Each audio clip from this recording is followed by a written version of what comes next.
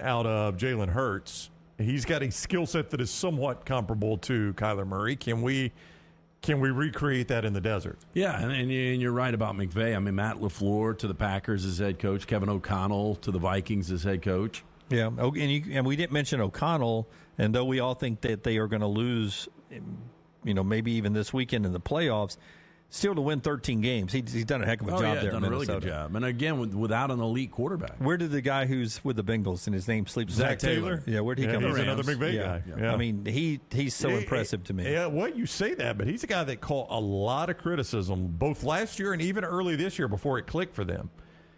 He has not been without criticism, Zach Taylor. It's so weird because... But the end result's been good. Yeah, the end result has been very good.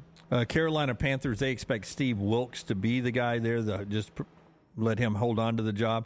They think Sean Payton ends up with the Denver Broncos. So I read that he's going to be the first in-person interview that Payton will interview with the Denver Broncos. If I'm Sean Payton, I can't imagine that I gave up what I gave up, and I'm going to go to that situation. It's a historically great franchise, don't get me wrong. But I would say this about it. Look, it's a tough division. The defense is really good, and you've got some playmakers. Jerry Jeudy was playing incredible down the stretch.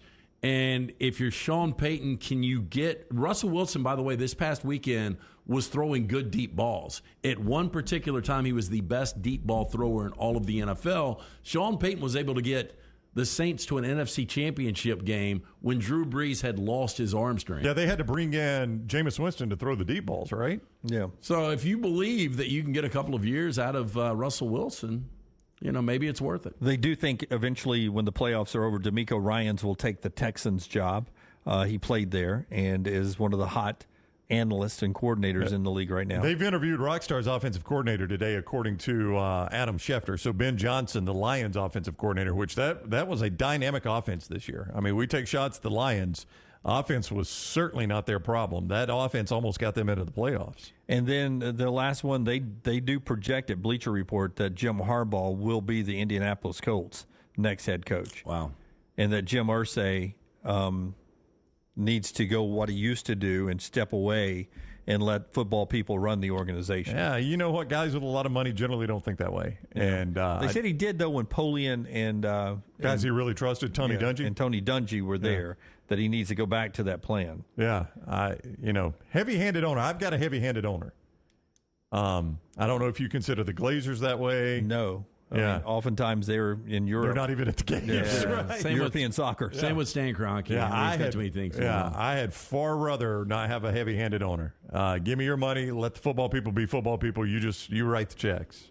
Tough loss for UAB. Big win for Alabama last night as they are now 4-0 in the SEC. They did it 2 years ago in 2021, or I guess was that last year when they did it.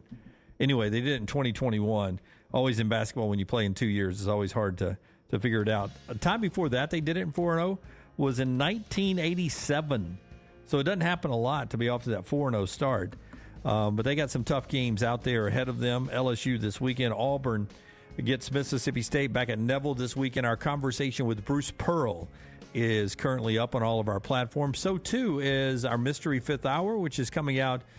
This week's Mystery Fifth Hour, is it today, Forrester, that's dropping? Well, dropped right after yesterday's show. Okay, so Mystery Fifth Hour is out yesterday, and Bama and Bourbon with Aaron Suttles is out as well. So of all the things we have out right now, the one thing I obviously don't have my alert set for, Mystery Fifth Hour. Didn't have that set there. You can get all that on all of our platforms. We're back with you at 9 a.m. Central Time on a Friday edition of the show. Until next time, God bless you and God bless America.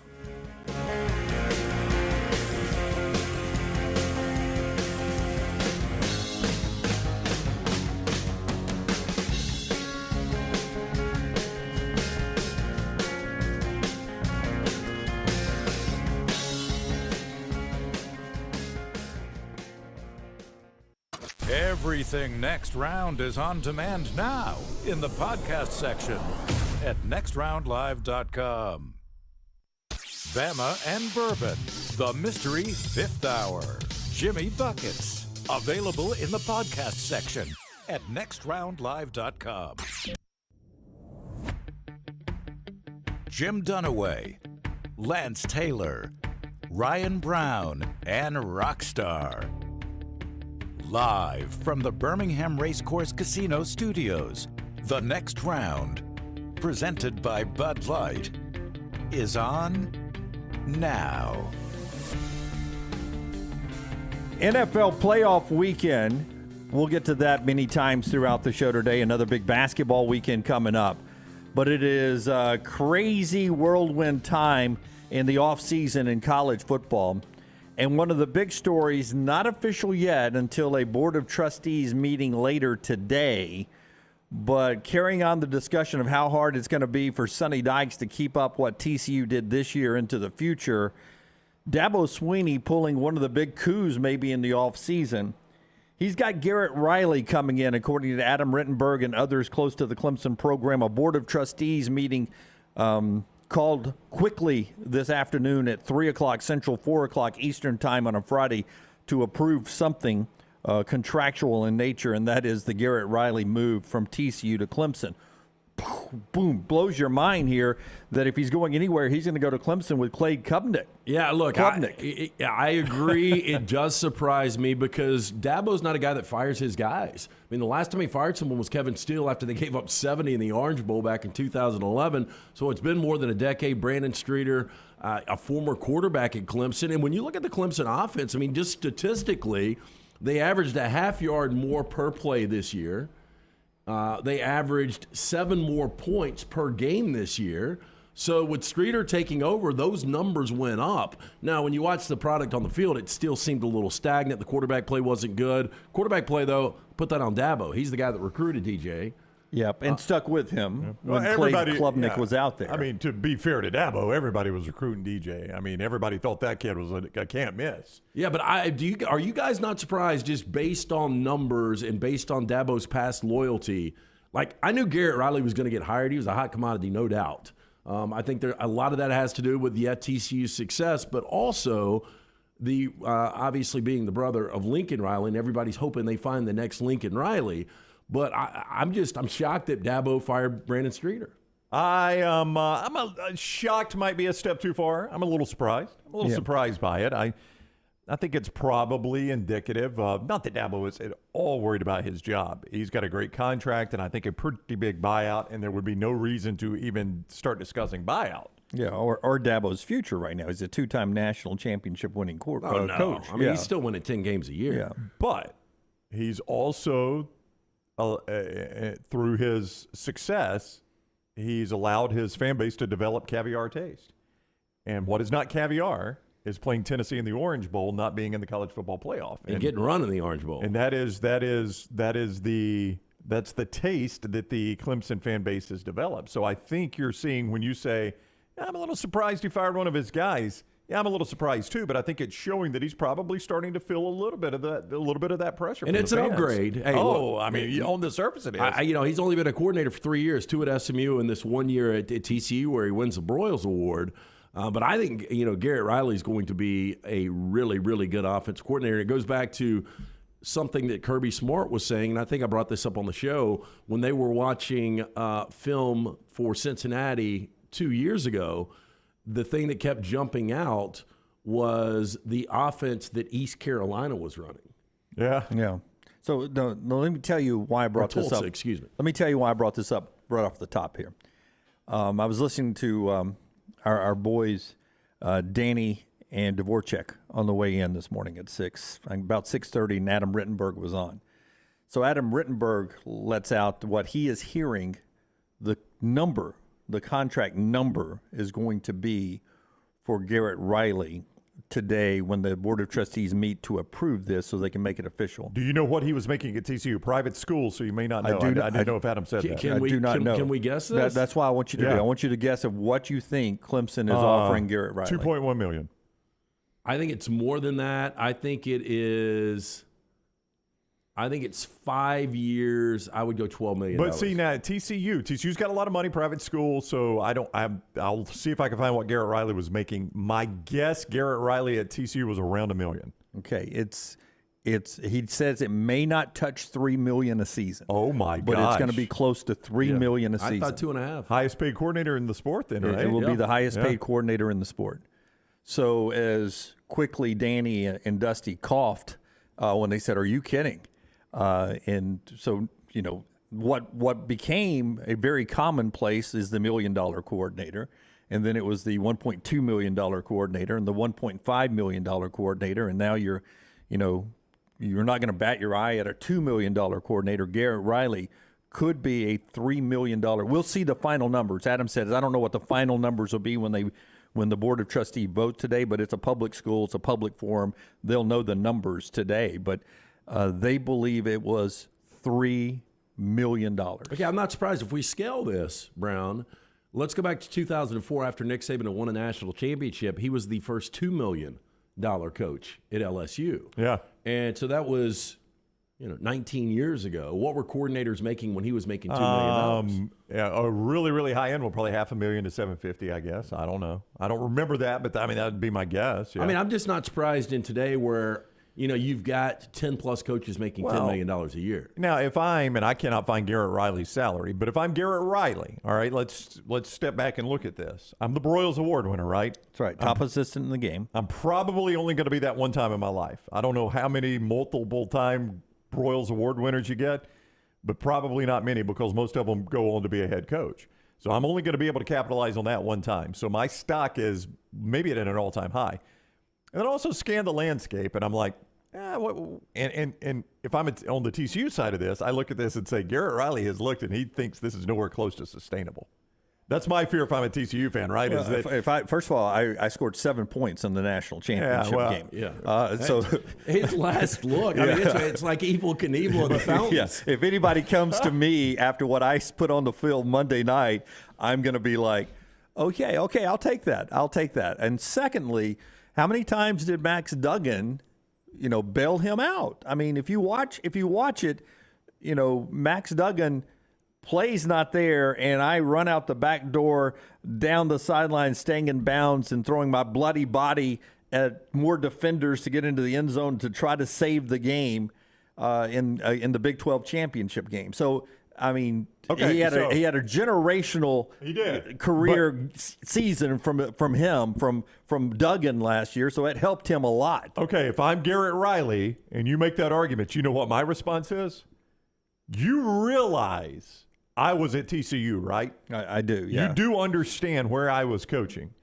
And I know we only scored 7 points, but you do realize where we scored those 7 points, right? Where was that, Mr. Dunaway? It was the national championship. I had TCU's offense in the national championship. Yeah, Brown, game. you can pull this quickly, but go back to TCU's offense in 2021. What do you want to know? What they stat? averaged over 41 points this year. They were 9th nationally. I would say that TCU averaged less than 30 points per game last year. No, okay, but who are we giving credit to? Are we giving it to Sonny Dykes? Are we giving it to Garrett Riley? Well, Clemson's giving it to Garrett Riley. Yeah, they are. I'm saying, look, I would roll the dice on Garrett Riley. TCU averaged 28.7 points a game. Yeah. Almost 14-point increase. And everyone's going to scapegoat DJU, who will be at Oregon State. You think the change of scenery is going to help DJU a lot. We could find out that DJU ends up being a great quarterback. And what the problem was this past year at Clemson was no playmakers at wide receiver and an offensive line that was mediocre at best. And now you got a $3 million coordinator, and you're going to end up with the same chicken salad that you had last year. I would bet on Garrett Riley more than I would Sonny Dykes. Sonny Dykes has got a long history of not being a very good coach. He's the one that had the 1 year, and what do you equate that to? I mean, I think there's something to Garrett. Yeah, now Sonny Dykes is about to parlay this into a sweetheart contract extension. I promise you that. So it's going to keep him at TCU a little bit longer. But I would go, I don't know where I'd set the over-under on Sonny Dykes at TCU. I wanted to say 5.5 years. From right now, don't count this past year. From today moving forward, head coach at TCU, 5.5 years, would you go over or under? I would go under. I think I would too.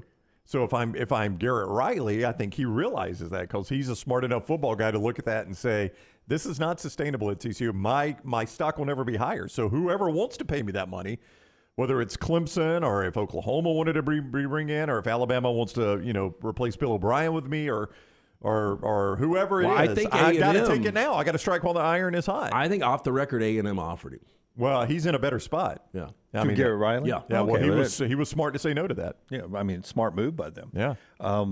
If I asked you, Garrett Riley to Clemson, does it change your feelings about what Clemson is next year at all? Does that improve their stock? When you did your preseason way too early top 10. I had Clemson on my board. Right. But then when we did the top 10, I pulled them out. Right. I would put them back in. I put them in my top 10 now. So because I think who are you taking out? Washington? Penn State. Penn State for you. I can't remember who my last one in was, but whoever that is, I'll take out. Yeah. It might have been Tennessee. Yeah, it was. I think Klubnik's going to be good. Now, I thought DJ would be good, but I think Klubnik's going to be good. And you got Will Shipley coming back. And Will Shipley, the one thing I would say, back to Brandon Streeter, Will Shipley was underutilized. He was but he was the best player on the offensive side of the football. I won't say best on the team, but the best guy on the offensive. He's Christian McCaffrey. But he can only do so much. I mean, he can only touch the ball. How many times do you want to touch it? Every other play? But do you know how many touches he had in that first half against Tennessee? Not enough. Three. I mean, right. I'm just saying, that's one of those guys that can be Christian McCaffrey. Like, you can line him up anywhere. Yeah. Well, they should have lined him up at quarterback. Probably. Jeff Jeffy on Twitter says Garrett and Lincoln are cut from the same cloth, all sizzle, no bacon. See, I disagree totally with that. As an offensive coach, Lincoln Riley's about as good as they come. Oh. And Garrett maybe will be there one day. Now, Lincoln can't get the complete thing put together, and that's what hampers him as a head coach. But I would disagree with you saying that Lincoln Riley is all sizzle, no bacon. The guy can coach offense. To circle back to the money thing, that we're going to someday see a $3 million coordinator in the history of the show, and it may be this afternoon at 3:05 Central Time with Garrett Riley at Clemson. They made another point. Oklahoma, Bob Stoops winning that national championship really doesn't seem that long ago, does it? Yeah, it does. I mean, it does now. It was 2000, right? I mean, it does now, but I was living in an apartment with my then girlfriend, who became my fiance, who became my wife. In 2000, you were? Was it 2000? No, it wasn't. Okay, no, so or was bad it math. 90? No, it was 99 or 2000. You know what I'm right? thinking about? I'm thinking about the Florida State, Tennessee. That was 98. That was 98. It still seems like a long time ago. Okay, so it is. I mean, we know it's a long time ago, but it doesn't seem that long ago. And they said this on the show. They said this on the show, too. Yeah, it's only a quarter of a century. Dusty pointed out, being an Oklahoma guy, he goes, do you realize it doesn't seem that long ago, Bob Stoops, the head coach of the national champions, was not making $1 million. That's incredible. I mean, that shows you how quickly it's changed. I mean, people are pointing out in the Vulcan Tire and Automotive chat room, people were wanting to storm Tuscaloosa and shut down college athletics because Nick Saban got 8 years, $32 million. Yeah. $4 million a year. $4 million a year. We're about to pay a coordinator $3 million. I mean, literally, it was, hey, can college athletics survive this? We have got a $4 million coach. What has Alabama done to college athletics? I think people finally got on board that college football is awesome. I mean, it took a while. We all knew this in our territory, right? Yeah. But Lincoln Riley's making, $10 million now out west.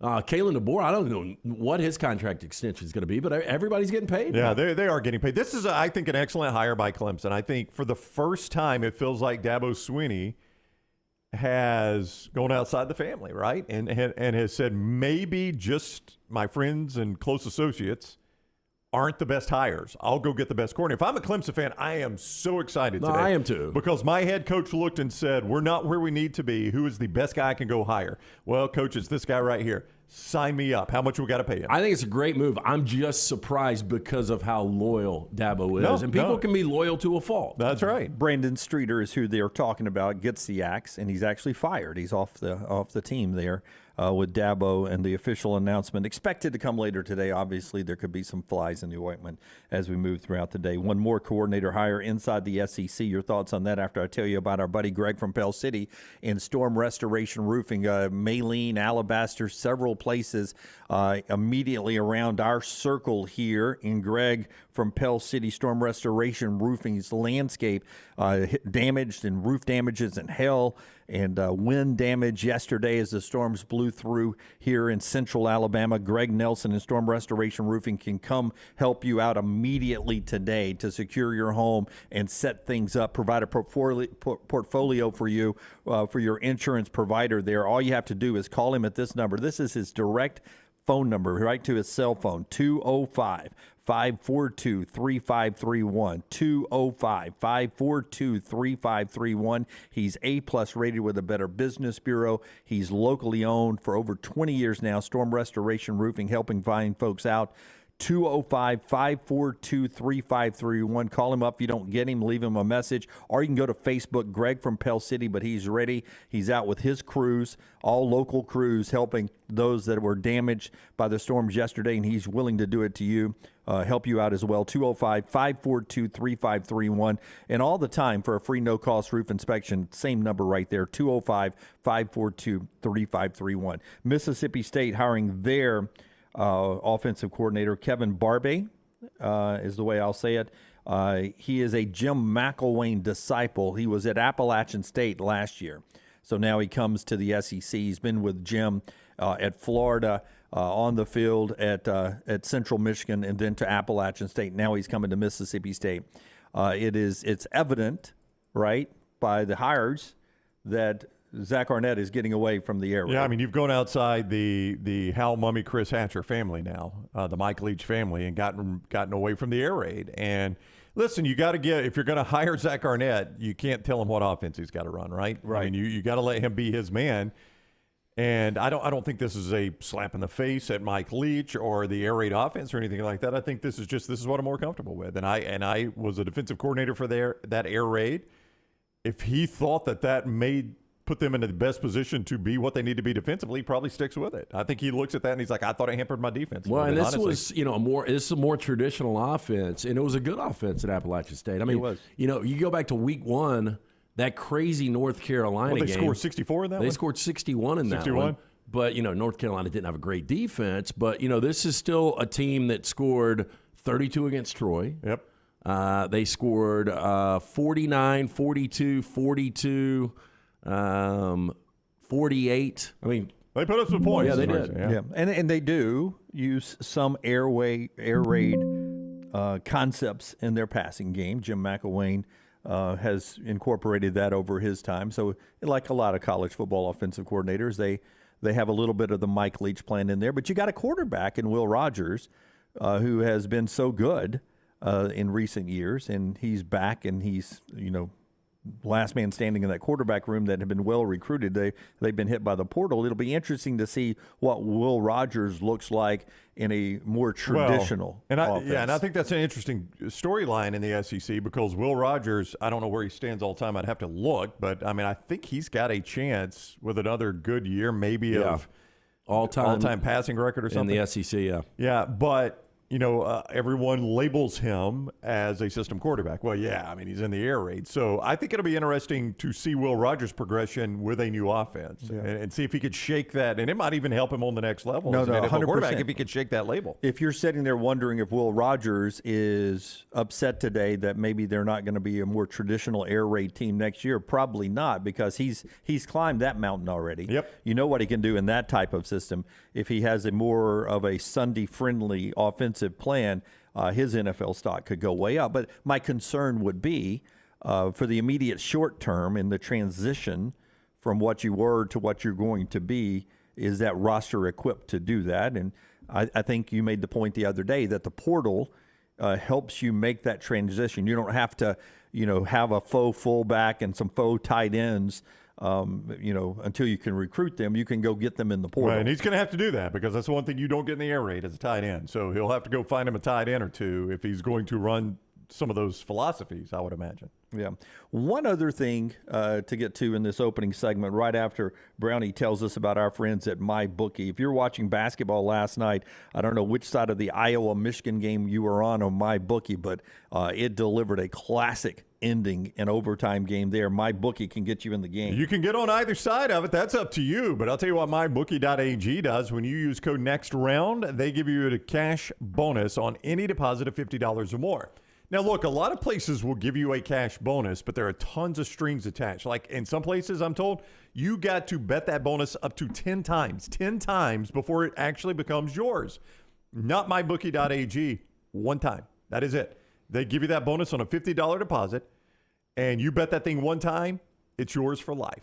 You're not going to find that anywhere else. MyBookie.ag is where you find it. NFL playoffs this weekend, college hoops, NBA, UFC, weekly blackjack tournaments, all right there at MyBookie.ag. Do not forget code NEXTROUND to get that cash bonus I'm telling you about. You're not going to find this anywhere else. MyBookie.ag, code next round. Vulcan Tire and Automotive chat room. Ross says, does Will Rogers transfer now? I don't think so, but, I mean, obviously he could. We'll wait and see.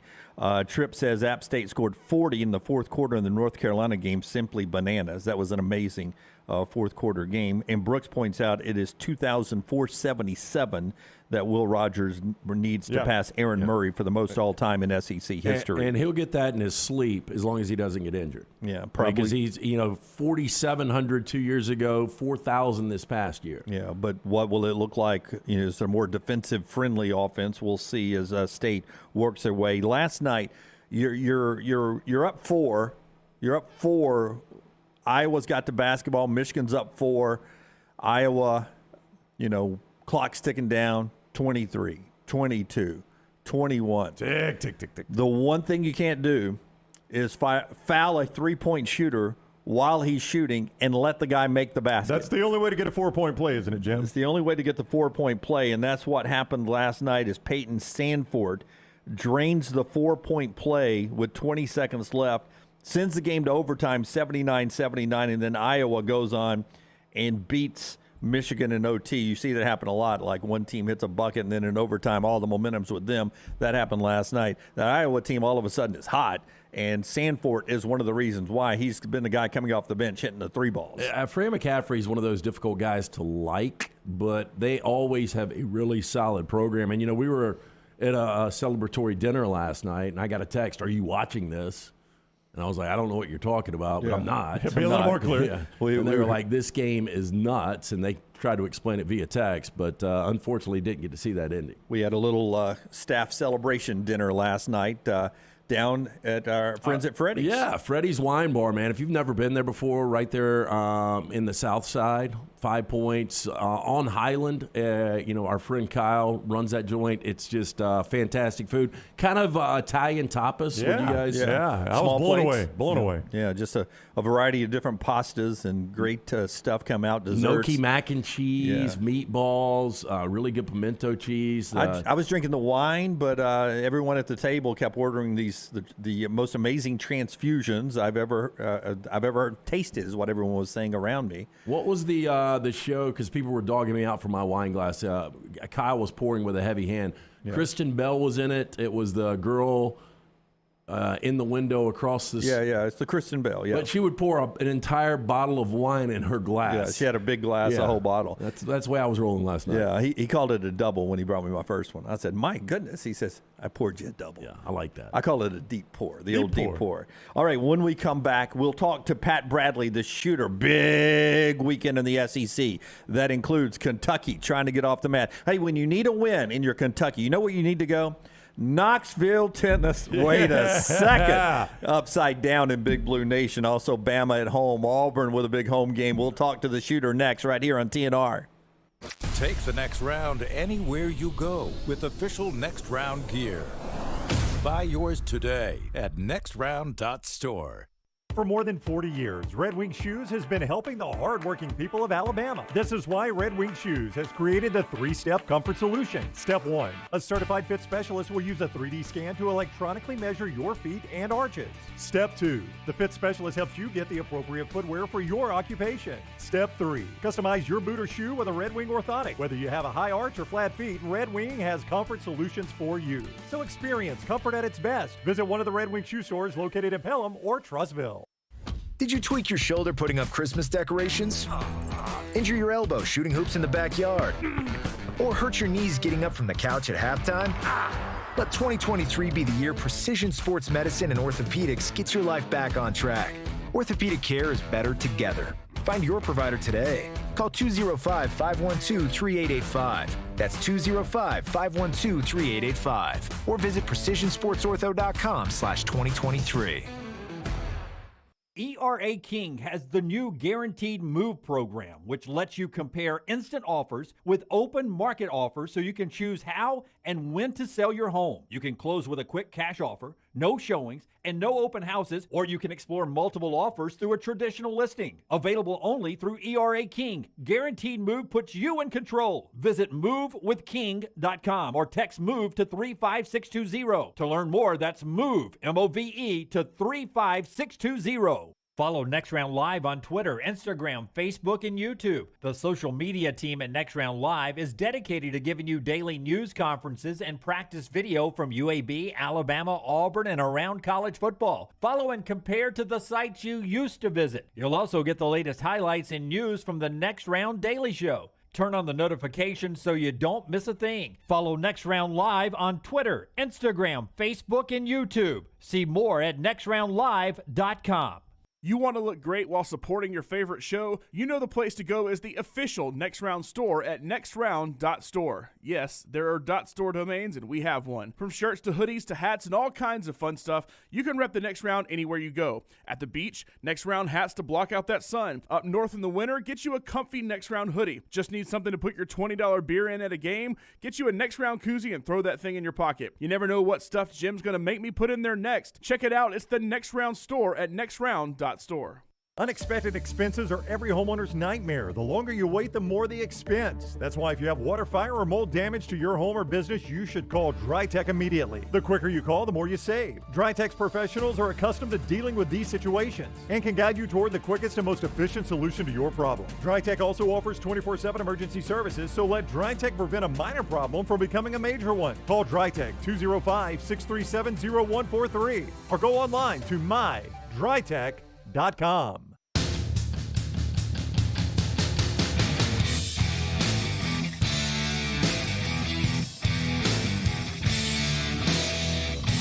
Pat Bradley in just a second. Our friends at Hemphill Heating, Cooling, and of course the wonderful plumbing problems that you could occasionally wake up with. What do you think the biggest plumbing problem is? Is it toilet, dishwasher, or garbage disposal? I would say toilet. Yeah. However, one time a potato got put down my garbage disposal, and that means a new garbage disposal. Who was that on? I'm not going to say. Not a member of my under my roof family, so I don't want to say. Oh, wow. But I mean, it's fine. But I've only been to your house a couple of times. It wasn't one of us, was it? no. So no, like no. like a whole raw potato?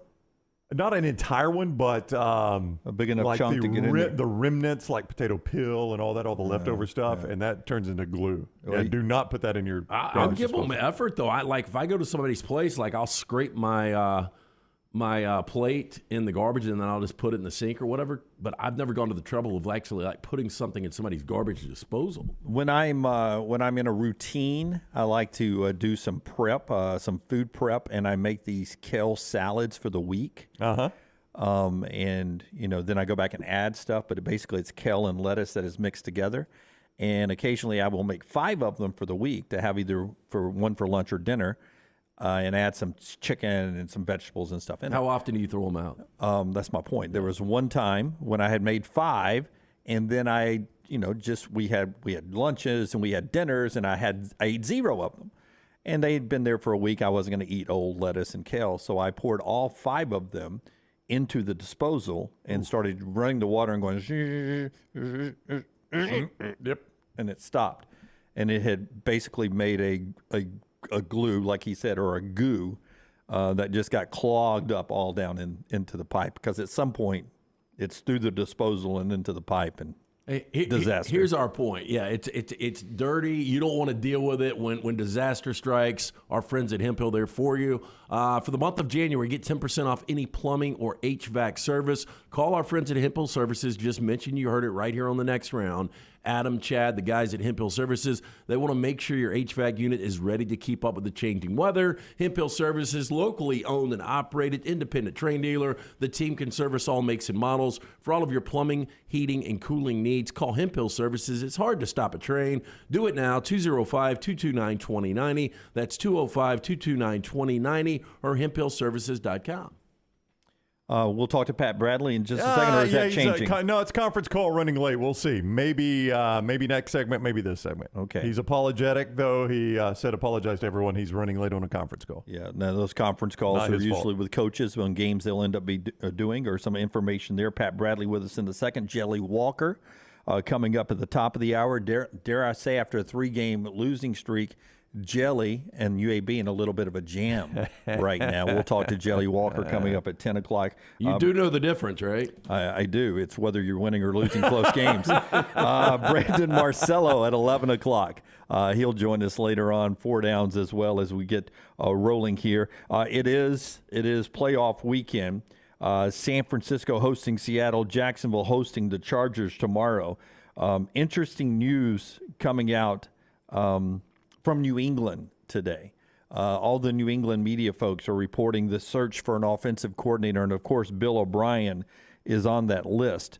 But so too is the hot name now, Cliff Kingsbury, who does not seem like a Bill Belichick type of offensive coordinator, but the folks in Boston seem to think that Belichick and company will have a variety of options other than Bill O'Brien. One reason that a lot of people think he might be hot for Kingsbury is there was a game they played against Arizona recently, and he was asked in his news conference about Cliff Kingsbury. And if you've ever watched a Bill Belichick news conference, he can be very short and bland with his answers. If he doesn't really want to answer the question, doesn't like the question. Dunkin' Donuts has been very loyal, though. They have been, yes. They've been behind him for years. And he apparently, I wasn't watching this, but from what I've read, he apparently went on in gushing terms about how impressed he was with what Cliff Kingsbury tries to do offensively. And it doesn't always translate into the games. We've seen that, but I think he was speaking in glowing terms of his preparation and how difficult it is to defend some of the schemes. Well, tries is a key word there. Well, I know, but I think that's why people are saying that is that he spoke glowingly of Cliff Kingsbury, and he doesn't always do that. You want to see a meltdown? Have New England hire somebody as their offensive coordinator other than Bill O'Brien and see what Alabama fans do. Because what are Bill O'Brien's other options? Well, I mean, if Michigan comes open, maybe. Yeah, no, I mean, there are several places that are looking for new coordinators, like Washington's looking for one. There are a couple out there that fired their OCs yesterday. I brought that up on the show. Great point from Jay over here. Kingsbury won't go to Boston, not enough good weather. He does seem like a sunny weather kind of guy in Cliff Kingsbury. But my big point to what Brown just said and what I was going to get to here, if Bill Belichick and Bill Belichick schemes like Cliff Kingsbury, you know who else would like Cliff Kingsbury? Nick Saban would. I mean, they are one and the same. They have the same styles, the same philosophies, and such like that. And if Bill Belichick respects Cliff Kingsbury's scheming, you damn well can bet that Nick Saban respects his scheming as well. Well, these guys are cut from the same cloth, and you would have to imagine if Belichick looks at it and says, hey, there's a lot of good in there, Nick Saban could probably find it as well. I would just say this. And I think you guys would agree with this. And this is no shot at college football. You guys know I love college football. But let me say it this way, and it's obviously not a shot at college football. In college football, I can have a roster that is so much better than everyone else's that schemes can be good, but they don't have to be that much better, right? In the NFL, you got to be better in scheme because rosters are so tight. They're so close together. Does that make sense? And 100%. Do you guys agree with that? Yeah. So, yeah, I mean, I think if Nick Saban looks at Cliff Kingsbury and to Lance's point, like, what he tried to do in the NFL, Saban could say, yeah, but give him a roster like we've got, and he's got the better roster 99.9% of the time. Those schemes are going to work, man. You know, the thing is, Kingsbury, can you shelf that ego? You know, he's been a head coach for a long time now, from Texas Tech to the NFL at Arizona. You know, as an offensive coordinator, he was a pretty good offensive coordinator. I'll give him that. As a head coach, just didn't have a lot of success. But also, he's made a little money now. He may want to take a little time off. He seems like a guy who's always down for a good time. I would imagine he got a little bit of a buyout. I think he had a contract for another couple of years, so he probably got a nice little check, or will continue to get checks. He's probably got $30 million in the bank, and his marital status is single. So living in the desert. So he can eat ramen noodles and not spend any of that money if he wants to. But as far as New England's concerned, if it's not Bill O'Brien, if it's not Cliff Kingsbury, just look at these offensive minds that are available right now. Frank Reich, who's a great offensive mind's out there. Gary Kubiak is out there. So there are some really proven NFL offensive coordinators that are available for anybody that has jobs that are opening up in the National Football League. One other note yesterday on the coaching circles, Carolina asked for permission to talk with former Tennessee linebacker, but New England linebacker coach Jared Mayo. And it again, reading in the Boston papers, Jared Mayo is so well thought of in New England, they may tell him he can obviously go talk to these people, but they may be offering him the unspoken coach in waiting to follow up Bill Belichick in New England for Jared Mayo. Wow. That's how much Belichick likes that guy. I mean, it's hard to believe. I remember Gerard Mayo playing in Tennessee, or at Tennessee, and to think he's progressed this much. He was a heck of an NFL player. Oh, yeah. But I did not know. I mean, look, I know if Belichick's kept him around, he probably likes the guy that much. But their defense was really good. Defense was not the problem for New England. They developed into a ball-hawking secondary, really good defense. Yeah, it was the offense that was the problem. And look, he spent 12 years with Belichick. 8 years as a player, 4 years as an assistant. So they want to keep him, but if he's offered the Carolina Panthers job, how could he not take it? You can't say no to that. But what if they tell you, if you stay here, we guarantee you're the next guy here in New England? Yeah, but how long is Belichick going to coach? I mean, I guess in the NFL, I think he's going to coach till he dies. In the NFL, I get that in writing, right? And if you attach if there's a way you have to buy that portion of that contract out, like, okay, well, we changed our mind. Okay, well, then that's going to be $25 million. That's right. Yeah. That's right. Every year I have to wait, my salary goes up. Or something like that. I'm making half of coaching. Yeah, you tie an incentive into it to make them hold up their end of the bargain. Yeah, then maybe I accept that. Baseball news in just a second. We'll catch up with the shooter in a second. Yes. Yeah, and I'm sorry to do this, but if you have to evaluate NFL jobs based on quarterback, right? Who's in a better quarterback situation right now?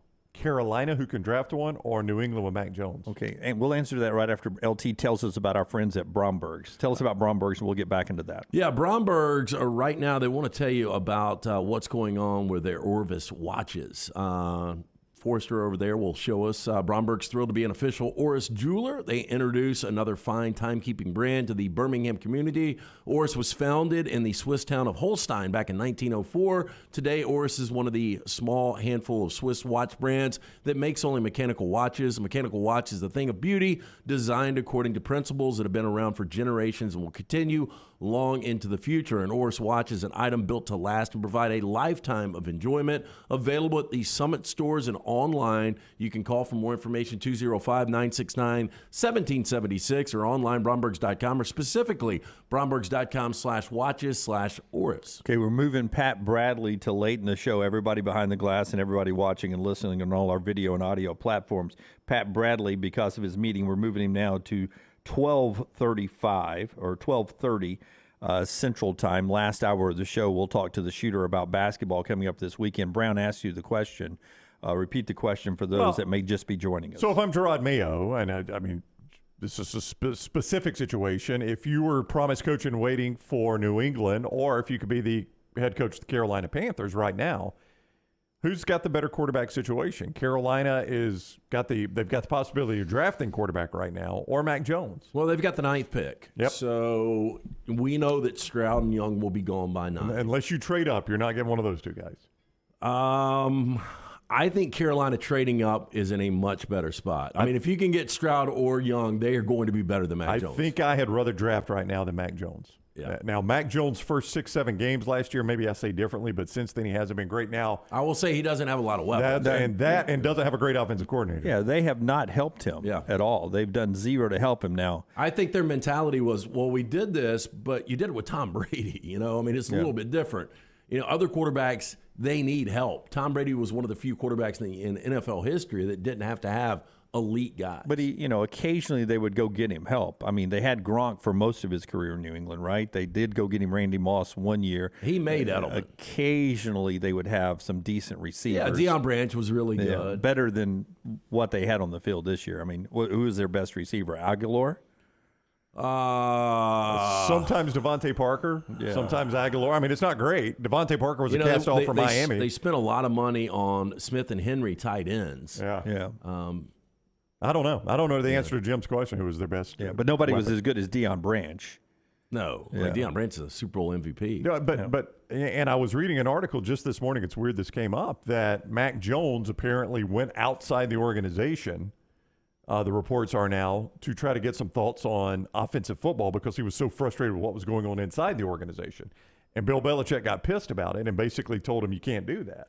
So there's already, year two, a little bit of a fracture, it appears, between Belichick and Mac Jones. Not saying they can't be healed, but, I mean, it looks like it's there. A very Brady move, just without Brady's credentials early on. Brady would go out and had his own training, as on a trainer inside the facility. Well, but this was even more, Jim, about X's and O's. Oh, I know. Yeah. I mean, he was looking for, God, can you give me some good offensive ideas I can take to these people, and maybe we can turn this offense around. And Belichick got pissed about it. A thought on our NASCAR legend and some crazy stuff happening in baseball that you all either already know and want to talk about, or you need to know before we start watching baseball coming up this year. A couple of big moves, including a possible SEC scheduling move you want to hear when we come back here on the next round. The show being brought to you by Dr. B.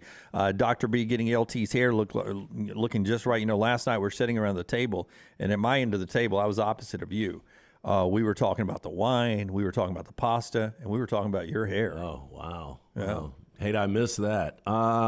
Hey, look, the bottom line is I saw somebody today talking about they were losing their hair in their 20s. It starts to happen to guys at all different times. When you start to see somebody that you care about lose a little bit of hair, let them know. Be preemptive on this. Dr. Beckenstein is the guy they need to go see. He's really changing everything about the hair. 14% thicker already. Started that second phase and already significant growth. Dr. Beckenstein is the best in the business. Dr. B. I'll clear your throat for you. Jesus. There we go. Dr. B pioneered the use of NeoGraft hair restoration right here in Alabama. T3hair.net for more information. He remains at the forefront of hair preservation in the Southeast, takes pride in treating each patient personally, applying his expertise to produce quality results for more than 20 years. Dr. B's been doing it. Call today, 205-319-0316 or T3hair.net. One of my favorite songs of all time, Let Me Clear My Throat. had to do it there, man. Yeah, you had to right there. It was just one of the dishes that we were enjoying at under the table last night. I'm sure you guys got some of the macaroni and cheese. Yeah, the gnocchi. Yeah. Forrester was pulling one up, just long piece of cheese there as he's pulling up to his mouth. I said, Forrester, only thing thicker than that cheese right there, LT's hair at the other end of the table. We all agreed. Both really thick, good-looking stuff last night. When we come back, we roll to the conversation about an SEC team moving possibly to a primetime weeknight game. Who is it, and is it a good thing or a bad thing? Brown's got a lot of thoughts on it when we come back next on TNR. Call the next round now at 205-734-0923. This hour is brought to you by Culver's. Cake cone, waffle cone, or dish, you can't go wrong with the flavor of the day. Join My Culver's at culvers.com to receive a flavor of the day forecast delivered right to your inbox. That's Culver's. Welcome to Delicious. Hey, there's nothing worse than waking up to a plumbing problem. Don't get caught in a flooded house. Call the guys at Hemp Hill Services. Adam, Chad, and the team at Hemp Hill are the only ones I trust to fix it and fix it right the first time. Hemp Hill Services does it right and always at a fair price. For all of your plumbing, cooling, and heating needs, trust the name that Birmingham has trusted since 1954. That is Hemp Hill Services. Call now, 205-229-2090. That's 205-229-2090. Don't let a roof problem disrupt your football Saturday or Sunday. Call Greg from Pell City and Storm Restoration Roofing. Locally owned at 205-542-3531. Greg wants to give you a free, no-cost inspection. Free, no cost, no obligation, 205-542-3531. He can also pressure wash your metal roofing. It's easy to see why his company's so successful. A-plus rated with the Better Business Bureau, and insurance companies trust him. You should too. 205-542-3531 or just look him up on Facebook, Greg from Pell City. Stay up to date with the Next Round on the website, nextroundlive.com. The latest videos from the show, plus podcasts like The Mystery Fifth Hour, Bama and Bourbon, Last Call, and others from our Double Down Media podcast family. You can start your day with the latest college football stories, plus easy to listen to hour-by-hour downloads of the live show. nextroundlive.com, a great way to stream the show live or shop in the Next Round store. Make nextroundlive.com your homepage. That's nextroundlive.com. Start your day online with our website, nextroundlive.com. the latest videos, podcasts, and college football stories. It's also a great way to stream the show or shop in the Next Round store. Stay connected by visiting nextroundlive.com. All the coaches I talk to believe you win championships in all three phases of the game. And the same is true with my friends at Wayne's with pest protection, termite protection, and lawn care. The website is callwaynes.com. Remember the promo code TNR for big savings. With the cold weather coming, the pests will be trying to break through your defense and come inside. You can save $60 right now off of Smart Pest by using that promo code TNR. So go online to callwaynes.com or call the phone number 866-WAYNES1 and remember the promo code TNR. Your 24-hour home for the show is our website, nextroundlive.com. Easy links to the day's top stories in the morning rounds, plus the latest videos from the show, podcasts like Bama and Bourbon, The Mystery Fifth Hour, Last Call, and other shows from our Double Down Media podcast family. Nextroundlive.com, a great way to stream the show live or find easy-to-listen to hour-by-hour downloads from the Next Round Live show. And get the latest gear in the Next Round store. Make nextroundlive.com your homepage. That's nextroundlive.com.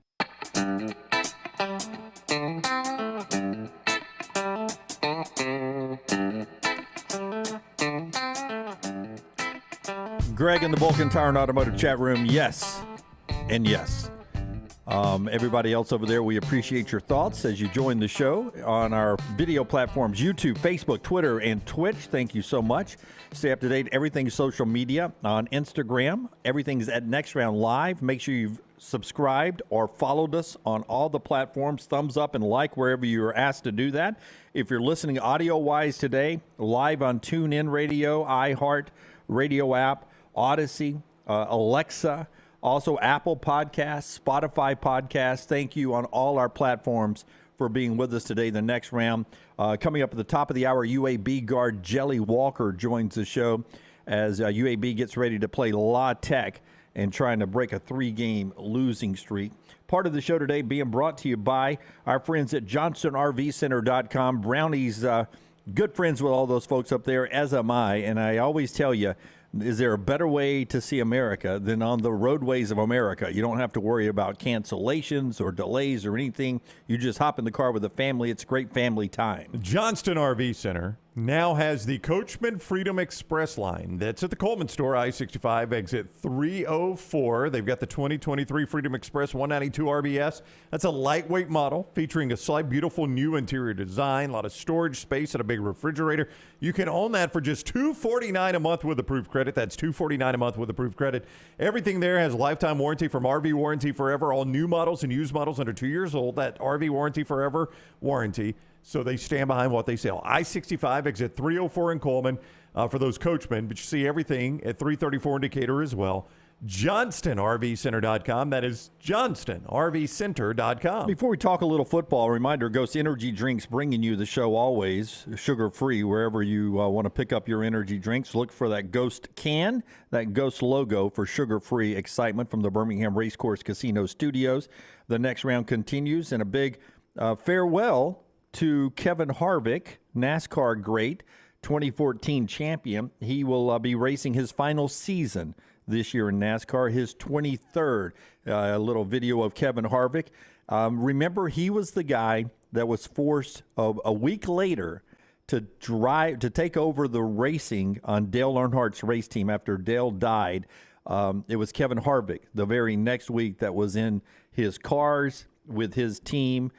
He is 9th all-time in NASCAR wins, 13 straight trips to the playoffs, 2014 champion, as you see him holding up the championship trophy there. Kevin Harvick announcing this will be his last year. And, Brownie, he's one of the last holdovers from NASCAR racing's heyday, back in the day when it was at the top of the game, ratings-wise and everything. He's one of the last great drivers from that period in time. Am I wrong? Didn't he win shortly after Dale Earnhardt Sr. died? Didn't he win in that 3-car or something like that? Yeah, I don't know if it was the very next race. It was pretty soon after, though. But it was either the next one or the week after in Atlanta. Yeah. Where he won in that car. Yeah, I mean, I remember that being very emotional. But, guy, obviously a very good driver, guy that's been on the show some, I think he's one of those old school NASCAR drivers that still knew how to sell the sport. Yeah, he's one of my favorites, and I've liked him the more and more he's raced, probably because he was one of the leftovers from the heyday. And now a new generation, we're getting fired up for 2 races at Talladega this year, and it'll be the last 2 times Kevin Harvick rolls through Talladega. He's been very good at that track. 3 weeks after the death of Dale Earnhardt when he won in Atlanta, Lunsford from the back row right there. And, they did not let him drive the 3. Changed it to 29 right away, right? Yeah, 29 is what it was. All right, now to the football news. University of Montevallo brings you this show. University of Montevallo, montevallo.edu, montevallo.edu, 21 NCAA Division II sports, and a wonderful atmosphere for your son or daughter. Hop in right now at montevallo.edu, schedule an in-person tour, and find out why you belong at Montevallo. Florida and Utah. It's not done yet, but there's a possibility of that game being moved to the Thursday night to open the season, the first Thursday night, week 1, right after week 0, August 31. That game's out in Salt Lake, Florida, Utah. First, your reaction on that game moving to Thursday, and then Brown has some scheduling thoughts. I love it. It was a really good game this past year. I still can't believe Utah lost that game on that terrible, terrible decision by Cam Rising there in the pick in the end zone to end the game. But that'll be a really cool, not only Thursday night game, but a cool trip for Florida fans. I don't know if you guys have ever been to Salt Lake City. It's Never a been. neat town. Yeah, I'm telling you, it's likely to get moved, and here's why. And the Orlando Sentinel is reporting this today. It's likely to get moved because they're not reporting this part. If you look at the first Thursday night schedule, you've got Bryant at UNLV, Elon at Wake, North Carolina A&T at UAB, Rhode Island at Georgia State, St. Francis at Western Michigan, Southern Utah at Arizona State, and the only other game scheduled right now is Nebraska at Minnesota. Where do you imagine that game is aired? That's a Big Ten Network game. No, I'd say Fox. Oh, it is? Yeah, I would think it's not announced yet, but Fox has gone to the Thursday night game. I think they would have to do that one. That's the only one available, unless they move one too. So then ESPN would pick this one ESPN needs a game. Yeah. There's not another one there. Well, Big Ten Network, they've scheduled those conference games early. Have not always been on the Big Ten Network. They try to get some Big Ten Network games that first weekend that are pretty high profile. But there have been, like I would go back, Graham Mertz, his first start ever against Minnesota was on the Big Ten Network on Thursday night. But Fox won't say Thursday night game, I would imagine. And they did this past year with Penn State at Purdue, was that Thursday night Fox game. So we'll see. We'll see how the schedule shakes out. Any other thoughts? No, the bad news. I got to give you the bad news. Okay. So Lance is all about this. Here's your bad news, Lance. I'm going to give you what that leaves on the first Saturday of college football next year. Yeah, because Alabama doesn't have a good opener. They do not, Jim. That is a theme in what I'm about to tell you about. So if you want to write these down or just keep in mind, you can rank these if you would like. But I'm going to give you the games that sound any good at all to me. Ohio State at Indiana. Big Ten Network. No. I'd hold on that, Jim, if I were you. 11 a.m. kick. Yeah, I think that's going to be your Fox Big Noon when I get done with this. Northwestern at Rutgers, that's probably Big Ten Network. I only throw that out because I only throw it out. Well, you may want to. I only throw it out because it's a conference game. West Virginia at Penn State. Oh, I mean, that was a fantastic Thursday night game this past. Nope. That was West Virginia at Pitt. That was West Virginia at Pitt. Yeah. Yeah. Virginia, Tennessee in Nashville. At Nissan Stadium. That's at Nissan Stadium. Yeah. Colorado is at TCU. High-profile game. Only because of who the Colorado coach is, right? Yep. But I would say likely that's your big noon kickoff right now. Oh, really? Yeah. You think? Yeah, especially if Colorado has not played a game before that. Yes. I could so see them doing that with the defending national runner-ups in prime time. Louisville takes on Georgia Tech in Atlanta. It says in Atlanta. I'm assuming maybe that means it's at Mercedes-Benz Stadium, if that matters to you at all. And, guys, I'm done. Okay, that's Saturday. Give us Sunday and Monday. LSU Florida State on Sunday. Okay. And let me see if there is a Labor Day game announced. I think that would fall under week 2. Best of your as you're looking at that, the best of your Saturday slate is Colorado TCU. I don't see a Labor Day night game yet. I don't know if one has been announced. I don't know how you'd rank those, Dunaway. I would go Colorado TCU, West Virginia Penn State, Virginia Tennessee, Louisville, Georgia Tech, and then Ohio State, Indiana. Get ready, Dunaway. Get ready. And you hate it when I do this. Just add it to the list of things you hate I do. When the first week, you lay that sheet down in here and I come in and look at it, what am I going to say? You're going to say, God, what a horrible weekend of college football. That's right. And you're going to say, Brown, you always say in the offseason, you'd watch every bit of this game right now, but look at those games. Do we not have South Carolina and North Carolina? I might have missed that one. South Carolina and North Carolina, I do believe was in there. I apologize for that. I think I did miss that one. South Carolina and North Carolina. Add that to the list. I apologize. That could be 2 top 25 teams. No, it will be. That game really is in good Charlotte. That's the Mayo Classic, Duke's Mayo Classic or something like that. That's your best matchup. Of the Could get moved to Monday night. I don't know if they've decided a Monday night game. That could be your Labor Day night. So over in the Vulcan Tire and Automotive chat room, Brooks brings this up, and I hadn't thought about this, but I think he's correct. That is the first regular season non-conference road game outside of the state of Florida for the Gators since '91. Yeah, it's been a long time. Yeah, they do not leave the state of Florida very often out of conference. Boise State at Washington, if you want to add that. I don't know if that fires you up. Oh, yeah. Washington's good, all right. Compared to the rest. Yeah. Boise State, Washington. I mean, that's what you have to say, right? Compared to the rest. Now I'm doubting what else you've missed here. Boise State, Washington, South Carolina, North Carolina. Boise State, Washington doesn't even get your attention. Oh, it's better than... hang on. Let me finish the sentence. Doesn't get your attention in 90% of the weekends of college football. The only reason it gets your attention is because of this weekend right here that I just gave you. Some of you have Washington as a top 10 team, and Boise State's a fairly name brand group of 5 I think Avalos finally found his footing. It looked really shaky for a while, but he seems like he's got it back on track. Yeah. All right. So a crap first week is what I'm getting at. So if you move Florida, Utah off that Saturday. Jelly Walker is up next, 23% off in the Next Round store for today. It ends our 23% celebration of 2023, nextround.store, nextround.store. We'll talk to Jelly Walker, and then get to that baseball news that has some of you buzzing today. Brandon Marcello later on. Basketball tomorrow includes LSU, Alabama. Pat Bradley, you did not miss him. He'll be with us in the final hour of the show.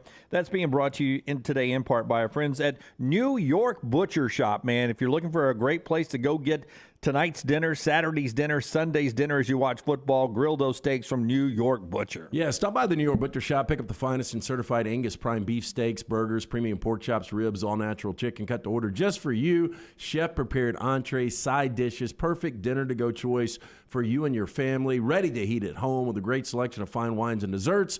The New York Butcher Shop is your one-stop dinner shop. 2 locations to serve you, Cabo Heights and Highway 119 in Greystone. The New York Butcher Shop, rare quality, well-done service.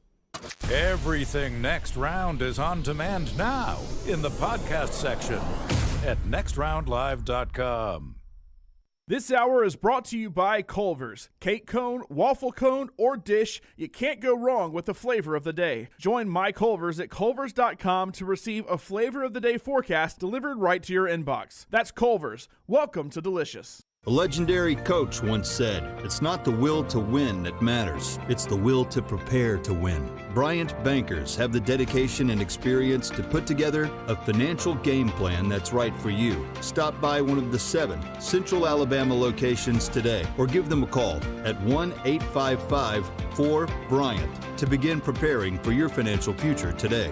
You'll find out what unbeatable service and legendary results are all about. Bryant Bank, Equal Housing Lender, member FDIC. Hi, this is Wes McClooney, owner of the New Balance Birmingham store. And if you're like me, you probably added an inch or 2 to your waistline over the holidays. If Santa didn't put new shoes under your tree, it's time to treat yourself so you can walk or run those extra pounds off. Make your New Year's resolution to get out and exercise. At the New Balance Birmingham store, get the perfect fitting shoe to motivate you. Shop the New Balance Birmingham store on Highway 280 next to Chick-fil-A. Hey, Lance Taylor from the Next Round. You've heard me for years talk about our friends at Bromberg's Jewelers, and we welcome you to stop by and see that great customer service at the Mountain Brook and Summit locations. But we'd also love for you to check out their new online shop. They've got plenty to choose from. Great gifts, big and small. Available online, they've got David Yurman, Tudor watches, select diamond and gemstone jewelry, William Henry, seasonal and favorite giftware items and baby gifts as well. They've even got an online sale section. For more information, Brombergs.com. The NFL playoffs are just around the corner, and every game matters. Join us on the Next Round and Pepsi every Thursday as we preview the upcoming big games in the NFL weekend. Pepsi and the NFL, a perfect match for your weekend. Start your day online with our website, nextroundlive.com. The latest videos, podcasts, and college football stories. It's also a great way to stream the show or shop in the Next Round store. Stay connected by visiting nextroundlive.com. That's nextroundlive.com. Start your day online with our website, nextroundlive.com, for the latest videos, podcasts, and college football stories. It's also a great way to stream the show or shop in the Next Round store. Stay connected by visiting nextroundlive.com. Did you tweak your shoulder putting up Christmas decorations? Injure your elbow shooting hoops in the backyard? Or hurt your knees getting up from the couch at halftime? Let 2023 be the year precision sports medicine and orthopedics gets your life back on track. Orthopedic care is better together. Find your provider today. Call 205-512-3885. That's 205-512-3885. Or visit precisionsportsortho.com/2023. Jim Dunaway, Lance Taylor, Ryan Brown, and Rockstar. Live from the Birmingham Racecourse Casino Studios, the Next Round, presented by Bud Light, is on now. Our conversations every week with Jelly Walker and our UAB friend Andy Kennedy are brought to you by our friends at Legacy Credit Union. No matter where you are in life, start building a legacy you can be proud of with Legacy Credit Union, the official credit union of UAB. Let's get to the conversation with Jelly Walker. And he joins us now, the nation's leading scorer, UAB guard with us. What's up, Jelly? How are you today, man?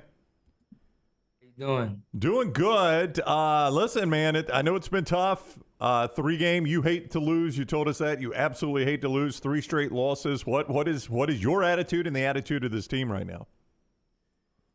We have to win. It's no ifs, ands, or buts. We have to win. And that's our attitude. We have to win.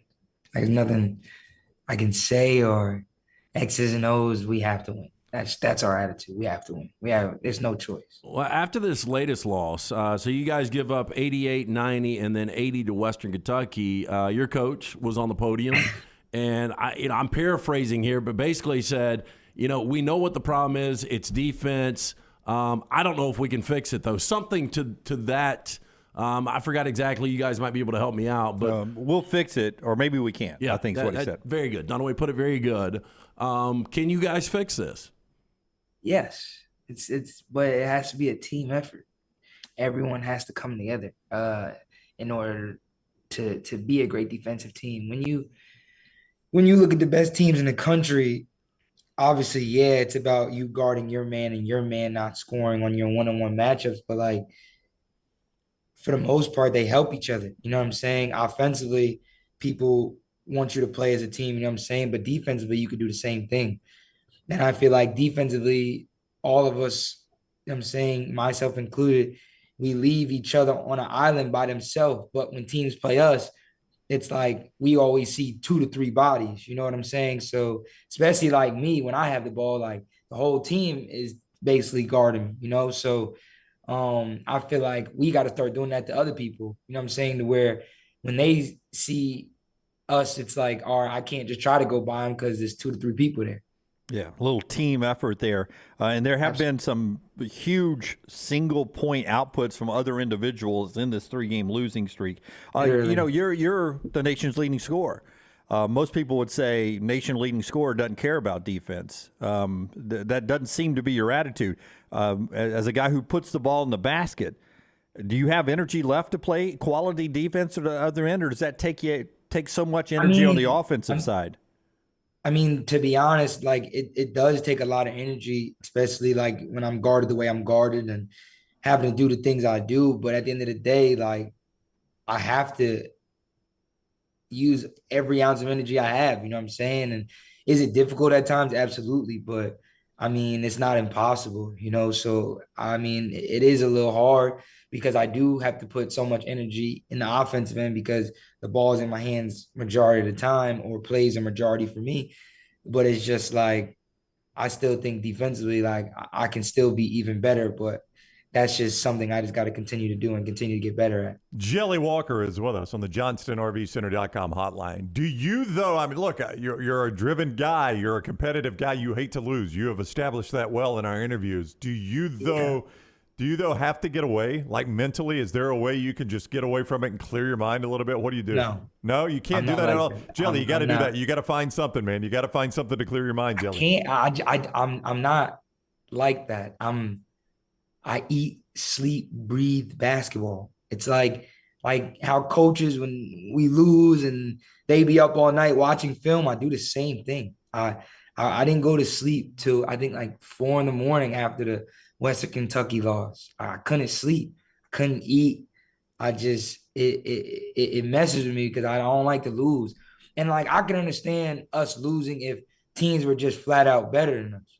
You know what I'm saying? It's like even that Houston game last year, like they were just a flat out better team. You know what I'm saying? Overall, like they were just a flat out better than us. You know what I'm saying? And I didn't even play my best. You know what I'm saying? But they were just better than us. You know what I'm saying? But it's like other teams that were playing, like I don't no disrespect to them because they all obviously when they play us, they want to give us their best shot because we're the reigning champs. But it's like I don't feel like individually or collectively they're better than us. You know what I'm saying? It's just I feel like it's constantly us that's beating us, you know, and that's something that we need to fix and we need to fix fast. Are you a vocal guy in the locker room?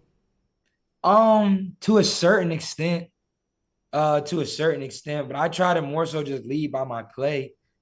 You know what I'm saying? It's hard to really listen to a guy when he's allowed to do way more than you're allowed to, you know what I'm saying, in sports. So it's like, yeah, he can tell me stuff, but it's like they might feel as they're not allowed to do what I'm allowed to do. So it's hard to really, you know what I'm saying? So I just try to lead by example and try to be that person out there that just tries to go hard as much as I can. You know what I'm saying? Like every possession, you know, and I'm not perfect. I don't make every shot. I don't complete every defensive assignment, you know what I'm saying? But I try to play as hard as I can every single night.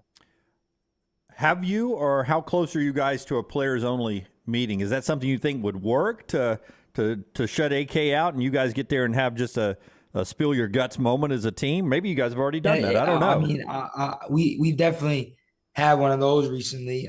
But I just feel like at the end of the day, it's just a mentality thing. You know what I'm saying? Like you can talk as much as you want when it comes to basketball and stuff, and you can come together. But at the end of the day, you have to show it.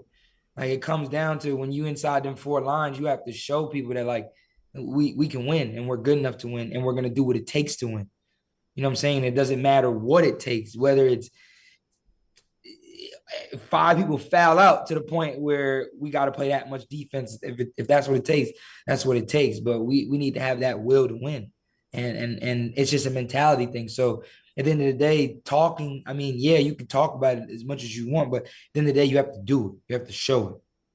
Jelly Walker is with us, courtesy of Legacy Community Federal Credit Union. You can depend on Legacy. They've been proving that at Birmingham and the UAB community since 1955. So you go on the road, and this is your chance to do it. What does Louisiana Tech bring to the table? They're a really gritty team, and they haven't lost many games in conference by a lot either. Like usually the games they've lost are like 1 to 2 possession games as well. So, I mean, and playing in Louisiana Tech, it's not an easy arena to play in. Obviously, they don't have Kenny Lofton, you know what I'm saying, him going to NBA and stuff like that. But I think with their new coach, he's a well coach. He's a really good coach. And they have a lot of guys back from last year. But they're just a really gritty team. And they just try to punk you. They try to be physical with you, you know what I'm saying? And they try to just show that, like, they're going to dominate you. You know what I'm saying? So as long as we come out and we match their energy and we hit them before they hit us, I feel like it's a great chance for us to win. Where do you think the toughest road environment is in Conference USA? Oh. Some dude got thrown out of the FAU game. They threw a fan out. I mean, that's got to be pretty tough. They're not always like that, I've heard. This is my first time ever playing there, but I feel like they had a lot of fans because they were coming to see us play. But I would probably say North Texas. North Texas is a hard place to win at. We won last year, but they're a really disciplined team and they're really sound and they don't make too many mistakes. especially offensively. They don't make too many mistakes. So I would say probably North Texas would probably be, and La Tech. North Texas and La Tech, I would say probably evenly like hardest places to play, but outside of us. Smart move going to La Tech to say that right before you go there. That's a really well-placed move there. So you little downtime on the road trip here, killing a little time. You don't watch game tape for a second. You take a break. What are you watching these days? Or what are you streaming? Are you a reality show guy? You're a movie guy? What are you watching? I actually just finished Peaky Blinders. Oh my gosh! Wow, Get that killer instinct, man. Yeah, man. I've tried twice. I can't get into it. Literally last night, I just finished Peaky Blinders, but that show is one of the best shows I've seen. Yeah. You need to show it to the rest of your team. Get a little good defense going. They'll decap. For sure. They don't play when it comes to stuff like that. No, sir. Do you watch it with subtitles? I had to watch it with subtitles because of the Irish accents. Nah, I don't. I like it. I understand what they're saying. You know what I'm saying? I feel like when you watch it long enough, you know what I'm saying, you really get to understand them. But yeah, I like those type of shows, you know what I'm saying? That was Jelly saying he's from New York, I'm from Birmingham. Yeah. So, yeah, of course you don't understand them. Wow. All right. Yeah, I'm big on those type of shows. Okay. He is Jelly Walker, the UAB guard. All right, Jelly, get it turned around, man. We're pulling for you guys down at La Tech. We'll see you next week. Yes, sir, my guys. Appreciate you. All right, buddy. Thank you. Take care. Jelly with us, courtesy of Legacy Community Federal Credit Union. If you miss our weekly talks with him, sometimes it's not during the show, but it's always on our social media platform. Our YouTube platform, our video platforms. You can find our weekly visits with Jelly Walker. Yeah, Zach says very honest answers from him. I'm a fan, like it a lot. Ray, confident young man. I like his attitude there. UAB tries to get right, and a lot of people believe that AK will get it right before they get to tournament time. Jelly Walker there with us on the interview that's brought to you by Legacy Credit Union every week. Legacy is who you can depend on, and they've been proving that to Birmingham and the UAB community since 1955. Brown. Lenardi just dropped his latest bracketology. Got it right here. And yes. Florida Atlantic, who would come out of that conference, is a 12 and a 12-5 against Baylor down in Orlando. Absolutely, because they're replacing UAB there because they're the leaders in Conference USA. The 4-1 seeds are Kansas, Houston, Alabama, and Purdue. If I asked you, LT, how many SEC teams, since you haven't looked at it yet, do you think are in bracketology right now? How many SEC teams? I was about to pull it. I am going to say 7. 5. Okay. 5 right now. Kentucky and Mississippi State, the next 4 out, so they're 5 and 7 away from the bracketology. If I asked you how many Big 12 teams were in the tournament. Almost had a bet on this yesterday, didn't you? Yeah. I'll go 7 again. It is dead on 7. How many Big 10 teams? Big 10, I will go 6. How about 10? Yeah, so we're going to do that again, huh? Yeah. It's every year, right? 10. Every year. This is every year with the Big Ten. We do this every single year. And the last time they won a national championship? You 2000. Tell me. 2000, huh? Last time Bob Stoops won one? Yeah. Bob Stoops wasn't making $1 million yes. yet. We do this every year with them. But Purdue is going to be a 1 seed. Okay, well, good. You know what Purdue's going to do? Yeah, probably. Yep. That's a Purdue tradition. Good news for UAB fans while you're watching now, carrying over from the Jelly Walker interview. UAB's future destination, the American, 3-bid league right now. 3 bids. And UCF and Memphis are 2 of the 3 with Houston. Yeah. Houston leaving, obviously. UCF and Memphis leaving, but it becomes habit forming sometimes with the committee. They respect the conference, so UAB moving from a conference that is traditionally a 1-bid league to a conference that the committee is okay putting multiple bids in, 2 bids, 3 bids, whatever, down the road. That's a positive for UAB. It is. I was trying to find UCF to see where they are because they're in the play-in right now. Well, so is Memphis. So, I mean, I think that does highlight, though, the difficulty, right? That you do have a 1 seed, but your other 2 teams are in play-in games. Yeah, so it's a better situation, but it is far from we're going to get automatic 3 in. These matchups will never play out, but did you see the Birmingham matchups? Would you take them? I did not look at that part of the bracket yet. Houston, a 1 seed against Milwaukee, 8-9 game Wisconsin and Charleston. That's a good game. Alabama and Norfolk State, and then NC State, Maryland, another 8-9. Yeah. See, that to me, I don't like that getting 2 1s because that's 2 really bad games the first night, but then it turns around for the weekend games where you get those 1-8, 1-9 matchups that are pretty good basketball. That becomes really, really fun. Yeah, but you don't see a lot of the 8-9s knock off the 1s. Yeah, You don't. I mean, So- you get a chance to get actually some really bad games. Of course, last time we were in Birmingham, we had an 8. That's right. North Carolina beating Stanford. Yeah.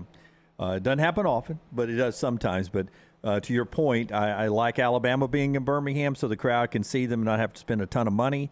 Would not be happy with 2 1s in Birmingham because of the quality of games you get across the board there, especially the opening round.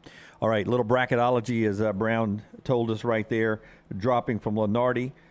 We jumped into that right there as part of the show, being brought to you by our friends at Precision Sports. Precision Sports will get you back in the game. They can't get you in the bracket, but they can get you back into whatever dance you need. Yeah, 2023 is a new year, and there are new ways to contact your favorite Precision Sports medicine and orthopedic provider. Remember the number 205-512-3885 and the website precisionsportsortho.com/2023. Maybe you tweaked your shoulder, putting the Christmas decorations up, you injured your elbow shooting hoops out in the backyard. Maybe you're finding pain in your knees getting up from the couch at halftime. Let 2023 be the year Precision Sports Medicine and Orthopedics gets your life back on track. Orthopedic care is better together. Find your provider today. Again, call 205-512-3885 or visit precisionsportsortho.com/2023. Okay, Bama's back at home this weekend, as is Auburn. LSU and number 4 Alabama, 3 o'clock, good time, Saturday, right there on ESPN. And get a chance to see the second best scorer in the SEC and KJ Williams coming to town.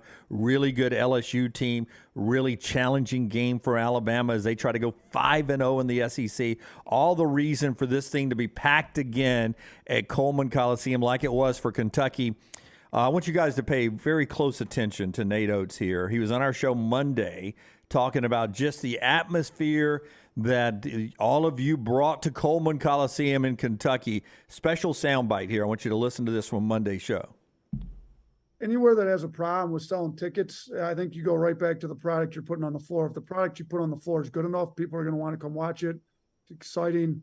I think about all the times I win as a fan. Like, you want to go somewhere where one product to watch on the floor, it's obviously better to win. And I think people like to watch the way we play and our guys play together. Like, people like to watch kids that enjoy playing with each other. I think you look at our team, like, we're talented, but we play pretty well together. We play hard. I mean, our kids are playing really hard on the defensive end. So it's great to hear that it's being rewarded in that way. Hopefully we can continue selling the place out, and some people want to, maybe contribute to getting a new arena so they can watch the game in a brand new arena instead of Coleman's not bad, but, we could use a new one. I pointed that out when he was on with us, how it was Kermit, the old meme of Kermit sipping the tea. Nate Oates goes to the straw right after he says it. He went really quick there to the straw to clear that. Hold on, let me clear my throat. Do you guys think Nick Saban retires before a new arena is built? Finished building or started? I mean, shoveling ground. The shoveling ground? We might need to do a stake bet on something like this. Alabama fans would love Dunaway to take the other side. Listen, I mean, shoveling ground. I mean, I've seen a lot of – I saw shoveling ground when I was, I think, in middle school for that freaking loop of the other half of 459 on the top side. But that's back, though. I read a story over the weekend that they've got the funding, so they're going to start building that thing. I can't wait. Hey, but you guys would give me – I think Alabama fans would rather Nick Saban stay around than have a new arena. No. Ooh. What? No, I don't. What? No, I don't. I think Alabama fans. What? No, I think. All right, let me put it this way: if it just hang on, back it up. Can I finish my sentence? Back it up. Back it up. Wrong. If Alabama fans, if your choice was just the natural progression of Nick Saban's career, like he goes out when he wants to. So, in other words, I mean, like, I'm not saying he's perpetually the head coach at Alabama. You're watering it down very much. Yeah. You want Nick Saban to stay as long as he wants to stay. Yes. I'm not even certain. I think you would be surprised at the amount of Alabama fans that are like, we've had an amazing run in football, and I have confidence that somebody can come in there and keep us really, really good, but we're going to hit a ceiling and start losing coaches if we don't get a new arena. I mean, Nick Saban is the greatest coach of all time, maybe in any sport. He still hasn't lost his fastball by any means. Yeah. People would watch basketball on concrete. Okay, well, let Taylor throw a poll out there. What do you think the reception's going to be? It's going to be tough. It's going to be skewed because you've got Auburn. It's going to be skewed, yeah. Okay. I mean, it will be. Okay. Well, you can scoff all you want, but, I mean, you want to throw a poll out there? Please don't get mad again on the air. Just the reaction over there. You've got some people that are Did agreeing you really with you. just say that to me? Browns say no to drugs is one, but you've got some that are backing you up over there. LT's neighbor agrees 100% with you over there. He agrees and says build a tweet. He gives us a second one, build the arena. Yeah, I mean, I say Taylor throws a poll out. We see. No, absolutely do it. But Cowan Equipment poll question brought to you by our friends at Cowan Equipment. Which would Alabama fans prefer? You word it the way you want to word it, real quick, so I don't mess it up. Y'all asked the question. I was the one that asked the question. Okay, word it the way you wanted to word it, so it's fair. Would you rather have a new arena or Nick Saban stay around? As the coach of the football team, not just hanging around, coming to the arena. No, you get a new arena, but Nick Saban's gone. Yeah, so new arena, Nick Saban's not the football coach. Nick Saban's the football coach, same Coleman Coliseum. We stayed out too late on a school night, Taylor. Word it however you want to word it. But if you're having a hard time finding that new plastic on the seat piece of heavy equipment, check out Cowan Equipment's rental fleet hit list for a wide range of well-maintained equipment from our rental fleet for sale now. Visit cowan.com/featured used equipment or call 800-239-COWAN for more information. Couple of NFL moves yesterday from Georgia. Neither one of these surprising anybody. Keely Ringo off to the NFL. Darnell Washington off to the NFL. I expect more. Jalen Carter had already announced. You expect more to be coming from that talented Georgia national championship team. A couple of interesting players, because when you recruit like Georgia does, like Alabama does, like Ohio State does, you get some guys who hit the portal, right? Who have 4 or 5 stars by their name. That just happens. You see it at Alabama. You see it at Ohio State. You're seeing it at Georgia, too. I'm not sure how I say the last name of this tight end. It could be Good. It could be Godet. It could be Goad. It could be anything. Goede. I haven't looked it up. Rylan Goad, I'll say. 4-star tight end. He's in the portal. I mean, that tight end room's pretty good. Brock Bowers is hanging around. They have some other players. But he's a 4-star tight end.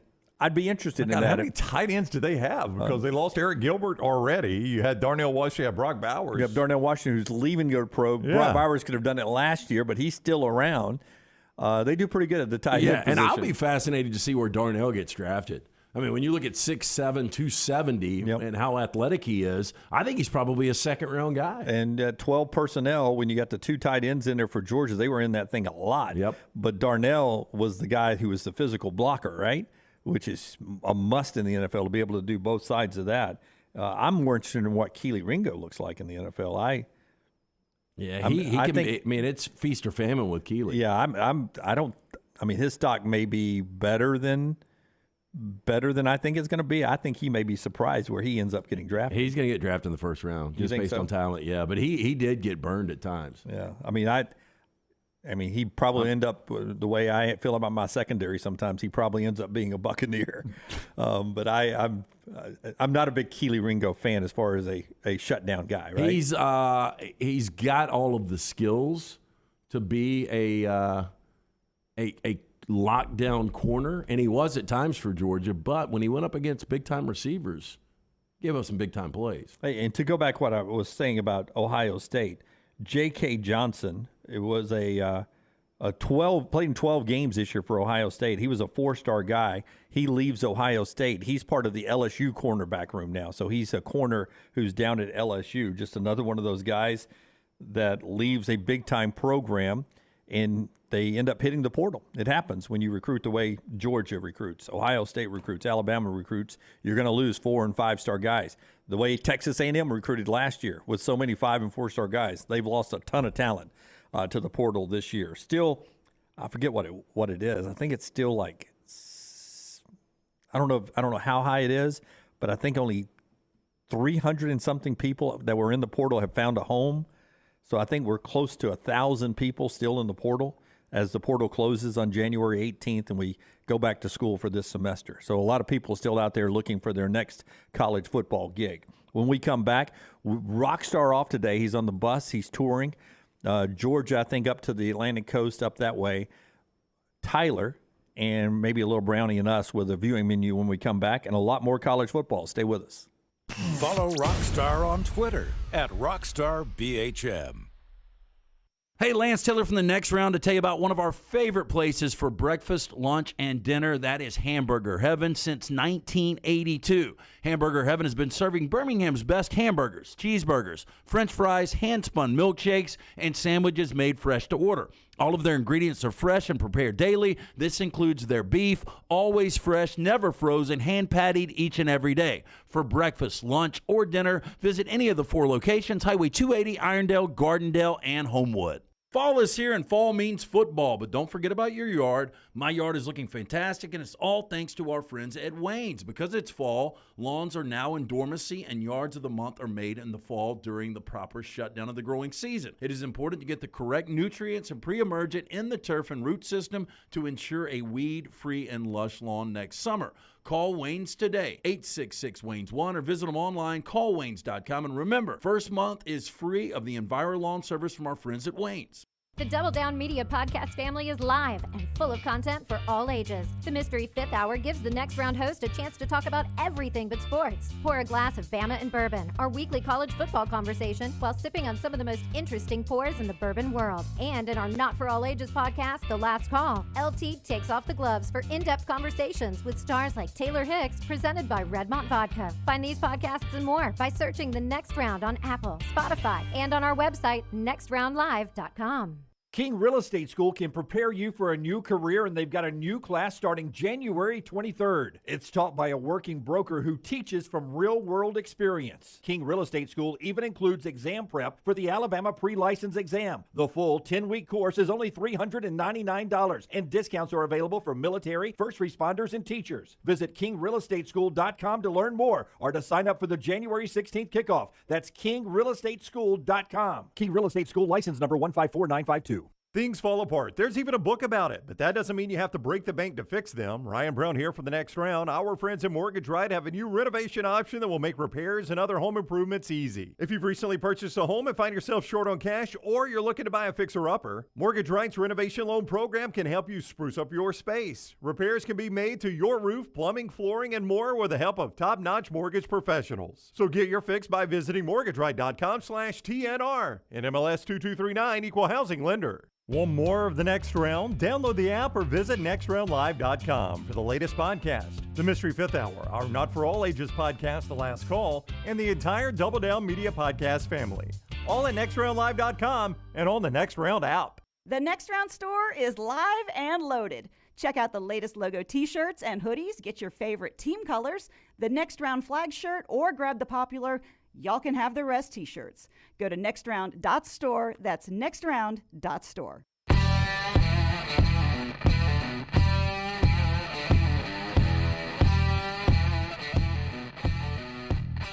Couple of celebrities, one national and one regional, passing away. Lisa Marie Presley, passing away, 54. Daughter of Elvis and Priscilla, right? Yep. Okay. Had a little bit of a musical career. Kissed Michael Jackson at an award show, right? Dated him for a while? Yeah, I think she was married to him. I think more famous for obviously being the daughter of Elvis, but married to Michael Jackson and Nicolas Cage. They have a kid together, her and Michael Jackson? I don't think they did. No, did they? I don't think so. Her and Nicolas Cage? Which one's... Oof. She had a kid that committed suicide. Oh, no. Just that's like terrible. a year or two ago. Who do you think was harder to be married to, Michael Jackson or Nick Cage? Michael Jackson. Ooh, you didn't throw. At least she probably got sex from Nicolas Cage. That's true. She probably wondered what Michael was up to all the time. Michael is an old Michael Jackson song that I could throw in there. And then this guy, I mean, I remember watching him, my earliest memories at my mama's house or at my grandmother's house, either grandparents. They would have it on every morning. I just assume it was on Channel 6 in Birmingham. But Country Boy Eddie has passed away at the age of 92. Fox 6 reporting that here locally. From 1957 to 1993, he was on in the mornings. I was going to guess he's 97 or was 97. 92, it says in the story here, 92. Now, he would just play music. I never watched his show, so he'd play like Country Boy Eddie sounds like he'd play music. If Herb was with us right now. Right.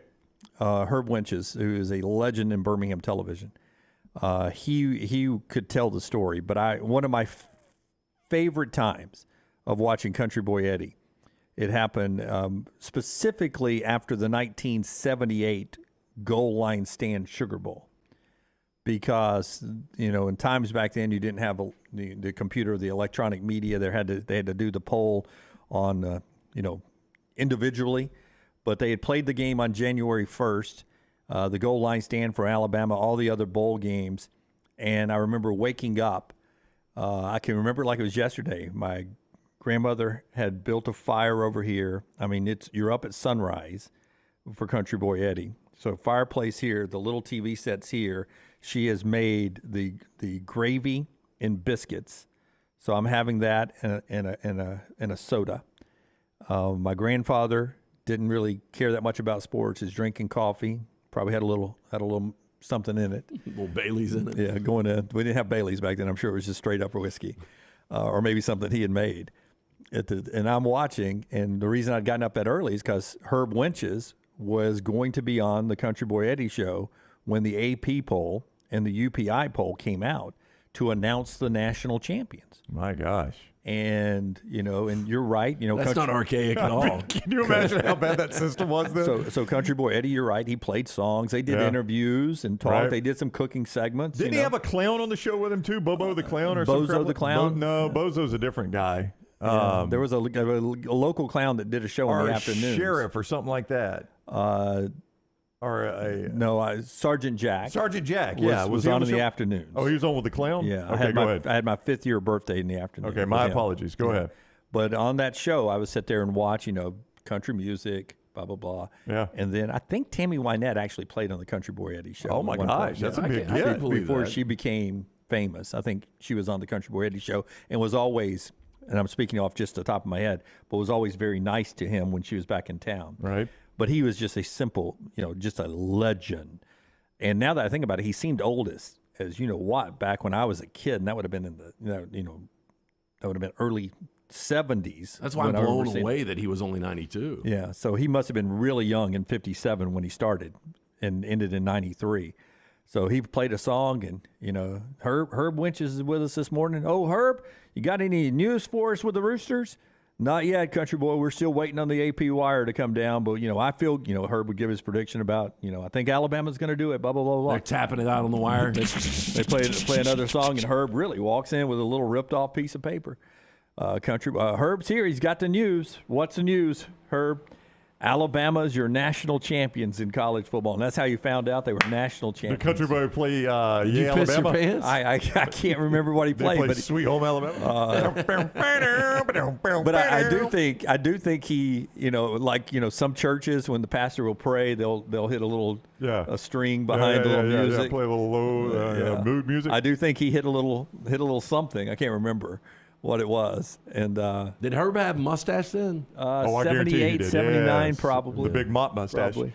Brian says in the chat room, Happy Hal Burns was his sidekick. Do you remember that? Happy Hal Burns. I do not, but again, I was a kid and I'm old as heck now.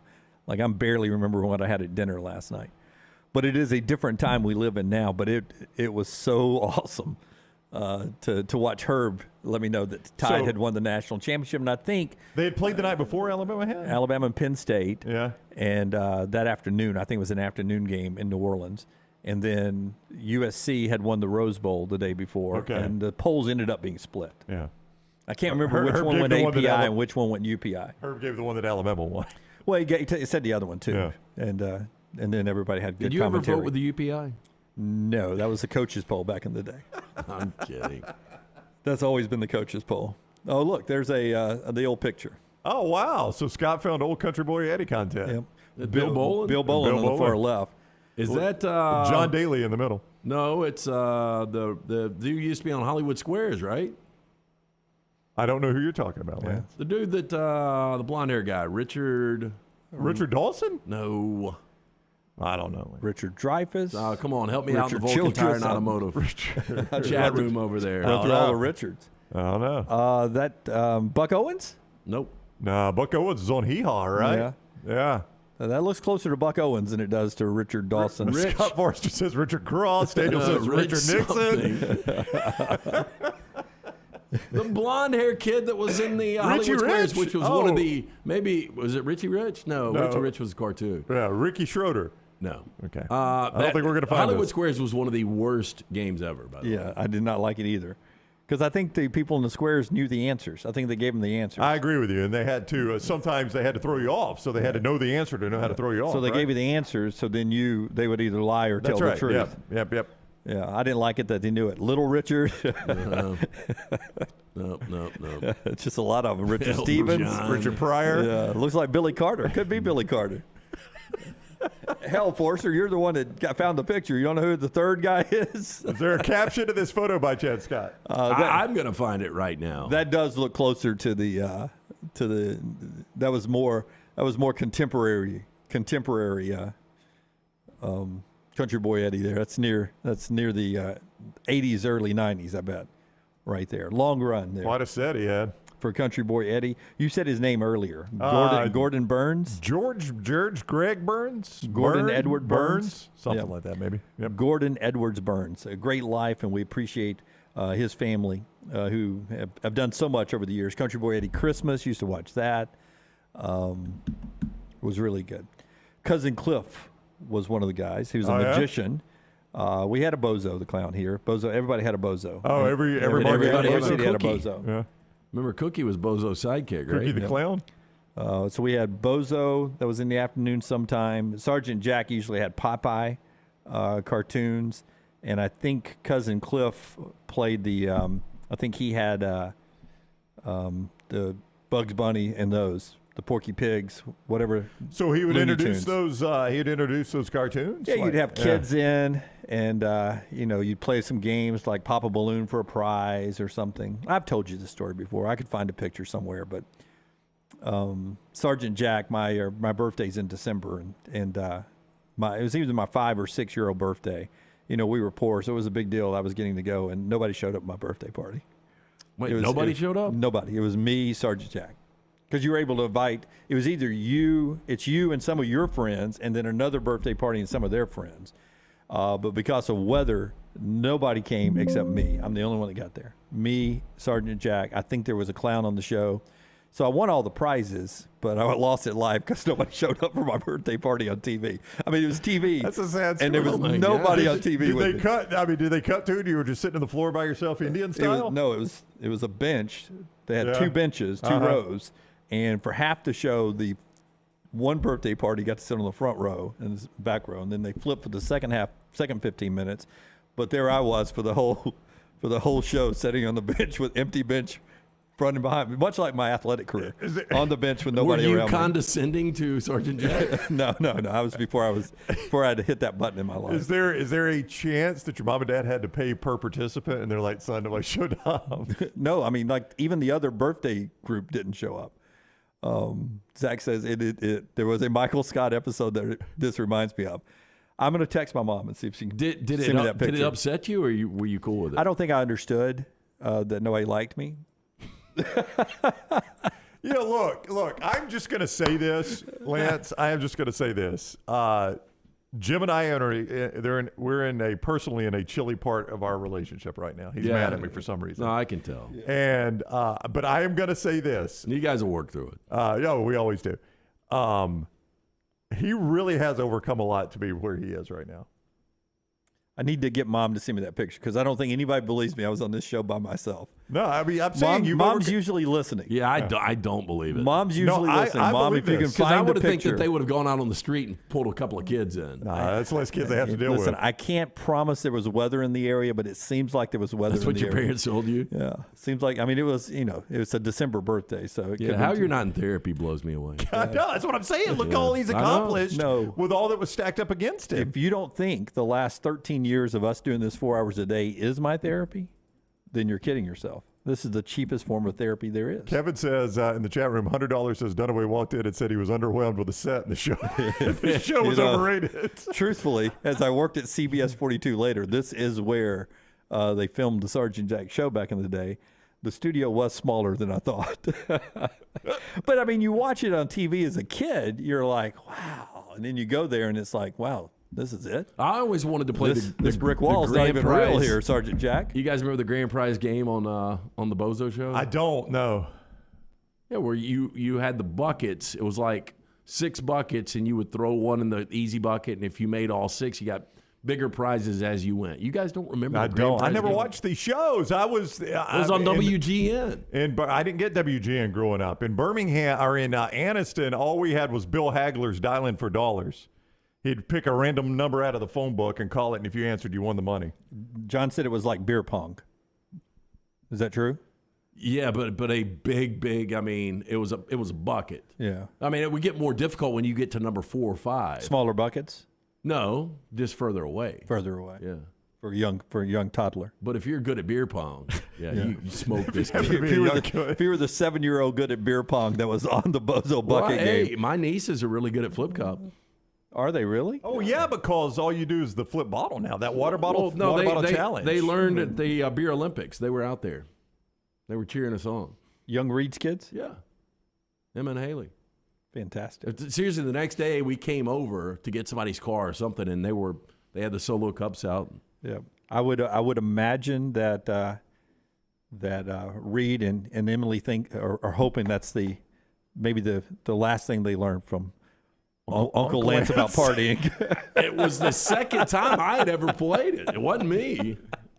I think it was Taylor. Little T corrupted him? I mean, that was her first week working here. She was like, I think we need to have some beer Olympics this week. I do remember Taylor throwing Taylor under the bus right there. New Life Art brings you the viewing menu every day. New Life Art, great folks right there. You're talking about great memories. We were talking about Country Boy Eddie. Daniel Moore has provided a lot of great memories from college football. Yeah, New Life Art bringing you memorable sports moments by Daniel A. Moore for over 40 years. Call 800-735-2787, or for more information and to view that art, go to danielmooreart.com. All right, so for tonight, what if I told you that you could watch Ben Affleck, Jeremy Renner, and John Hamm from Mad Men The Town in the same movie? It's The Town. Great movie, by the way. The bell. Great work, Tyler. No. There was somebody there was a bit somebody did on some show that was like, what if I told you? You could have, and that's the way he started that. I like that. What if I told you? Have you seen it, Tyler? Yes, I have. Have you guys seen The Town? I've not. I think I have. Can you guys summarize the plot? Yeah, so it's a suburb in Boston. It's infamous for the bank robberies that take place. Oh yeah. I've seen that. Yeah, it's really a good movie. Does it? Jeremy Renner is fantastic. Yep. Ben Affleck's really good at it. Does it at some point involve Fenway Park? Yes. Okay. I've seen it. Yeah. All right, and then also in theaters, we've got House Party. It's a remake of a 1990 comedy I haven't seen, but it looks like it's starring everybody from the comedian Andrew Santino all the way to LeBron James. So I don't know anything about that. I would Do you know rather anything about it? watch replays of our Madden games. It's at LeBron's house. It's like two guys get into LeBron's house. He's not there, so they throw a party, but it's got a ton of like cameos and stuff. That sounds fantastic. It looks really stupid. Yeah. You That's told me on in theaters? They would abduct LeBron, and we don't see him again. I don't know if you know this. LeBron likes to make really bad movies. Well, he probably makes a bundle of it. He made this movie. Best thing he was ever involved with was Trainwreck. Didn't like that either. Yeah, I thought Trainwreck was pretty good. I just don't like Amy Schumer. Anything else? And then also, this is a limited release, and you can also rent it on Google Play or Vudu. It's a documentary called My Father, Muhammad Ali. It's a documentary telling the story of the champion boxer, but through the eyes of Muhammad Ali Jr. And Muhammad Ali Jr. struggles with bullying, abandonment, addiction, family, and heartbreak to ultimately find peace. Oh, wow. Sounded really interesting. Right to up me. your alley, Lance. Yeah, last Friday night, for whatever reason, I got a documentary kick. I think I watched 3 documentaries, but one of them I'd seen before. But if you've never seen the Leonard Skinner documentary, If I Leave Here Tomorrow, it is phenomenal. Oh, I've seen that. Saw that a long time ago. It's on Netflix right It now. shows the shack in Jacksonville where they recorded all their early music. Yeah, It's I think they called it phenomenal. like the Hell Hut or something something like that. Yeah, it's so hot in there all the time. And talks to the survivors of the plane crash and all that. It is really well done. Yeah, and it talks about when they open for the Rolling Stones. That's the one where they show that, where they show them, where the Rolling Stone says the one thing you can't do is walk out on the tongue. Yeah, so like if you haven't seen The Town or that documentary, If I Leave Here Tomorrow, you got two things to watch tonight. That's one of my favorite documentaries. In fact, I remember, I can't remember if it was on HBO or wherever I saw it. I mean, it's had some good old concert video. It was Showtime or HBO. It was about 4 or 5 years ago, and now it's on Netflix. Yeah, that's really good. That's fantastic. Yeah, that's what everyone's watching. Brought to you by our friends at New Life Art. Redmont Vodka is also a good cocktail. We were pouring that out last night in part of the Transfusion. Redmont Distilling. Charles Barkley's locally owned business right here in Birmingham, Alabama. But it's not just in Birmingham, Alabama anymore, is it? No, I had lunch with our friends at Redmont yesterday, and we've got some exciting news coming up for March Madness. So we are putting together something that's going to be really, really awesome. But this weekend, the weekend is here. Pick up a bottle of Redmont vodka. It's available in 20 states, wherever you're listening or watching. Ask for it by name, their aim, clarity, and taste, color, and smell. It's vodka perfection. Redmont vodka is made from corn, which not only makes it gluten-free, also provides that smooth finish, no harsh aftertaste, 8 times distilled. Available at your local package store, including Pink Package of the Beverage Place. Also ABC stores. Again, ask for it by name. It's Redmont Vodka. No, Drew, I'm not seeing 80 for Brady because he's not in a Buccaneer uniform. He's a Patriot in that old movie with old people. Forrester says, check out the hatchet-wielding hitchhiker right up your alley, LT. Wow, I've never even heard of it. That does sound like you, though. It sounds a little campy. Patrick and everybody else saying, love the town, love the town. We're back in a moment. All right, here on TNR. Follow Scott Forrester on Twitter at Scott Forrester TV. Hey, Lance Taylor from the next round to tell you about my friends at Michelson Laser Vision, located conveniently UAB Highlands. Almost 20 years ago, I went in for the procedure. Only took 12 minutes for both eyes. When I went in, I had 20/200 vision. I was legally blind. Now I have 20/15 vision, still 19 years later. Make the call today. Schedule a hassle-free consultation. 969-8100. Dr. Mark Michelson, Dr. Jen Michelson, Michelson Laser Vision. Make sure you tell them the next round sent you. 969-8100 or MichelsonLaserVision.com. Hey, if you're looking for Birmingham's best pizza, you need to stop in and see our friends at Slice Pizza and Brew. It's as local as you can get, from the ingredients that go into every pizza to the beer on tap. For a great lunch or dinner, go see our friends today, Vestavia or Lakeview at Slice. Stay up to date with the Next Round at nextroundlive.com. The latest videos from the show, plus podcasts like the Mystery Fifth Hour, Bama and Bourbon, Last Call, and others from the Double Down Media podcast family. You can start your day with the latest college football stories, plus easy to listen to hour-by-hour downloads of the live show. NextRoundLive.com, a great way to stream the show live or shop in the Next Round store. Make NextRoundLive.com your homepage. That's NextRoundLive.com. Unexpected expenses are every homeowner's nightmare. The longer you wait, the more the expense. That's why if you have water, fire, or mold damage to your home or business, you should call DryTech immediately. The quicker you call, the more you save. DryTech's professionals are accustomed to dealing with these situations and can guide you toward the quickest and most efficient solution to your problem. DryTech also offers 24/7 emergency services, so let DryTech prevent a minor problem from becoming a major one. Call DryTech 205-637-0143 or go online to mydrytech.com. The Next Round is so much more than the show you get from 9 to 1 each day. So make sure to head to our official YouTube channel at Next Round Live and subscribe to get all of our latest content. We, of course, have plenty of specialty content and shorts based all around the sports in the heart of the SEC. But we also talk pro sports, gambling, lifestyle and entertainment, and so much more. It's the Next Round YouTube channel, where you never know what you're going to find next. Subscribe now to see the latest content and get notifications when we go live. That's at Next Round Live on YouTube. The Next Round is proud to partner with Vulcan Tire and Auto, and we're excited to announce their first-class team and facilities are growing. If you are an experienced general maintenance technician looking for a new opportunity with a great growing company, go by Vulcan Tire. They want to talk to you. Not experienced, but interested in working on cars? Again, go by Vulcan Tire. They have a spot for anyone that has a can-do attitude, wants to work, and enjoys helping people. 4 locations and more to come. Vulcan Tire and Automotive, Moody, Trustful, Hoover, and Gardendale. VulcanTireandAuto.com. Start your day online at nextroundlive.com. Get all the latest videos, podcasts, and college football stories. And it's also a great way to stream the show or shop in the Next Round store. Stay connected by visiting nextroundlive.com.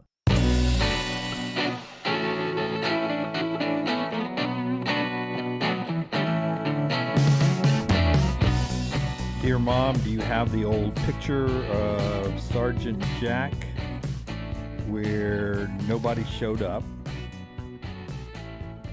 at my party? Let's see what she says. Oh, we can only hope. No, it's an old photo. It's going to be right around 1970-ish, 71, 70. So it's not great quality. I think it's a Polaroid. How many think you invited? I think you were limited to how many people could sit on that bench. Yeah. In my head, 4, 5 people.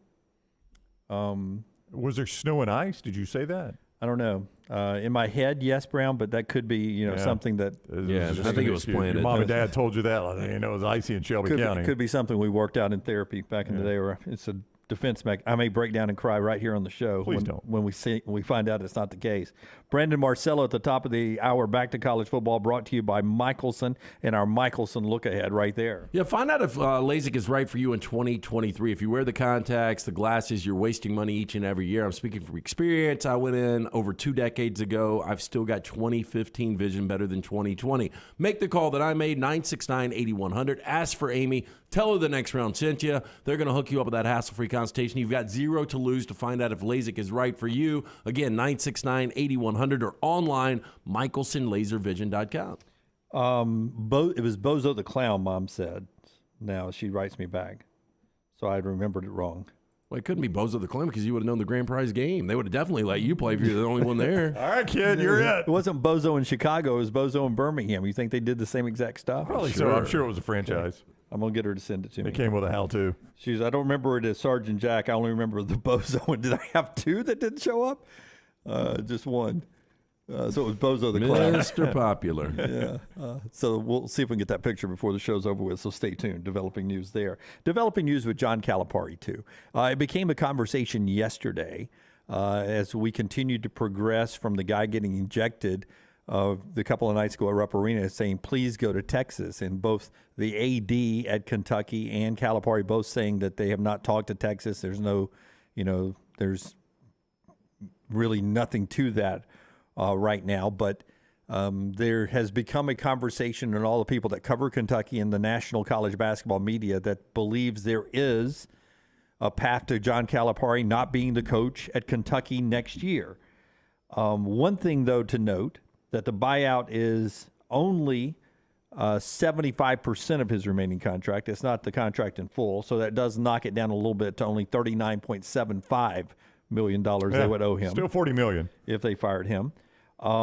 There is a clause in his contract, because basically it was a lifetime contract, to where whenever he wants to retire, if he goes out on his own, he automatically moves into an ambassador role that pays him basically $1 million a year. The golden parachute there. He's set up. But as Kyle Tucker writes at The Athletic, who do you know that on their own will walk away from a $9 million a year job for a $1 million a year job? Yeah, because if you buy me out, it's $40 million. I'd have to work that $1 million a year job for 40 more years to get that $40 million. Yeah. So, it doesn't make any sense whatsoever. That $1 million a year golden parachute was put in there for Cal to be as successful as he has been, coach into his 70s, hand it off to somebody else, and coach, we appreciate all you've done. Here's $1 million a year. I say he goes to another Final Four at Kentucky.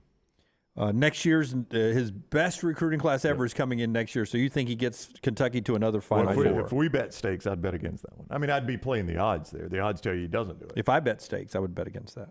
Let's do it. Okay. So Calipari never takes Kentucky to another Final Four. I'll go the other side of that. Does this year, it ain't going to happen this year because they're not getting in. Does it count if he falls bass backwards into one? Does it count this year? Oh yeah. Okay. Anyway. I'm just asking. Anyway, I don't want, I know how the arguments happen. Somebody over in the Vulcan Tire and automotive chat room said that I've gone soft on you. How have you gone soft on me? I don't get on your ass. Well, because Jim's way ahead. Well, I think what it is, it's not that. I think you two are bittering so much. Well, he's on my ass so much. You don't have to be. I'm just sitting back and watching the show. He's keeping me in line now instead of you. I love how it's always me. How far up are you? On stakes, I'm 5 right now. No, I don't think that's right. No, 100% it's right. You always say that. I'm the one that has to keep up with this all the time. And I'll be glad to turn it over to you anytime. It is hard to do. But it is currently 5. So it'll be 4 come tomorrow night. What's tomorrow night? Well, technically, we're gonna wash on stakes, barring some tragedy over the weekend. Because Justin Herbert will take a playoff snap and you'll win one. Yep.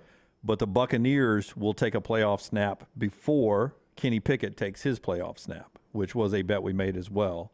That was a bet we made back when I assumed Tom Brady wasn't with the Buccaneers, and I have two anti-Kenny Pickett. God, and it was Browns-Dolphins that cost me on that because Pickett would have actually taken a snap before your Bucs played on Monday night. You're welcome. Yep.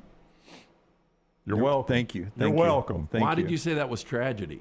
Unless there is tragedy, Justin Herbert is going to take a snap, so he's going to win that one. And the Buccaneers are going to take a snap Monday night.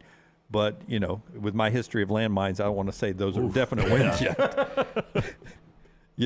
Yeah. I mean, the Chargers have been locked into this playoff spot for a while, but I haven't gone ahead and put that in the win category yet. Well, who do you like in that game, by the way, Chargers and Jags? Chargers and Jags? Yeah. I'm actually leaning Chargers. Yeah. He was trying to bait you in on one right there. No, I wasn't baiting. I was just asking who he liked.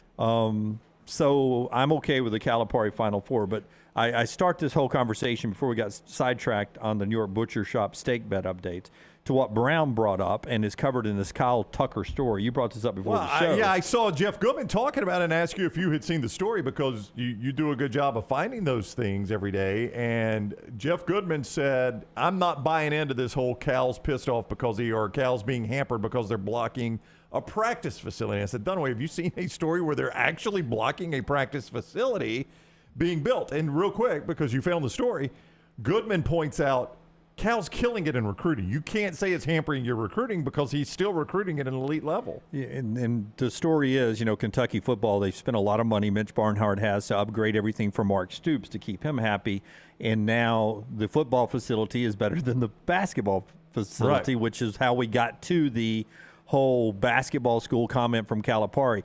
Calipari has raised $30 million of his own money to go to the practice facility from former Calipari players who are in the NBA who are making the pledges, the donations for that. Genius move by him. So it doesn't have to come from any of the normal Kentucky boosters or anything. So $30 million of it he's already got ready to go, earmarked for that practice facility. And Mitch Barnhart says, no, you can't do that. Because like Alabama, their former players are the highest. If you combine all the earnings in the NFL, Alabama is number one right now of current players. So if Nick Saban had to do this, which he doesn't, and Cal would probably like to point that out to Mitch Barnhart, if Nick Saban had to do it, he could go hammer his NFL players and raise $40 to $80 million like that. That's right. Right? So Cal has done that. He needs $40 million, I guess, for this practice facility. He's got 30 of it from guys that are like, yeah, Cal, you did a lot for me. Kentucky did a lot for me. I'm happy to give $1 million, $2 million, whatever it is. And you can name it something cool like the players' practice facility and just have their names listed. Yeah, anybody that donated or anybody that played for Cal, whatever, however you want to do it. But the story is that Mitch Barnhart's like, we're not going to play that game. Brandon Marcello coming up quickly, though. The hard times between Barnhart and Calipari, according to Kyle Tucker, and why the team may have fallen apart is linked to one guy leaving the organization, leaving Kentucky Athletics. Kenny Payne? Kenny Payne is one of the guys who left, who also likely left because this guy left. Dwayne Peavy, who's now the AD at DePaul, Montevallo grad, longtime SEC. Friend of all of ours. Kyle Tucker says Dwayne Peavy was basically the general manager of basketball. So he held the whole thing together and he took the DePaul game. He held the assistants together and was the buffer between Calipari and Barnhart, and him leaving to become an athletic director instead of an assistant athletic director at DePaul has started the crumbling relationship between Barnhart and Calipari. That he was the buffer. Dwayne Peavy's got to read that thing. I should have just asked for a raise. Pay me my money. I could have been in Lexington. The great Dwayne Peavy. Who's got more power, though, Barnhart or Calipari?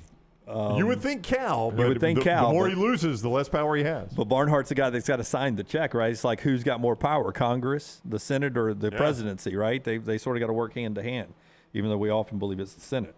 Gutter Cap brings you the show. We'll talk to Brandon Marcello coming up on the other side. Great folks at Gutter Cap. You cannot beat Chris Stewart and his what he offers the community. Yeah, I talked to my buddy C. Stu this morning, and he's got a great 2023 deal for all of the Next Round viewers and listeners. Look, last thing you want to do this weekend after working hard all week is get that dangerous ladder out. Gutter Cap is a patent aluminum cover system. Fits over most existing gutters, keeping debris out. Eliminate that gutter cleaning forever. It's back with a lifetime warranty. Call today. 205-823-2212 or online guttercapbirmingham.com.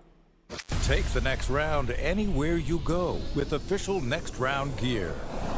Buy yours today at nextround.store. It is the season of speed event at Alfa Romeo of Birmingham, and there is no better time to buy or lease a 2022 Alfa Romeo Giulia TI or Veloce model. Now through the end of the year, get 0% financing for 48 months or 1.9% financing for 72 months. Go by and see the great selection and take advantage of the low interest rates while you still can. It's the season of speed event.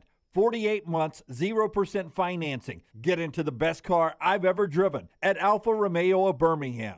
There are so many things I love about walk-ons. Authentic, mouth-watering Louisiana cuisine, prepared fresh, daily from scratch. A great beer selection and TVs everywhere to watch the big game every day of the week. And of course, they've got two great locations on Highway 280 and 119 and at Hoover near the Hoover Met. Walk-ons is also a great place for happy hour, 2 to 6 Monday through Friday with $5 moonshine swirls, $5 house pours, and half-price appetizers. And it's an easy take-home experience for the family as well. Highway 280 and Hoover with walk-ons. A legendary coach once said, "It's not the will to win that matters, it's the will to prepare to win." Bryant bankers have the dedication and experience to put together a financial game plan that's right for you. Stop by one of the 7 Central Alabama locations today or give them a call at 1-855-4-BRYANT to begin preparing for your financial future today. You'll find out what unbeatable service and legendary results are all about. Bryant Bank, Equal Housing Lender, member FDIC. All the coaches I talk to believe you win championships in all 3 phases of the game. And the same is true with my friends at Wayne's with pest protection, termite protection, and lawn care. The website is callwaynes.com. Remember the promo code TNR for big savings. With the cold weather coming, the pests will be trying to break through your defense and come inside. You can save $60 right now off of Smart Pest by using that promo code TNR. So go online to callwaynes.com or call the phone number 866-WAYNES1 and remember the promo code TNR. Hey, Ryan Brown here from the Next Round. Do you want to help pay for my kids' college and look great while you're doing it? You need to go to the Next Round store. Everything from hats to short sleeve and long sleeve t-shirts, sweatshirts, hoodies, zip-up hoodies, and much more. And we're adding new things all the time. Why would you not want to see my kids get a great college education and look great out in the public while you're doing it? Get the gear we wear all the time on the show, and there's only one place to get it. nextround.store. That's nextround.store. The NFL playoffs are just around the corner, and every game matters. Join us on the Next Round and Pepsi every Thursday as we preview the upcoming big games in the NFL weekend. Pepsi and the NFL, a perfect match for your weekend. Want more of the show? Download the app or visit nextroundlive.com for the latest podcast. The Mystery Fifth Hour, our Not For All Ages podcast, The Last Call, and our entire Double Down Media podcast family. All at nextroundlive.com and on the Next Round app. Jim Dunaway, Lance Taylor, Ryan Brown, and Rockstar. Live from the Birmingham Racecourse Casino Studios, The Next Round, presented by Bud Light, is on now. How's this for a headline? Are we on the verge of a $3 million coordinator in college football? We're about to talk to Brandon Marcello about that after LT tells us about the great folks at Slice Pizza, voted number 1 in Alabama by somebody, right? TV Guide. TV Guide. TV Guide. Local pizza, local ingredients created by our friends the Bajalia Brothers, the late Jeff, Jason, Chris. 4 locations. Well, 3 right now. Soon to be that 4th in Crestline. The original in Lakeview, 1 in Vestavia, 1 in Montevallo. Stop in, enjoy the specialty pizzas. That daily special, you can be a hero tonight on the way home. The curbside family pack, including 12 fire-baked wings. You get a half pan of the salad, any 2 of the specialty pizzas. It's only $75. For more information, slicebirmingham.com. We love talking football with Brandon Marcello. He is with us now from 24/7 Sports on the JohnstonRVCenter.com hotline. What's up, Brandon? How are you today? Brandon, you're muted. It's quite all right. Oh. Hello. Last time Brandon was with us, he said, I hate the guy that keeps himself muted in the press conference, and I've just done it again. Trying to be nice because I was typing a lot and I wanted to come on the show. That's quite all right. You know, I've always found that the typing journalist provides urgency to our show. So I like that typing background. It's like things are going on, man. It's like, oh, man, hold on, guys. I also think you know our show well enough to know a guy typing in the background is like well down the list of things that go wrong on this show. Are you underground, by the way, Brandon? I always wonder this when you come on. Like the backdrop of your set, it looks like somewhere like if a tornado was to breeze through, that is where you would take cover. Yeah, man, it's strange days. So I've got my bunker ready. No, I'm actually upstairs. I'm in the unsafest spot in the house, actually. This is don't want to ruin the movie magic, but that's just a vinyl background. Wow. I wish you had not told us that. Dang it. I liked you better in the basement, man. My bad. That's on me. I liked you better in the Bat Cave. I did see your setup one time for your TV hits and everything for the backside, and your computer setup is amazing. It looks like something I pictured NASA in the 60s. Yeah, it's great. And that's what you get with compiling Marriott points for 15 years. You've got this awesome widescreen computer monitor, curved computer monitor. Yeah. Right. I am old enough, Brandon, to remember when Nick Saban getting $4 million a year might be the end of college athletics as we know it. And as Jim pointed out, setting you up here, Garrett Riley potentially is on his way to $3 million a year as a coordinator. The money is crazy. Is Garrett Riley worth $3 million a year if you're Dabo Swinney, though? I don't know. It's all monopoly money now. Who cares? Todd Monken's about to get paid. Georgia. Garrett Riley's certainly going to get paid for leaving TCU to go to Clemson. I think he would have to be paid quite a bit to leave TCU because he really liked the situation he was in and felt like, and I was talking to him back in before the Fiesta Bowl, he felt like he could stay there and his next jump wouldn't be until he became like a Power 5 head coach. So I'm actually kind of surprised he decided to leave TCU and go to Clemson, where you are going to be under a lot more pressure to perform. You're going to have better talent, but you're going to be under a lot of pressure there to perform because, as we just saw, Dabo just fired Brandon Streeter, one of his guys, who he only allowed to run that offense for a year. Now, no offense to Brandon Streeter, Garrett Riley is so much better as a play caller and a coach for quarterbacks, and it's a great move. You know, I've been criticizing Dabo for the last 2-3 years about his lack of awareness in the transfer portal and how stubborn he's been with his staff, just hiring from within, and it hurt him this past year, I believed, and not necessarily on offense. Their offense wasn't too bad, but defensively they did not perform anywhere near where they should have, especially with all the generational type talent they had up front, and now those guys are leaving. But Garrett Riley's going to update that offense. He's going to upgrade it, and Clemson stays atop the ACC for right now. It'll be interesting to see. Clemson and Florida State, that's going to be the storyline to follow in the conference there this offseason, is just how they go about attacking each other, trying to counterbalance each other in all these offseason moves, whether it's in the portal, hires, and just how they go about their business. Back to TCU, though. Riley's gone. Max Duggan's going to the NFL. Quentin Johnston's going to be gone. Do you think TCU has staying power? Atop the Big 12, I do. In the playoff, no. Listen, I hate saying this, that luck, you know, people say you make your own luck, but there was luck involved there at TCU this year. And we saw it against Georgia. They're just not built to be able to win a national championship right now. Now, having said that, this is the best thing that could have happened to TCU other than win the championship, because this has helped their recruiting drastically, and it's helped prepare them to take that next step as far as being the top dog in the Big 12. Would OU and Texas leave? I mean, there was an opening here, and you guys might remember me saying this a year or two ago on your show, that TCU and Oklahoma State were best equipped to take over the top spot in the Big 12. And TCU has taken advantage of this opportunity. They hired a new coach with Sonny Dykes. Oklahoma State, Mike Gundy continues to be himself and strange and weird and always comes up with these job openings that he doesn't ever quite get. And then he stays there and makes some interesting hires. And then now we're seeing a subpar season there at Oklahoma State this year and a turning point for that program and for the Big 12 and a mass exodus of players. They've had 19 players there in the transfer portal, and defensive coordinator Derek Mason resigned yesterday after only being there for a year, saying he's taking a sabbatical from college football, which he has said that twice now in a calendar year. Makes you wonder. So TCU right now is about like 3 steps ahead of Oklahoma State in that battle to be the top dog in that new look Big 12 when OU and Texas leave.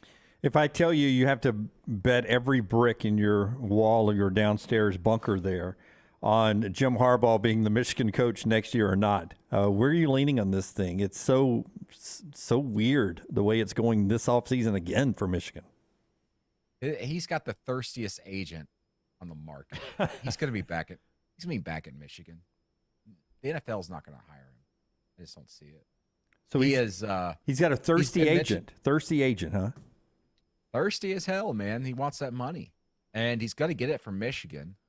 Remember, Mel Tucker at Michigan State's getting paid an outrageous amount of money right now. I don't even remember what it is, like $100 million, whatever it is. All this money is just monopoly money. And Jim Harbaugh, as we remember, going into that 2020 season, going into the 2021 season, I should say, he took a massive pay cut so he could solidify himself as the coach there. And money's not an issue for him, obviously. We know that. But money equals respect. Respect equals money. And you just took Michigan to back-to-back playoff appearances. You've won the Big Ten back-to-back years. You deserve a pay raise. You deserve to be paid more than the guy up the road at the second-tier program in the state that doesn't go to the college football playoff and has the brand as you do, and you're not leading the winningest program in college football. He deserves more money, and he deserves more respect.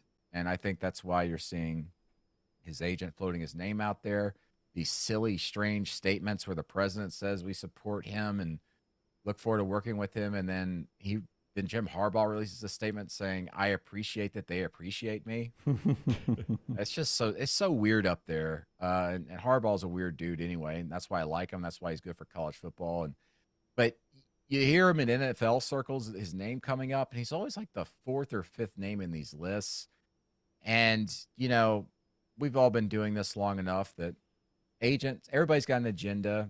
Agents have their agenda, and you just got to kind of watch out to see where these news reports come from and how they're worded and everything. And, from talking to people at the AFCA convention and people in the industry, this sounds way too much like a play by his agents just to put him in a better position to get a better pay raise. And hey, if somehow they I hate to say the word trick an NFL team into actually seriously considering him and hiring him, maybe then he would seriously weigh it. But I don't believe the NFL is really on Harbaugh's mind. He's just using it as a tool right now to get what he wants, which is more money and more respect. Brandon Marcello is with us, 24/7 Sports, at @BMarcello on Twitter. Watch his YouTube content, his video content, TikTok, everywhere, and read his stuff at 24/7 Sports. He's on the JohnstonRVCenter.com hotline. There were a lot of things that happened to the championship game in L.A. that are not their fault. They couldn't help the fact that it rained more in California that weekend that week and weekend than it ever does. They can't help the fact that TCU couldn't stay on the field with Georgia. But I think overall, it probably did not go well. Do you think you will see them back in the rotation for this championship game? I know it goes to the highest bidder, but do you think they have interest in bidding it there, and will they be back in the rotation? I'm sure they will. I'm one of those believers that believes that we should have the national championship in Pasadena every year at the Rose Bowl, but that'll never happen. Preach. But the LA, I don't know. I hate saying this, but man, LA sucks. That's part of the reason why I didn't go cover the national championship there this year. I went to the coaches convention in Charlotte.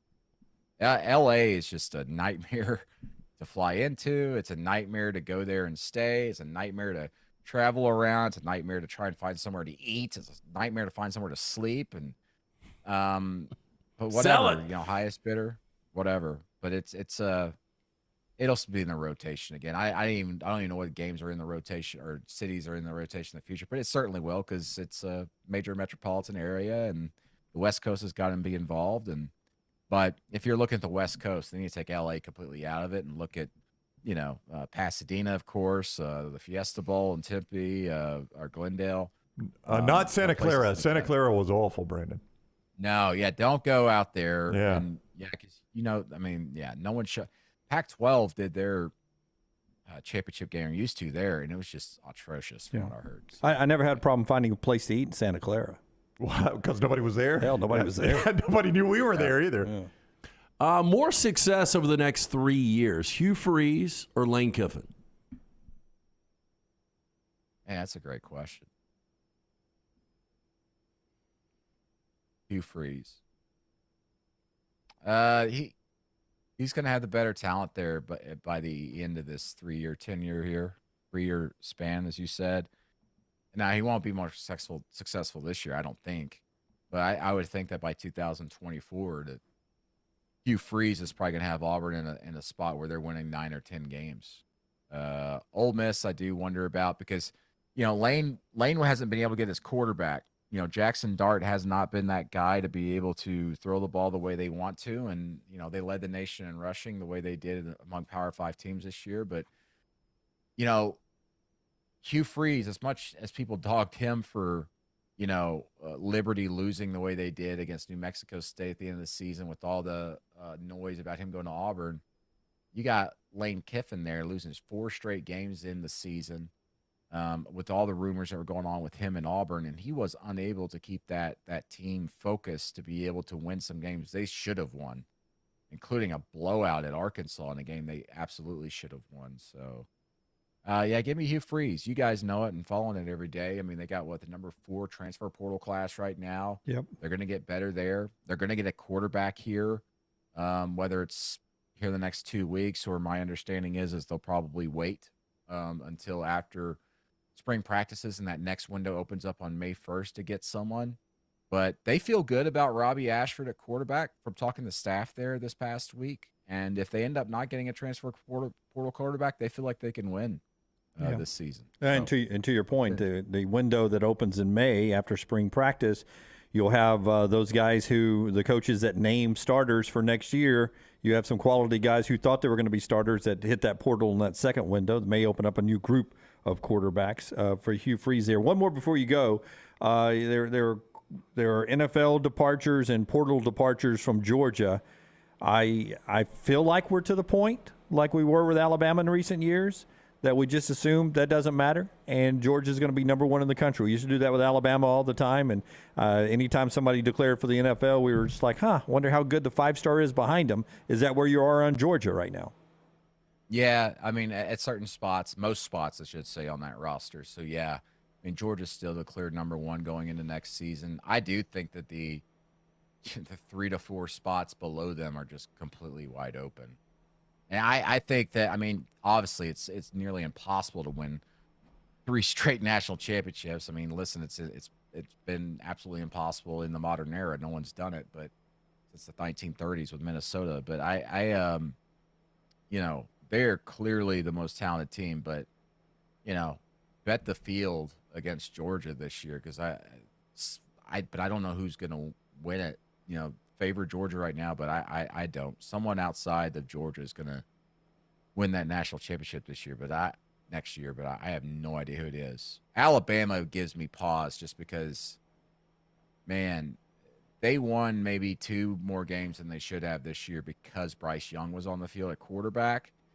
And next year you're losing him and Will Anderson. And the idea is like Georgia and obviously with Alabama in the past was just they reload every year. You just have a new guy come in, and sometimes they're better than the other. I'm not sure that's the case for Alabama going into this upcoming season at quarterback. And that gives me a little bit of pause of saying and being so easy to jump back on the Alabama bandwagon saying, hey, Alabama might win the national championship this year. I'm not so sure they might even be a top 4 team. And by almost default and by muscle memory, I put them at number 2 behind Georgia on my ballot. But, man, Alabama is going to be a very fascinating program to watch this offseason because I really want to see if they've got a game changer at quarterback, and if that defense is going to take a step forward. All right, he is Brandon Marcello, 24/7 Sports. Go follow him on Twitter at @BMarcello. Read his work at 24/7 Sports. Watch all his videos. Follow him everywhere on social media. We can't thank you enough for the time, Brandon. Have a great weekend. All right, see you guys. All right, always fun. Brandon with us on the JohnstonRVCenter.com hotline. And as always, this hour of the show brought to you by our friends at Champy's. Champy's world famous fried chicken, Highway 119 in Alabaster. Highway 119 in Alabaster. If you're ever heading south on 65 or north on 65 and you get to that main Alabaster exit, hop off there, throw it in the GPS. It's about a little bit less than a mile right off of the interstate there. You cannot beat it. Champy's world famous fried chicken. Sterling and his crew down there, just wonderful customer service. Southern fried chicken, all the great sides. The Mississippi Delta recipe tamales, the hand-cut chicken fingers, you name it, they've got it right there at champyschicken.com. Perfect to get a to-go order to watch the playoffs in the National Football League coming up this weekend. You think Harbaugh's back next year at Michigan, too, like he does? Yeah, I do. He called his agent thirsty. Although Harbaugh had a lot of success with San Francisco, again, in that locker room, there were people that didn't like him. And so I think his game fits, or his coaching fits, the college game more than the NFL game. And again, he's going to get that pay raise. How much? He's got Michigan. He's got a great team coming back next year. He really does. He really does. Because Blake Corum's coming back. J.J. McCarthy's coming back. That offensive line won't go anywhere. And I think J.J. McCarthy's going to end up being good. Yeah, and they'll still be able to run the ball because the offensive line is sort of, regenerating itself every year now. They're to that point of recruiting offensive linemen. Brown, I wonder how the pit in his stomach about the NFL, because he proved he could do it. But I wonder how much losing to your brother in an all Harbaugh Super Bowl and having a lead in that one at one point, I wonder how much of that burns in your stomach, because you know how competitive those backyard basketball games could be with your brother and stuff like that. I wonder if that is one of the things that burns. My brother's got one. I could have had one, and he could have 0 right now. I wonder if that burns him. Maybe so. I don't know. I mean, you could take it a step further and say he's been on the doorstep both collegiately and in the NFL. Now, he's not playing the collegiate national championship game, but twice he's been to the playoffs and come up short. And he was in the Super Bowl and came up short. I wonder which one drives him more. I wonder if he's like, I'm so close to a college championship. I was so close to a Super Bowl, world championship. Which one would he want more? I would lean college just because he spent a lot more time at college. I think so. Going back to his playing days at Michigan, San Diego, Stanford, Michigan, and I think that university means a lot to him. I do too. I would say it's going to be easier for him to win it all at Michigan than taking an NFL job and winning a Super Bowl. Lance hesitates. I think you're right. I only say that because he's right. He's right there in Michigan. He's not having to build Michigan to that right now. Any NFL job he takes, he's got to build them to a Super Bowl contender, and maybe he could do that. Well, and once we get to a 12-team playoff, I assume Michigan, with the current model, is going to be there every year. A lot. If not every year, a lot. Yeah. I mean, but this year I do believe Ohio State and Penn State are as good as Michigan, if not better. I agree, but in a 12-team playoff world, all three of those would be in probably. Yeah. Our friends at Maestro Dobel Diamante Tequila want to remind you the next round is brought to you every day by that wonderful, clear, crisp tequila right there. Maestro Dobel Diamante Tequila, the world's first clear multi-age tequila. What they do is they age this tequila in European oak barrels. They double filter it to remove color, so you get a nice, crisp, white, clear tequila. I guess not white, it's clear tequila right there.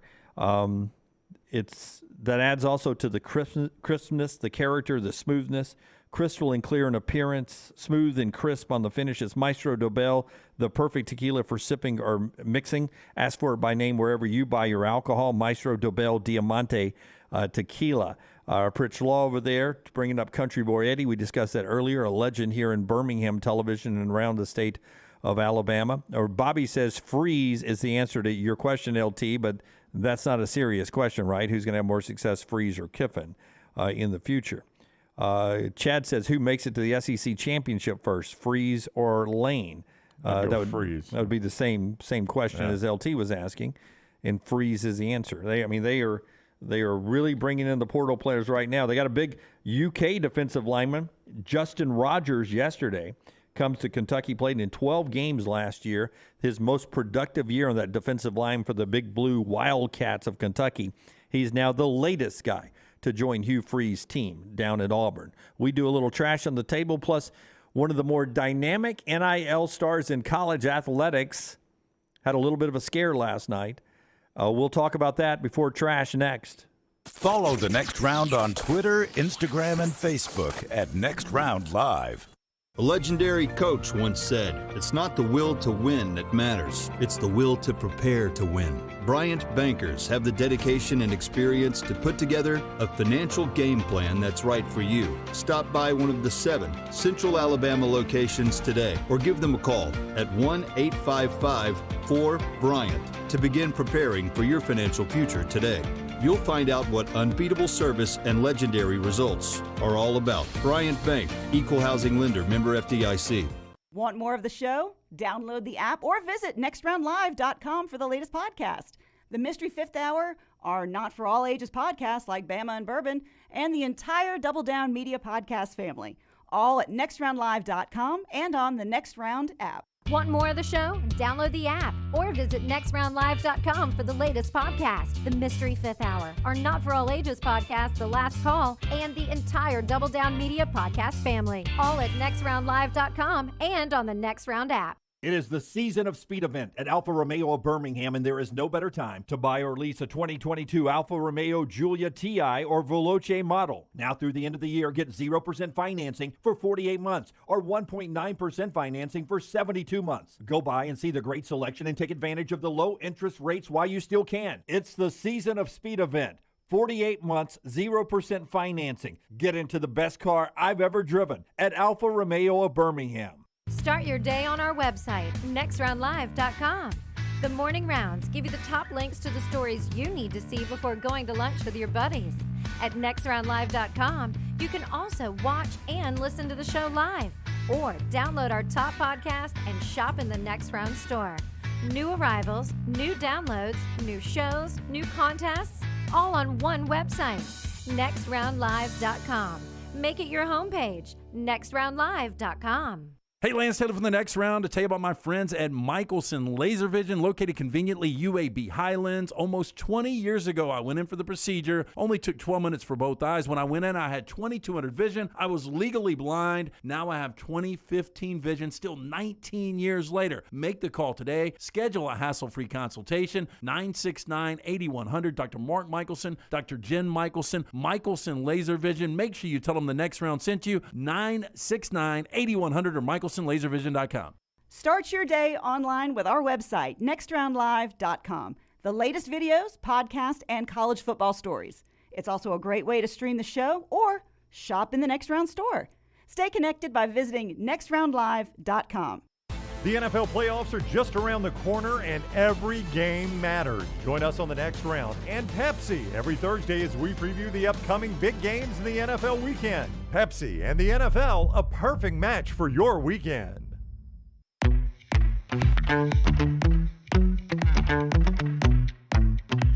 Man, we're excited tonight. We're going to be down at Legacy Arena.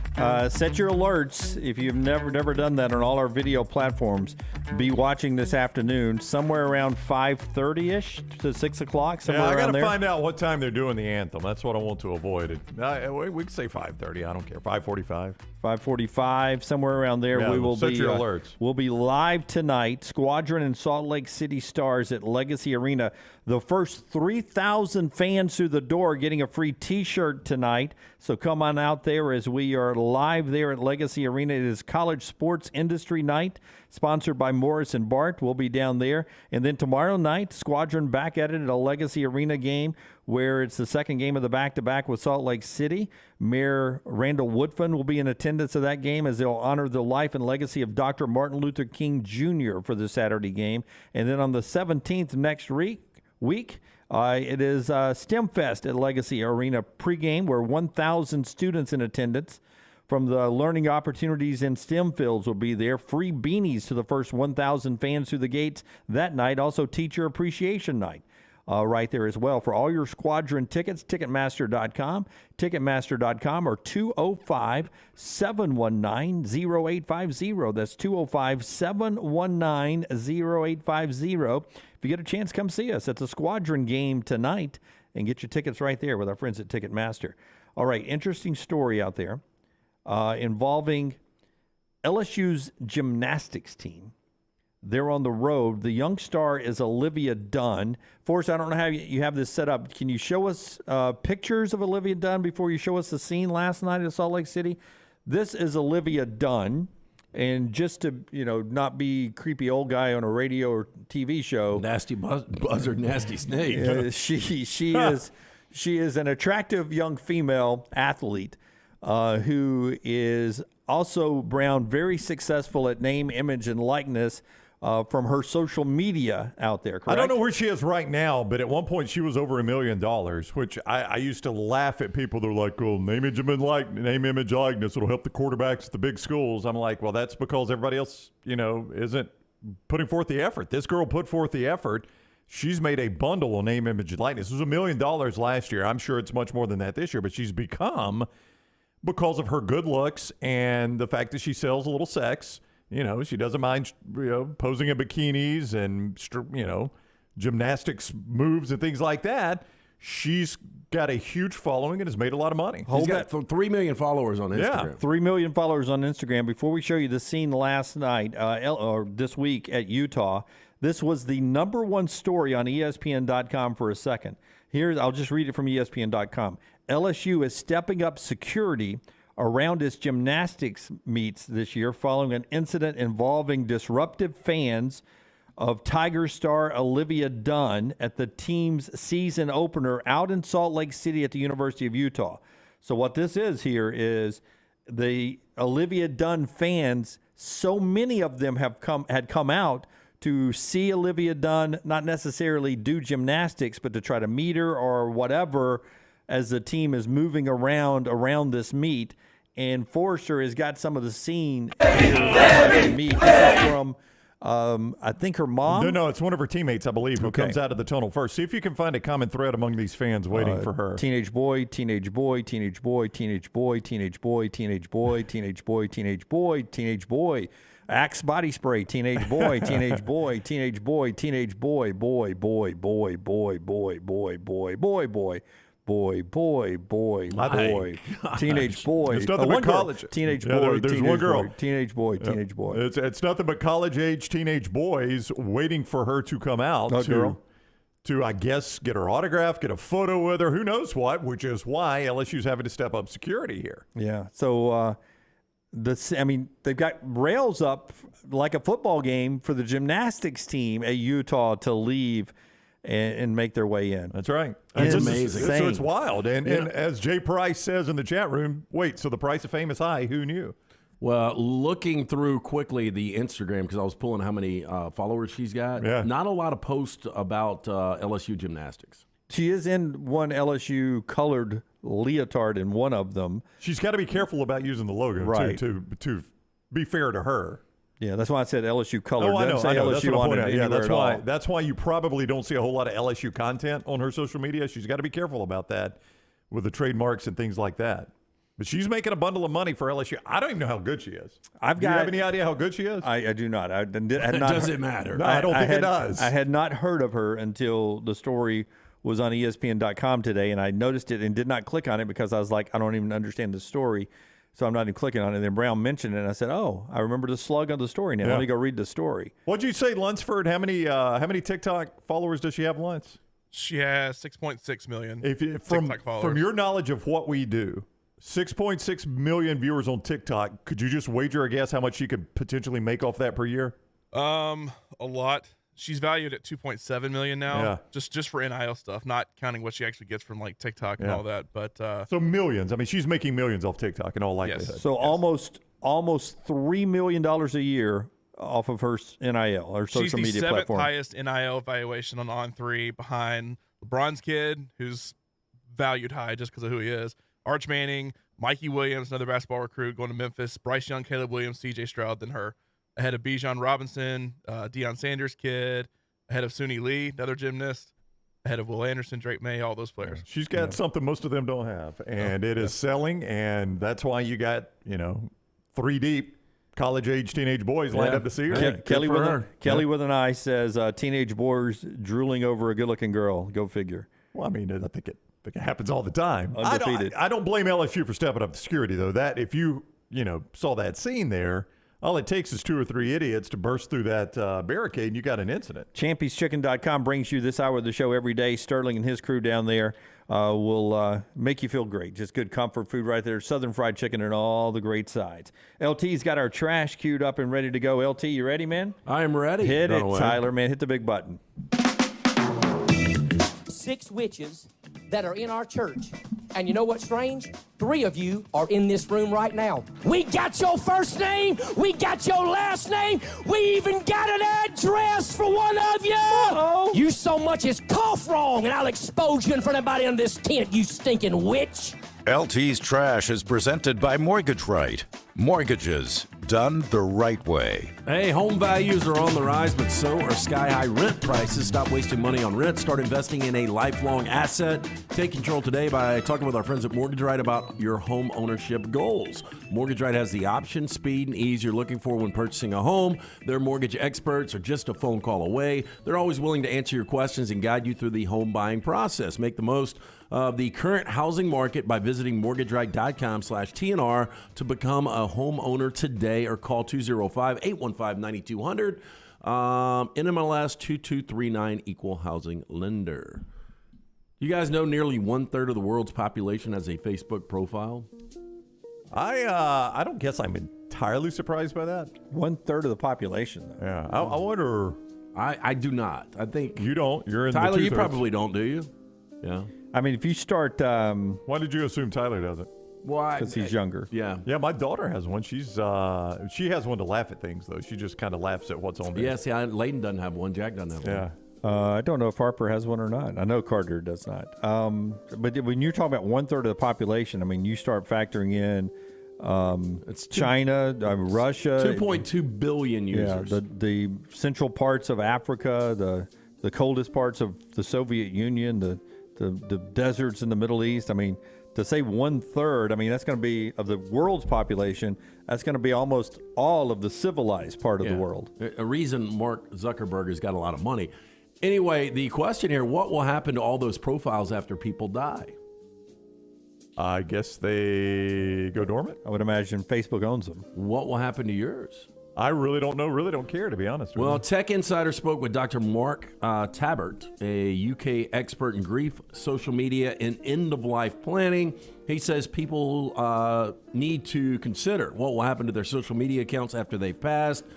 Enter Dead Social. It's an online service that helps people prepare the digital legacy that will remain online after they've died. Dr. Tabbert is on the app's advisory board and is one of the most ardent supporters. Now, how do you use a social media app after you've died? Dead Social has a simple system. Essentially, while you're still alive, you write and schedule messages that will be pushed to your social media accounts after your death. When you're granted access, you'll create a profile on the site. Actually looks quite a bit like a Facebook page. From your profile, you'll have several options. The first is to write your goodbye messages. Then you can leave specific messages for loved ones on birthdays or a spouse on the anniversary. That's kind of creepy. So I'm wishing you a birthday from the grave. Yeah, I don't think I'd want that. Hey, happy birthday, Lance. I wrote this when I knew you would be turning, 51. That's right. And just want to tell you, man, I enjoyed our time together when I was on Earth. Jim. That's kind of creepy. Don't you agree? Yeah, no, I don't want that. Hashtag Floribama forever. But apparently there is a market for this. All right, so Tyler is showing us a screenshot from Dead Social. I have seen some celebrity posts, and I guess somebody's just managing their account, but celebrities that are dead that I'll see on Twitter. So in theory, this guy's dead. Not yet. He's 1983 to present. Oh, yeah, he's still kicking. Which one? The really, really happy one? No. With the beverage? The guy with the green sweater. Far left guy is the one that ends up dying. I think. Yeah, he's going to be dead. Yeah. He'll be the first one killed in this horror movie that's Dead Social. Well, it says 1993 to present. Yeah, that's what it said. He's still alive. Oh, okay, so he's just preparing. Yeah, that's right. He's ready to go. That's the way you sold me, Mr. Insurance Man, when you walked in. Speaking of death. I can't set this up after I die. I've never actually seen a flash mob. Have you? No, I have not. Not in person, no. Only in movies or church. Dance group flash mobbed a funeral with the performance of Queen's Another One Bites the Dust. Oh, man. At the request of a woman who wanted her send-off to be memorable but not sad. Now, video of the event showed some mourners looking confused when the dancers emerged from pews midway through the funeral of Sandy Wood from Bristol before they began clapping along to the rock anthem. Now, Wood died back in September, age 65, was one of 30,000 victims of the contaminated blood scandal. Do you guys remember a contaminated blood scandal? I do not remember the contaminated blood scandal, but it sounds very scandalous. Well, she had requested the stunt as part of her funeral that also included sparkly high-heeled shoes and handbags being displayed alongside her pink coffin. The words "going out in style" were written on the coffin. Speaking to the BBC, her friend Sam said, quote, she wanted everyone to remember her funeral, but not for sad reasons. She left the world as she lived it, and that was being herself. I do want my funeral to be a happy event. There is nothing sad about my funeral. I don't think I'd go flash mob, but when you initially started this story, I thought they had just barged into a funeral, and I was like, man, that is low down to do Another One Bites the Dust. But since it was requested by the deceased, that's fantastic. Y'all don't cry at my funeral. I want it to be happy now. Gen Z. They've revealed which hand gestures are at the risk of being lost forever due to them being, quote, uncool and, quote, old-fashioned. Survey found that 38% of young adults aged 18 to 29 believe playing an imaginary guitar is the least cool hand gesture a person can make. Now, when I hit a 3 in a big game, I'm going back down the court corner. I think it looks awful. And, Cam Rising, after a touchdown pass in the Rose Bowl, did it. And I was like, I mean, it's pretty cheesy, isn't it? The air guitar? Yeah. I think it's cheesier if I really start going solo on it. Like if I hit a big 3, if I do this, and then I'm like, then it gets cheesy. I can't remember ever seeing somebody do the air guitar and say, man, that looks cool. Yeah, I guess I'd kind of agree with you. I never thought that. What about Bill and Ted? Oh. I fit them a little bit. Their persona. Double thumbs up is a close second, with 3 in 10 Gen Zs believing this gesture is deeply unstylish. Also on the list, hand gestures indicative of age. The act of pretending to write a check in air, like for the server, which I will do that every now and then. There you go. You still write checks, so it makes sense. Which leaves 29% of young Brits scratching their heads when you do that. 28% of Gen Z surveyed said that drinking a cup of tea with your pinky sticking out and trying to be posh was unfashionable. I do that even with this. Gestures such as a fist pump and raising your finger to your lips to get people to shh were deemed out of date by 19% of youngsters. Putting your thumb up as a sign of agreement and approval, also a no-go. Oh, please. And the double A-OK with both hands. They said that was cringy. A-OK? Well, you know what's not is this with my tongue out, because that's on everybody's Instagram story all the time. Double deuces and the tongue out, yeah. Yeah, I don't understand the tongue out. I'm not a real big hand gesture guy, though I catch myself, and I don't know why I do this. I catch myself rather than wave at somebody, just kind of give them the peace sign. Yeah, deuces, man. Well, look at this. I went since the early 2000s. I went to the bathroom the other night. We were at a local bar, and I didn't have a screensaver, and I come back, and I've got a screensaver, and it's the Who deuces. is that? It's the roommate and Sally? Yep. Is that who that is? Mm-hmm. I'm not sure they're throwing deuces there. Oh, I got the old access to your phone, too. Apparently so, and I don't know if they even remember doing that. Yeah, it might be time to change the old passcode there, Lance. Yeah, maybe so, Brown, maybe so. Or she's got a way to do the Face ID without you there. I don't have Face ID. Okay. You think I would know how to set that up? it's literally one click of a button, but no, I don't think you know how that. Lunsford, help me out. What is Rainbow Six Siege? Or maybe, Tyler, you can. It's a video game. Rainbow Six is a whole series based on Tom Clancy. It's kind of like Call of Duty, right? Yes, except this is more team-based. There's a mode called Terrorist Hunt. One team is defending a hostage in a hostage situation. The other team is trying to rescue the hostage. It's enough. A Rainbow Six Siege player got the fright of his life recently when his house was raided by the police after calling 911 by mistake. Now, the incident occurred after the player, known only as Elijah, butt-dialed emergency services while he was playing a round of Rainbow Six Siege at his home. Police officers were dispatched to his residence after a 911 operator overheard him saying, "I killed 2 people." Oh, Now, man. the operator Nice. didn't realize Elijah was actually making a harmless comment to teammates via voice chat barely 2 minutes after Elijah confessed to double homicide. Several police officers showed up on his front porch. That's pretty good response time. Yeah. If it was a real homicide, they probably never would have made it 2 minutes. So anyway, he was visibly stunned, taking nothing for granted. The police searched his house for hours before giving the all clear. So it's a modern day, it's a video game version of Capture the Flag is all it is. Yeah. So you guys might have heard we're playing Madden as a staff here, and some of us are playing. One of our neighbors asked if we had Call of Duty on that thing. They wanted to come in and play Call of Duty During a break. Finally, dinner facts. This is crazy. Pac-Man grossed $1 billion in quarters in its first year of release. In the following year, 1982, it earned $6 billion in quarters, which was more than the combined amount of money spent in Vegas casinos and U.S. movie theaters that same year. Oh, wow. I know telling how many I put in the Pizza Inn one in Annis. The Pizza Inn had Pac-Man and Space Invaders. Another dinner fact, at the second Tour de France, the first 4 finishers were disqualified because they took the train. I mean, that is over-the-top cheating. Here's another one. There's a board game called The Campaign for North Africa. It can take 1,500 hours to complete. Please. I thought Monopoly was dragging out. And you end up with North Africa. The Law and Order, ding, that sound is samples of hundreds of Japanese men thumping their feet on a wooden floor, and its creator makes money every time it's played. So they're getting residuals from that. Seems like you could have made that easier. I would think so, too. Than have that many people stomping the floor. And finally, Aunt Bethany from National Lampoon's Christmas Vacation is played by the famous actress Mae Questel.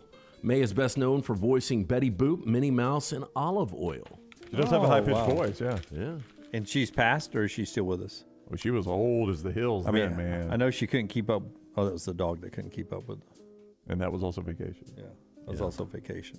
All right, that is trash. That would be a cool building, though, if you had a video cafe while you take your break. You walk across your hall from your office and play Call of Duty. Or Madden I or told whatever. them they're welcome. Somebody's got to bring the game. I don't think I'm sure Lunsford or Tyler's got it. Next thing we know, we're going to be walking in with pizza boxes all over the place, beer cans. I mean, it's a fraternity up here anyway. What's it matter? So you told the guy who doesn't work for us he could come play Call of Duty, basically in the command center out there? Upset of the day, it wasn't a guy. Yeah. Yeah, and yes, I did. And I bet the 2 people out there right now would love that. That's my point. Yeah. Hey, trying to do a little work out here, Brown. When you want to buy a home, nothing but work up here. Don't wait on rates because they may not wait on you. Interest rates are higher, and if you wait to buy, you'll be left out. So let our friends at Mortgage Right help you get the lowest rate available. Build a plan to take advantage of lower rates when they're back. Don't stand on the sidelines. Buy your new home today. Visit mortgageright.com/TNR or call 205-815-9200. How much technology do you want in your sports? We'll talk about the baseball move that's coming sooner than later next right here on TNR. Follow LT on Twitter at @TheLanceTaylor. Unexpected expenses are every homeowner's nightmare. The longer you wait, the more the expense. That's why if you have water, fire, or mold damage to your home or business, you should call DryTech immediately. The quicker you call, the more you save. DryTech's professionals are accustomed to dealing with these situations and can guide you toward the quickest and most efficient solution to your problem. DryTech also offers 24/7 emergency services, so let DryTech prevent a minor problem from becoming a major one. Call DryTech 205-637-0143 or go online to mydrytech.com. King Real Estate School can prepare you for a new career, and they've got a new class starting January 23rd. It's taught by a working broker who teaches from real-world experience. King Real Estate School even includes exam prep for the Alabama pre-license exam. The full 10-week course is only $399, and discounts are available for military, first responders, and teachers. Visit kingrealestateschool.com to learn more or to sign up for the January 16th kickoff. That's kingrealestateschool.com. King Real Estate School license number 154952. The Double Down Media podcast family is live and full of content for all ages. The Mystery Fifth Hour gives the Next Round hosts a chance to talk about everything but sports. Pour a glass of Bama and bourbon, our weekly college football conversation, while sipping some of the most interesting pours in the bourbon world. And our Not For All Ages podcast, The Last Call, presented by Redmont Vodka. LT has in-depth conversations with personalities like Clay Travis and Taylor Hicks. Find those podcasts and more by searching The Next Round on Apple and Spotify. And remember to like and subscribe. Football is back, and you can check out the new arrivals in the Next Round store. Support the brand by grabbing a t-shirt, hoodie, or hat. See the latest gear online at nextround.store. That's nextround.store. We've got gear in your favorite team colors, perfect to wear to the stadium or tailgate. All the gear has been approved by everyone on the show. Quality and comfort that's perfect to share as a gift. Just visit nextround.store. That's nextround.store, the official store of Double Down Media. Start your day online with our website, nextroundlive.com. The latest videos, podcasts, and college football stories. It's also a great way to stream the show or shop in the Next Round store. Stay connected by visiting nextroundlive.com. That's nextroundlive.com. Start your day online with our website, nextroundlive.com, for the latest videos, podcasts, and college football stories. It's also a great way to stream the show or shop in the Next Round store. Stay connected by visiting nextroundlive.com. Hey, Lance Taylor from the Next Round to tell you about one of our favorite places for breakfast, lunch, and dinner. That is Hamburger Heaven since 1982. Hamburger Heaven has been serving Birmingham's best hamburgers, cheeseburgers, French fries, hand-spun milkshakes, and sandwiches made fresh to order. All of their ingredients are fresh and prepared daily. This includes their beef, always fresh, never frozen, hand-pattied each and every day. For breakfast, lunch, or dinner, visit any of the 4 locations, Highway 280, Irondale, Gardendale, and Homewood.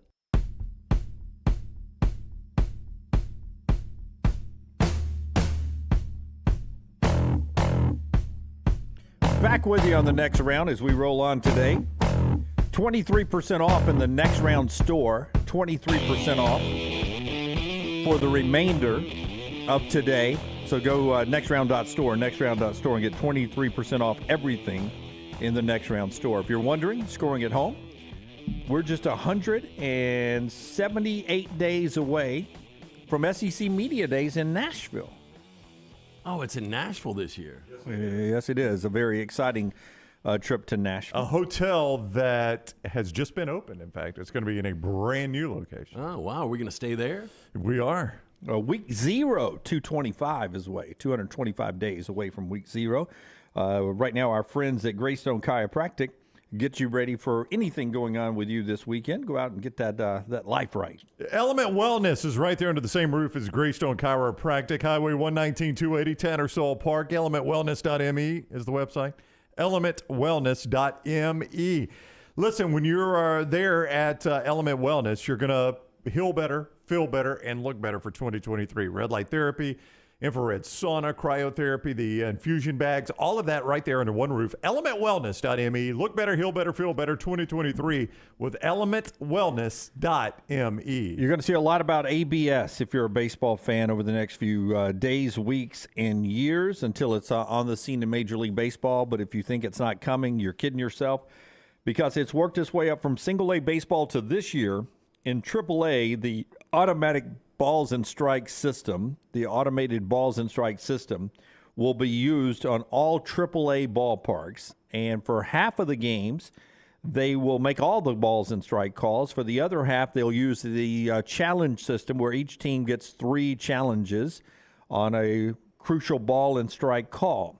And they're testing that out. They will get everything back, use the data to make a decision about Major League Baseball when it's coming. I don't think we will ever go to all balls and strikes are called by the computer, but I do like the 3-strike challenge that has been used in a lot of the systems so far. I do like the challenge. I don't like it. I like the human element, especially behind the plate. Not only does this take the human element out, it also, I mean, what does it do for the catching position? You know, I've played every position on the field. I don't know if you guys ever caught, but I caught for one season. Didn't love it. Yep. But there are so many things a catcher actually does. It would eliminate framing pitches. Oh, yeah. Well, and that was one of the reasons why when I was playing the catching position, when I got a little up, I was horrible at framing the. I would make the catch or make the block, but I wouldn't catch it in a way that other people were just better at catching, to where every pitch looked closer to being a strike or were a strike. You know, I was clumsy enough to make a strike not look like a strike and fool the umpire into thinking it was too low or outside or something. And that's part of the art of baseball. It's nuance. Yeah, Absolutely. Charles says something interesting I don't agree with. Umpire behind the plate's part of the entertainment for him. He says that in the chat room. Well, I mean, the Volkatern naked Alberto. gun it was. Well, it was. I mean, when Enrico Palazzo. How did was he ring him up? He does. That is such a funny scene. I love that scene. I just think that this is almost like when we reviewed pass interference. I just think there needs to be human element involved. Yeah. But I mean, don't you think the computers could do it better, or the robots could? They probably could do our jobs better. I don't think so. I don't know. It's just getting scary how much AI stuff is going on. Tell us about Nichols Outfitters, Brown. Nichols Outfitters. We had a story this week on Trash about there's an AI attorney. Yeah, defending somebody. Yeah, but it's not going to be as good as a real attorney. But if it's close. Some of you guys are saying, it needs to be all or nothing, as Chris comment over in the Vulcan Tire and Automotive chat room. Then listen, the three challenge method, the reason I like that is because it keeps the human element. And then there's a coaching aspect involved at that point. In the first inning, do I burn one of my challenges on a close call to keep a rally going? Do I need to save it for late in the game? It's much like tennis. You've seen that, and that's the way this will be used. It'll be really quick. It'll be on the video screen where everybody can see it. Boom. It's either ball or lights strike, up the zone or it doesn't light up the zone, and we play on. Yeah, so it's not like we're going to have to go upstairs and review it in a million different ways. It's going to be boom, boom, and we're done. It's like in tennis. And that's one thing about the tennis replay, very, very little disruption in the action. That's right. And nobody runs over to a hood or a video screen. Right. And baseball has a lot of downtime as it is, so I don't think the challenge will interrupt action all that much. And there's no nuance to the call. It's either going to light up the screen as a strike, like it went over the zone, or it's not going to light up the string and it's a ball. There's no nuance to the call that way. But I don't think I would like it. I have not seen it used, and I look forward to it in AAA on it being used on every ball and strike. But we've all got the K zone on our broadcast now. We're all watching it, and when it's out of the K zone and he calls it a strike, we're all like, "Are you kidding me?" This is part of baseball, though. The adjustments when an ump is actually squeezing a pitcher. I don't like this at all. I do wonder though, like if you go to just the challenges and say who's the worst umpire? I don't know, the guy that Angel Hernandez. Say Angel Hernandez gets the highest percentage of balls and strike calls overturned. Does Major League Baseball cut him? Or I know the union will fight that, but no, the system has been used to grade them, and this has been so they're already using this to grade them. Okay, they get a report right at the end of every night on this exact balls system. And strikes using this exact same system, the K zone. But this is where the system came from, and it lets you know that you were 97% tonight, or you were whatever. And as everyone is saying, Angel Hernandez probably scored in the 60s. I mean, he's still got to get because their union is really strong. But here is the deal. And Chris comes back. I'd like a regular umpire with 3 challenges. That's the challenge part. Is the regular umpires back there, and that is the one I like too. This year already, this is going to be in your Major League Baseball this year. There'll be a pitch clock, like we've seen in the minor leagues, but also in college. Have they enforced it a lot in the minor leagues? I never get it. I never see it enforced in college. Is a ball if it runs out? I think it's a ball. I think it's a ball. The shifts are limited now. Yeah. So this is going to be huge this year. But that is a rule this year in Major League Baseball. The shifts are now outlawed. Well, and that's going to open up a lot of base hits. See, I'm torn on this because I hate the shift, but taking it away, I mean, it's part of strategy. I don't know. Like, I'm going to contradict myself on this. I hate it for baseball because, it's something that is so new. I just wonder what they're doing in baseball right now. Are they trying to... It sounds like they're trying to make the game more offensive. It's almost like they're trying to restart over with a new demographic. Larger bases this year to try to, limit the injuries around the bases. And they are trying to, and they're going to restrict the attempt on pickoffs. You can't throw over to first base to try to pick a runner off except for a certain number of times. And they are working on lowering the strike zone. They're going to make an effort to lower the strike zone, which will make it more offensive too. Below the knee? Is that what you mean? Not below the knee, but the high strike above the letters. Yeah, so below the letters. The old, this pitch between here and here that has come back into baseball. Right. Basically number to knees. Yeah, used to be number to, it was right here down to your knees. Right. It was a tight strike zone, and strikeouts have gone way up now that we're back to enforcing the traditional strike zone. Well, and everybody's blowing 98 too. That's right. And so that's where the pitchers go to get their strikeouts, and that's why all the great pitchers say strikeouts have been up, and they're trying to get more, less downtime, I guess is the best way to say it, Brown.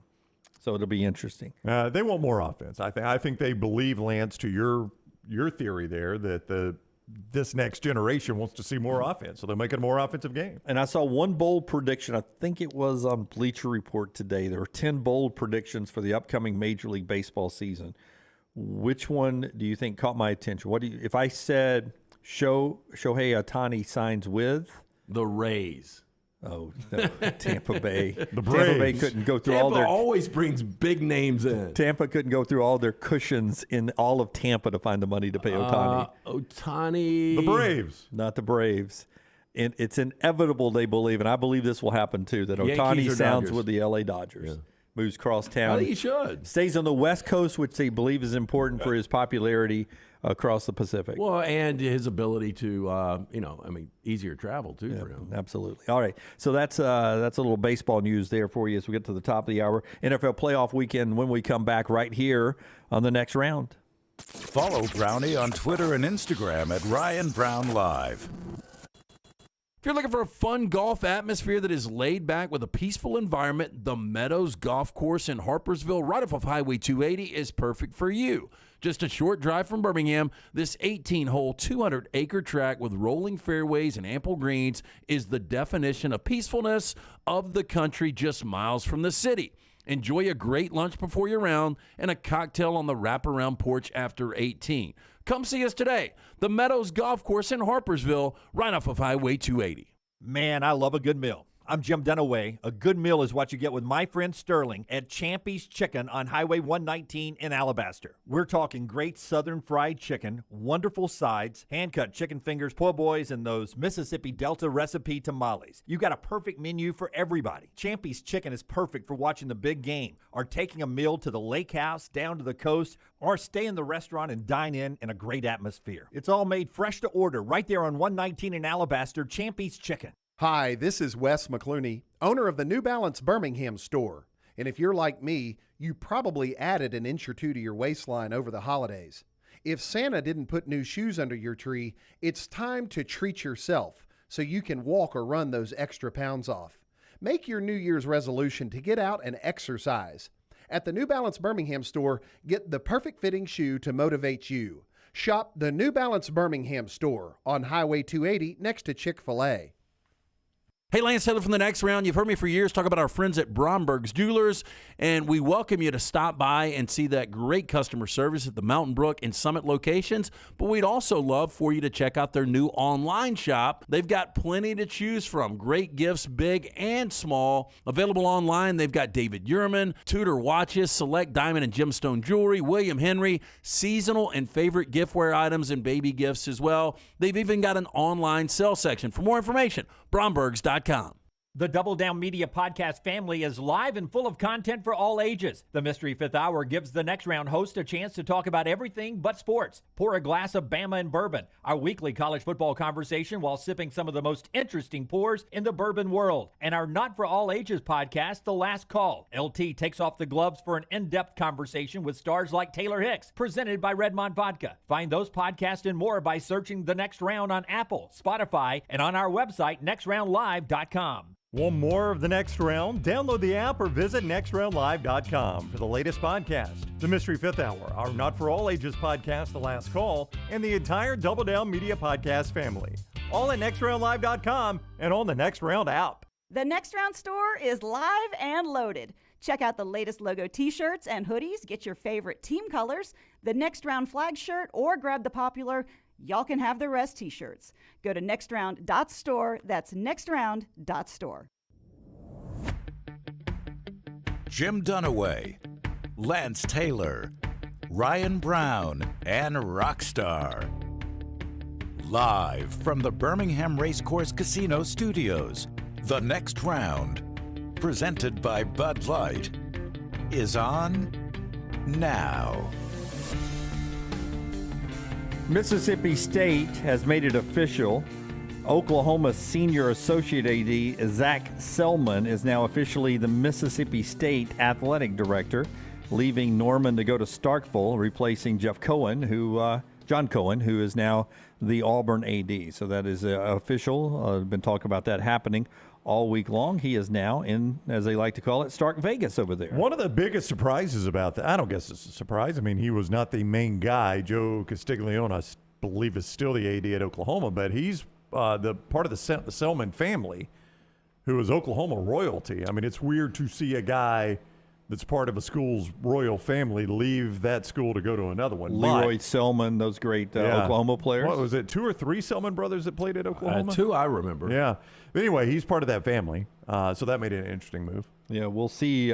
Maybe he leaves to one day go back there and be the athletic director of his beloved Oklahoma family of Oklahoma folks there. Jim Dunaway, Lance Taylor, Ryan Brown, everybody else here, including Tyler, who's filling in for Rockstar. I do not want to jinx the final hour, and especially as you start to widen your web here, Tyler, now commenting in the chat room and running our show. But for the first 3 hours, you have been fantastic on the show today. No missed punches. Everything's been on time. All the things have been and don't up. let these gamers get you thrown No. off. Yeah, here's the thing. We got 4 downs coming up. The most technically challenging thing for you to do is 4 downs, isn't it? So 4 downs in this segment coming up. So I need you to refocus here after I just got you got a perfect game going so far, no hitter. Over in the Vulcan Tire and Automotive chat, he's responding to Zach. Double barrels and riot shields are still the bane of everyone's existence in Warzone. That might be the nerdiest thing that's ever been written over there. Yeah. Yeah. So if you'd like to participate in a different show over in the chat room with Lunsford and Tyler, that is ongoing right now. We're about to talk a little NFL this hour of the show, being brought to you by our friends at Wayne's.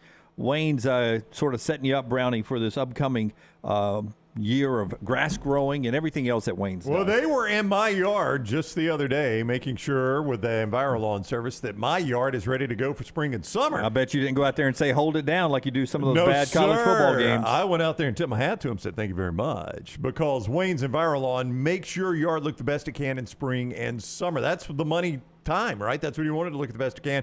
You get those pre-emergence and those nutrients in the soil and the root system. Spring and summer, your yard's going to be perfect. And we are so passionate about it, we're going to pay for your first month. 866-WAYNES1 or call Waynes.com. Use the code TNR, 12 months for the price of 11. 866-WAYNES1 or call Waynes.com. Don't forget that code, TNR, for EnviroLawn. NFL football this weekend. 2 games Saturday, 3 on Sunday, 1 on Monday. If I said, which day are you most looking forward to on the games? The 2 on Saturday, the 3 on Sunday, the 1 on Monday. Obviously, as a Tampa Bay fan, I'm looking forward to the Monday Dallas-Tampa game because I really do feel like that can be, a 13-10, 17-14, 21-20, 21-17. I think that's going to be a low-scoring, close affair. Which day of games are you looking most forward to? Probably Saturday. And the only reason I say this is because it's the one game I'm looking most forward to, and that's the Chargers and the Jags. Have you seen the news out of this, though, that has broken over the last hours that Mike Williams is out of this game with a back injury? And Brandon Staley is getting killed for this because he did not rest his starters against the Broncos. They had nothing to gain in that game. So he got hurt in that game. Yep. And he's out for this game against the Jags, and they fear maybe even longer if they continue in the playoffs. He has been such a huge part. Like, he is really the go-to guy now as far as when Herbert's throwing the football. Keenan Allen is still a great option, but Mike Williams has been so good, and some of the grabs he's made down the stretch are just incredible. So losing him, huge factor, but that's still the game I look forward to most. The other games, I just see blowouts.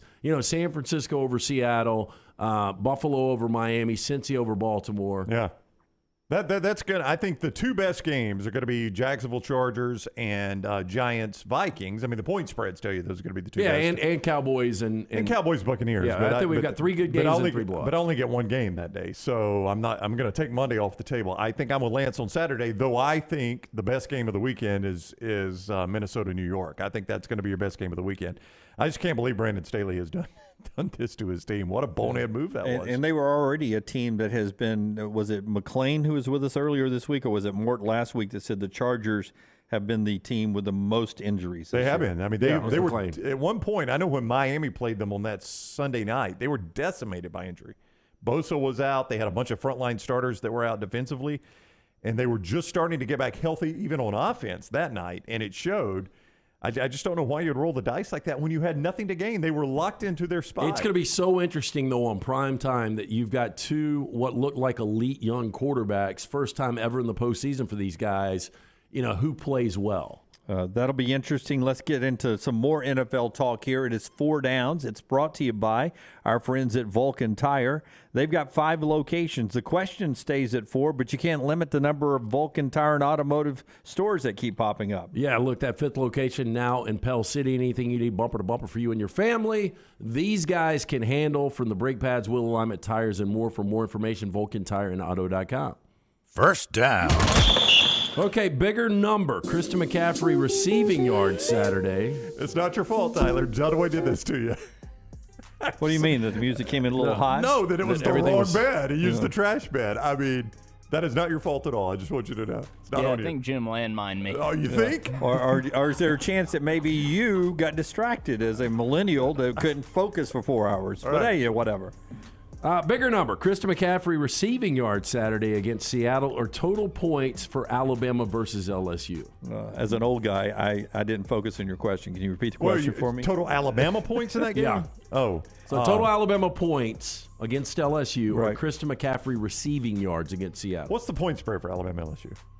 Oh, where's the game again? Tuscaloosa? Tuscaloosa, 3 o'clock Central I know the time. spread's not out. I need a Lance Taylor spread for this one. 7.5. Okay. Alabama's been scoring a lot of points, Dunaway. Well, they have. And they've played better. Not that this affects your question, but they've played a lot better defense since Gonzaga. Have you noticed? They have played better defense. The thing that has made them score more, Brown, or they've is played easier teams to defend, one of the two. They have been out of conference. They average 17 turnovers a game. They've got that down in conference to 12 turnovers It's a game. a weird time to fix that, isn't it? They fixed it in conference play. But I see the Alabama score at around 130. Yeah, No, but it's only Alabama points. Only Alabama points. I see Alabama at 72. I think Alabama can hit 80. I'm going to say that's more than McCaffrey has. I'm banking on the bad weather everybody has been predicting for this game and say that that's going to. I think McCaffrey's around 60 receiving yards probably. Yeah, I would agree with you guys. I would lean Alabama. 72 with Alabama. I'll take Alabama. Second down. More total points Saturday. The combination of the Chargers-Jags game or Kentucky's total points at Tennessee.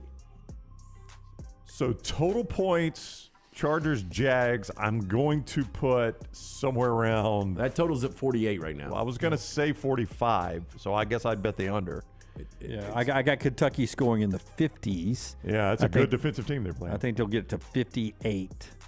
This will be tight, though. It'll be tight. I think I'll go Kentucky more points. I'm going to say a little more defense than you think in there. I'll go Kentucky a little bit, especially because you've got the younger quarterbacks and a little bit of a defensive battle. And there. now, as we just talked about, the Chargers playing without maybe their best receiver, right? Right. Third down. Bigger number Sunday. Dolphins touchdowns or Dolphins turnovers? So the Dolphins have officially announced Mike McDaniel today that Skylar Thompson is the starter. And Teddy Bridgewater might be the backup. If this was the Madden, us playing out front, and Brown was playing with the Dolphins, I would go more turnovers than points. Thank you, Jim. If you were playing Tyler especially. Nobody likes talking about Madden outcomes more than the back row back there. I have never seen Scott and Lunsford so locked in on something than the Madden outcomes. I mean, they have now learned, both of them have learned Tyler's move on how to strip. Oh, yeah, it's so annoying. So but you can't really, you can't do anything I offensively. just thought this was going to be fun, us, cutting up with one another, but it has turned into, they take social media victory laps after every game. It's wild. But you know how you stop Some that? might say it's more fun now. You know how you stop that? You beat them. Yeah, well, when do you play Scott or Lunsford? I've lost to Lunsford. I've beaten Tyler already, and I'll play Scott anytime he's ready. Scott's the easiest of the three back there. Okay. I'm going to go Dolphins turnovers. I am going to go Dolphins points, but not by a lot. I think touchdowns. Oh, touchdowns. Oh, I'll go Dolphins turnovers. I think they scored 13 points.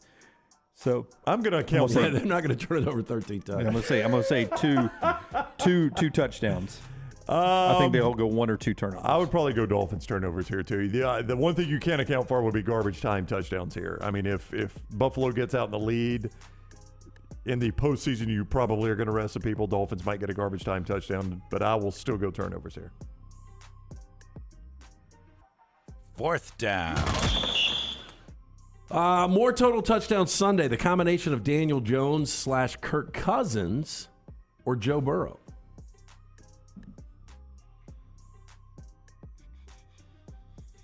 I'll go combo Daniel Jones, Kirk Cousins. I will too. I'm getting 2 quarterbacks for 1. Who was in that game where it was 30-0 and then they ended up coming back? That was Indianapolis. That was Indianapolis. So this was I think a 23-20 or 2017 game where Greg Joseph hit that 61-yarder on the walk-off for the Vikings. Okay. I mean, Burrow's going to have a good night, but, I mean, as bad as the Ravens can be offensively at times, that is still a great defense with our buddy Marlon Humphrey, who may be the highest-paid defender on that team. I'm going to go with the combo with Brownie. Yeah, I will agree with you guys. We agreed way too much. Yeah, absolutely. 4 great playoff questions there. Part of our Vulcan Tire and Automotive 4 Downs today, brought to you by the great folks at Vulcan Tire. Yeah, again, locally owned and operated, just great guys. Somebody internally yesterday, their wife is getting 4 new tires next week. Anything you need from the tires, wheel alignment, brake pads, and more. For more information, VulcanTireandAuto.com. Paul says Burrow always struggles against Baltimore. He does. Always struggles against Baltimore. Mike McCarthy, do you feel like he's coaching for his job Monday night? And if so, even if he is or isn't, if he thinks so or if people think so, does that impact his decision making? Does that make him tighter or looser in trying to beat Tampa Bay in Tampa? Because there is a microscope, there is a discussion that if McCarthy and the Cowboys lose this game to Tom Brady in Tampa, that this may be the time that Jerry Jones makes his move to finally get Sean Payton. Yeah, look, Jerry Jones on record does that weekly hit in Dallas. He said there's no chance I'm firing Mike McCarthy, even on a loss. I think he is lying. I think if Dallas loses here, I think McCarthy is out, whether it's Kellen Moore or Sean Payton or somebody else. I think they'll go a different direction. The trends are bad, though, for the Dallas Cowboys. They've lost 8 straight on the road in the postseason. Tom Brady 7-0 all-time against the Cowboys. But I've got a sneaky feeling the Cowboys are going to play extremely well Monday night. Well, I would tell you, Brown, that this has been the year that all the streaks have broken for Tom Brady in Tampa, right? He's losing record and, this and that. I mean, there's been a number of streaks that have broken this year for Tampa. You can see this one, the 7-0 streak against the Cowboys, also ending on Monday night. Yeah, I mean, you could. Absolutely you could. I watched Dallas Sunday against Washington in a game they were trying to use as a tune-up to go in with some confidence, and they could not have played worse. I know this isn't the championship game, but there is some part of Tampa Bay's wins this year that are very TCU-like. You can go back to 3 or 4 games for Tampa that they were lucky even to win those games to get to 8 and 9. So pretty thin line from being a disastrous, maybe a top 5 first-round pick from Tampa this year to being a playoff team. Not that I'm going to pick any of these games right anyway, but I feel like looking at all the games, I have the most difficulty getting a good feel on his game on Tampa and Dallas of all of them that are out there this weekend. I feel like I've got a handle on 2 games really good. Which ones? Forget the point spreads. Just let's run through the winner and loser real quick. Seattle, San Francisco. All of us. The Chargers has changed a little bit because of the Mike Wiggins. Yeah, but I'd still think I'd go Chargers there at Jacksonville. I'd lean Chargers. Yeah. Buffalo. I like Buffalo. Giants. I think Minnesota. I'm going to go Giants there. Right now, I could change. That's a tough game. I'm going to roll with Minnesota too. I like Cincinnati. I go Cincinnati in the late game, and then Dallas. Monday night that's the toughest one for me to call. I like Tampa. I like all the home teams except for the Jaguars. Not with the point spreads or anything, so don't think that's Lance's lock. Just to win. Dunaway's dimes. 2-0 last night. Or any of that. 2-0 again last night. Or whatever. It's been a really good week. All right. It's been a great week for Lance's lock. It's brought to you by our friends at Hemp Hill Services. He'll send out our new one a little bit later on today at The Lance Taylor. Gives you a free play every day right there on that Twitter account at The Lance Taylor. It's worth a follow right there. Just go follow him and set it up to where it pops into a column on TweetDeck for you, so you get his free play every day at The Lance Taylor, brought to you by Hemphill. Yeah, and for the month of January, get 10% off any plumbing or HVAC service call from our friends at Hemphill Services. Just mentioned, you heard it right here on the next round. Adam, Chad, the guys at Hemphill Services, they want to make sure your HVAC unit is ready to keep up with the changing weather. Hemphill Services is locally owned and operated independent Train dealer. The team can service all makes and models for all of your plumbing, heating, and cooling needs. Call Hemphill Services. It's hard to stop a train. Call now, 205-229-2090. That's 205-229-2090 or hemphillservices.com. We didn't do it at the start of the hour, but it is 12 o'clock Friday hour. Cheers to you. Cheers. We've got the beer flowing up here. It's going on in the lobby as well in our social media area. Thanks to our great friends at Bud Light, and also the Adams Beverage, who brings us Stella and the Wicked Weed we have up here today. I didn't go Wicked Weed. It's going to be a long day. We're going to see the Squadron here in a little bit, so I'm just going to have a couple of Stellas. Yeah, so a nice ice-cold beer today. Remember, drink responsibly, but also our friends at Bud Light. Year-round, whether it's January, July, or December, the great folks at Adams Beverage, we appreciate their friendship tremendously. We're back in a moment right here on TNR. Follow Dunaway on Twitter and Instagram at Jim Dunaway. Everyone makes New Year's resolutions. This year, make the best resolution ever. If you are buying a new home in 2023, use Holly Mack Wilson and get started right away. Let an experienced professional help you get your home ready to sell before the spring buying season. Holly Mack Wilson can help you with all your home buying and selling needs anytime, anywhere in Alabama. Make the best resolution ever and call today 205-901-9446 or online at hollymackhomes.com. Holly Mack Wilson, an anywhere in Alabama Keller Williams agent. Hey, Lance Taylor from the next round. You've heard me for years talk about our friends at Bromberg's Jewelers, and we welcome you to stop by and see that great customer service at the Mountain Brook and Summit locations. But we'd also love for you to check out their new online shop. They've got plenty to choose from. Great gifts, big and small. Available online, they've got David Yurman, Tudor watches, select diamond and gemstone jewelry, William Henry, seasonal and favorite giftware items, and baby gifts as well. They've even got an online sale section. For more information, Brombergs.com.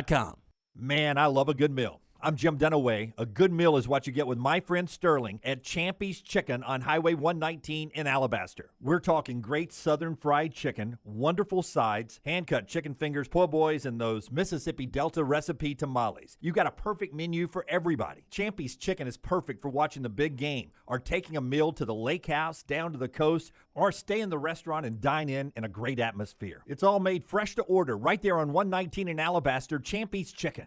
Start your day online at nextroundlive.com. Get all the latest videos, podcasts, and college football stories. And it's also a great way to stream the show or shop in the Next Round store. Stay connected by visiting nextroundlive.com. Hey, Lance Taylor from the next round to tell you about our friends at Gutter Cap. Gutter Cap's that patented aluminum cover system that fits over most existing gutters to keep out debris and eliminate that gutter cleaning. It's backed with a lifetime warranty, almost 20-year service record right here in Birmingham. Stay off that dangerous ladder forever. 45% off the retail price now if you call guttercapbirmingham.com. Call my good friend Chris Stewart now, 205-823-2212. Cap it, don't snap it. It's Gutter Cap.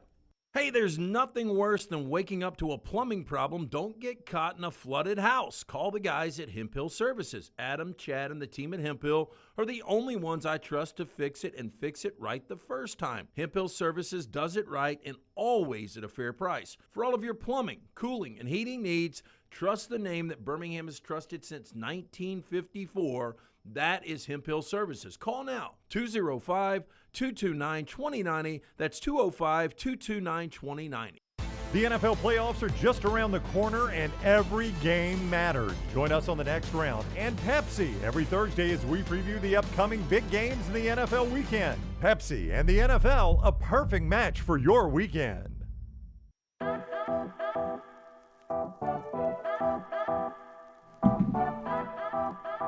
Okay, so far my mom has not found the one that nobody showed up for, though she confirms it did happen. She does have one for the Bozo show that I was on, that I am there, but it does look like all my friends were paid to be there. Because I'm like maybe 3 or 4, and all my friends like 8. appear to be 6, 7, and 8, like cousins and stuff like that. Like they are out of Central Casting. Yeah, honest to goodness. Can I see it? I'm sending it to Forrester right now. Okay. We'll pull it up on the air, but I will let you after I send it to him. I will let you see it. There you go. I've highlighted where young Jim Dunaway is, and you can look at how much younger I am than everyone else. Everybody else got armpit hair. And the entire picture is like they paid to have other people there. She's still looking for the one where it's just me and Bozo and nobody else in the studio. Wait, that's not you, is it? Yeah, that's me. Yeah, I mean, you're basically straight out of the womb, and this is a bunch of first graders. So I'm not sure if I had any friends back when I was little. That's okay. Yeah. You got a couple now. Yeah. Where? Tyler, you my friend? Yeah, I'm your best friend, Jim. Yeah, thank you, number 11. Appreciate that a lot. Oh, thank you. Tyler, last night we did a celebration. I don't know if we ever sent out any pictures. It was our official Christmas party. Yeah, there's one group photo out of all of us that were there. We were -1. Our boy David Walls could not make it, but everybody else that is involved in the company here was there. And I hope it's a tradition because we have so many parties we go to around the holidays that I liked moving this to January. It's basically our own Christmas and January get together, and that's our group. That's 10 strong there with old number 11 right there in the middle of it. Tyler working hard for that paycheck. Rocky with the bottle of wine in his hand, the one guy that doesn't drink. Completely wasted on him. So we had a good time last night at Freddy's Wine Bar, right across from where the Bottega's location is, if you're ever looking for Freddy's. Great pasta and wonderful wine selection.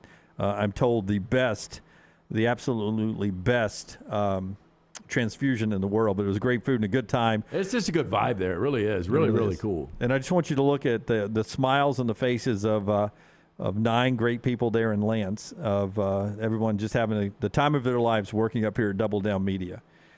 In all fairness to Lance, chances are good that was the 8th or 9th picture they were taking that was it. before you walked away. Yeah, there was 1 million pictures taken, and they were they're supposed to be the funny pictures and all this, and it was the one that I wasn't smiling in. Yeah, it was just in between takes. And if you're wondering, far left of the screen by me in front of Brown, that's Kelsey, who does in our sales department up here. We don't ever talk about her, or you never see her so much. Between Forrester, or maybe I don't know if you guys know what Forrester looks like. That's Forrester without a White Sox hat, right there beside me to my left. So Kelsey on one side of me, Forrester, and then right next to Forrester, of course, is Tyler. But you see him on his camera. And on the back row, it's Brown, Reed, who sort of is our general manager, president. Lunsford back there is everything. Taylor, who handles social media, and the OG Lance right there. So great crew there. The only one missing was Big DW last night. Jacob says 9 great people in Lance. Well, that is how Jim said that. I don't think that's what he meant. No. It said 9 smiling people in Lance is what I was saying there. That was the one right before Lance went away, and for some reason, Lance's girlfriend kept taking pictures even as Lance sat down, and then Rockstar sat down, and Reed was like, we're down to 9. We're down to 8. We're at 6. Why are you still taking pictures? One of the most, because I really don't care. It's one of the most obnoxious things when somebody has to get 15 pictures. Well, Taylor in the chat room says literally that was the only one with everyone's eyes open. Wait, pull it back up. That's why we use that one. It's the only one with everybody's eyes open. Taylor's aren't. Rockstars are wide open. Taylor's are open. Everybody's eyes are open. Rockstars are wide open. Yeah, his are wide open. Hey, if you caught me, don't look too open. If you caught me with my eyes open, that is a win for the photographer because I am horrible at that. We have very few wedding pictures from the official wedding photographer because he did not catch me with my eyes open. Fun time last night. Love this group up here. It was a blast. Here's the picture of me at my birthday, the one we were just showing. This is the Bozo Show. There's one kid sipping a bottle on the green. Is it a beer bottle? But there I am drinking a soda, right where that yellow stripe is. That is me, and I'm told those are my friends. Of course, I didn't know it because I was so young. That picture's in color. Later on, there's a picture of me with nobody yet there. It's just me and Bozo. Me and Bozo the Clown. All right. What are you laughing at? I mean, the photo, it's so uneven. It's not centered. It's like the one. It's like they don't give a shit about the floor. I know. It's look at the whatever they made. It's supposed to be like a little house behind you guys. Well, I mean, this is Birmingham in the early 70s, local TV. It's not like we were on, in New York on the Today Show. And that picture, I mean, just think now, that picture is, what is that, 30, 50 years old. Think about that, 50 years old that picture is. I mean, it's an American archive is what that is. Did it spark when the photographer took it? No, I was going to say the photo looked like how they had to put the gunpowder on the little thing and hold it up. He threw the curtain over the back of his head. Nobody's paying attention. Like, this photographer's probably drunk. Nothing's centered. He doesn't care if the kids are looking. I mean, no doubt it's my mom on a Polaroid camera. Is what it was. I mean, you guys are bashing Mom here. No, she did a great job. Love Miss Dunaway. Are you slugging? It looks like a... Look how happy Dunaway looks. I like that, man. It's like you're slugging a stout. You're a little kid having the time of your freaking life right there. Look at that. That is just a straight Coca-Cola, man. I am not going to stop drinking that while that clown over there, but I'm keeping an eye on the clown because I don't like him. Look, you had those platforms. You were trying to get to 6 feet back in the day. The photographer had to leave and go take a picture of White Earp real quick for the archives as well. Just good times. We bring that up only because of the passing here locally of Country Boy Eddie. That announcement coming from WBRC Fox 6 earlier today, and our thoughts and prayers with his family, but just so many great memories from guys like Country Boy Eddie, Bozo the Clown, in every market who's watching and listening to us across America. We had a guy here named Sergeant Jack who we used to work with his son. Did y'all ever know that? I did know that. Yeah. Patrick, who we used to work with, that was Sergeant Jack's son back in the day. I remember him telling me that. It was just and when you start to think about it, they sort of look a lot alike too, same height and everything. And then there was Cousin Cliff, who I think was a magician. I'm not sure I was ever on Cousin Cliff's show. Just good things. And one other local show I remember back in the day was Dialing for Dollars with the great Tom York, who recently passed. Yeah, we had one. I mentioned that earlier. We had one on Channel 40 in Anniston, which is the local TV station there. A guy named Bill Hagler used to do it. Yeah. And they would do like 6 from the top. So they would have the phone book page where they count down 6. Yeah. And you had to be watching. You had to answer your phone to be watching, right? They'd call. I mean, it'd be live on the air, and they'd call it ring. Because they would say, "What's the count and the amount?" And you'd have to say 6 from the top, $500. That's right. You're a winner on Dialing for Dollars. Never have seen that. You've never seen that? It was back in the day, Dialing for Dollars with Tom York. It was fantastic. It would be like in the commercial breaks in the afternoon, or maybe Gilligan's Island. Yeah, it'd be like 4 in the afternoon. Partridge Family or something was on, and it would pop up in between. It was good. What's the count and the amount? 4 from the bottom, $80. Did you ever know anybody that won? I don't. Not off the top of my head, no. My favorite was when I was in high school and a little bit in college, WENN Radio in Birmingham, Alabama. WIN Radio is what it was called. And they would pay your house note, your car note, or whatever for that month. And if you were the winner, paying your house note, your car note, and there was one other part of it.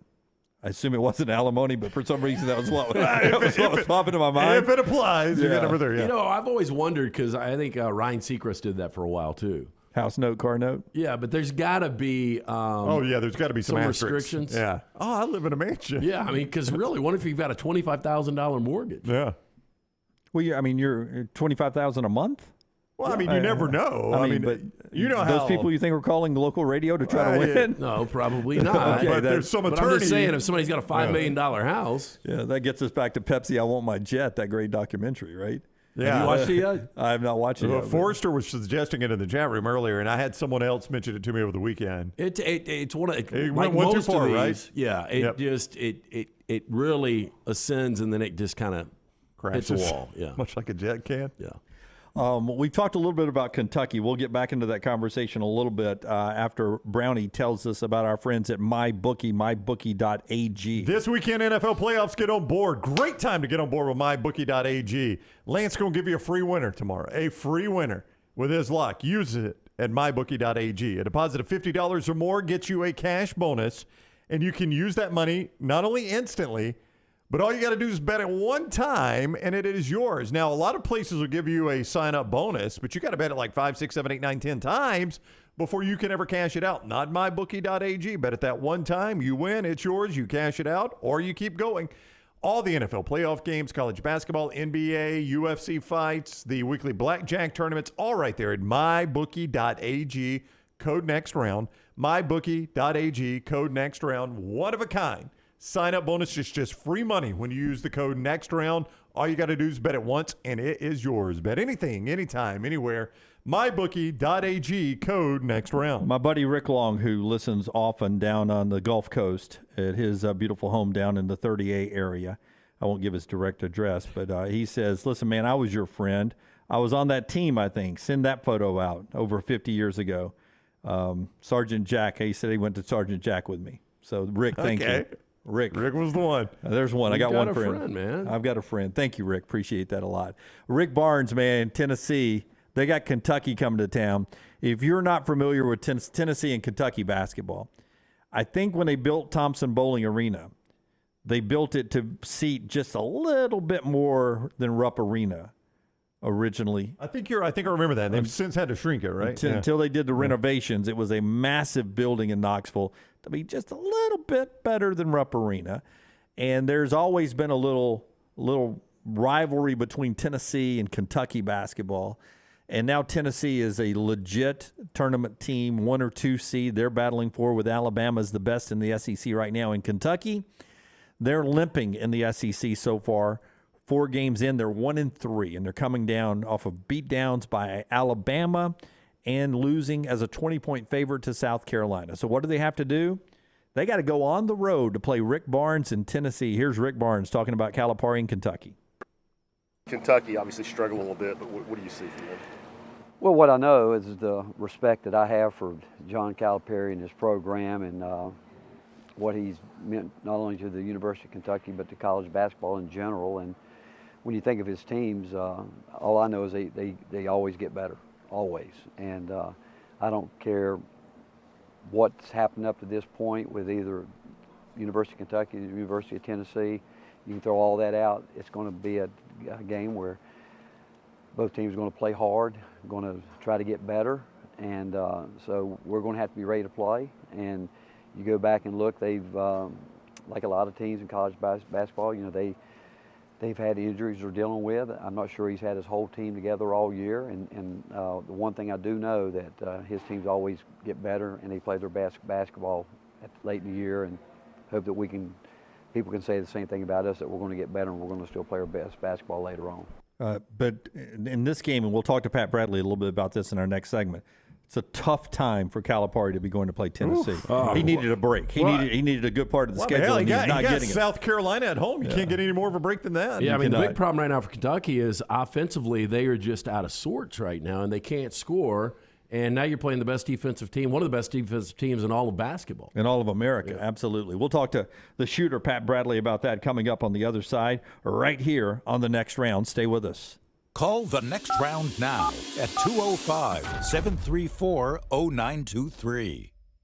Let's face it, a home is one of the most powerful assets you can have, and our friends at Mortgage Right want to help you build wealth through home ownership. Mortgage Right is all about providing competitive rates, a variety of loan products, and a multitude of resources for a seamless home buying experience. They treat their borrowers like family and are always looking to bring more happy homeowners under their roof. See more by visiting mortgageright.com/TNR today and start living. That's mortgageright.com/TNR. NMLS 2239, equal housing lender. It is the season of speed event at Alfa Romeo of Birmingham, and there is no better time to buy or lease a 2022 Alfa Romeo Giulia TI or Veloce model. Now through the end of the year, get 0% financing for 48 months or 1.9% financing for 72 months. Go by and see the great selection and take advantage of the low interest rates while you still can. It's the season of speed event.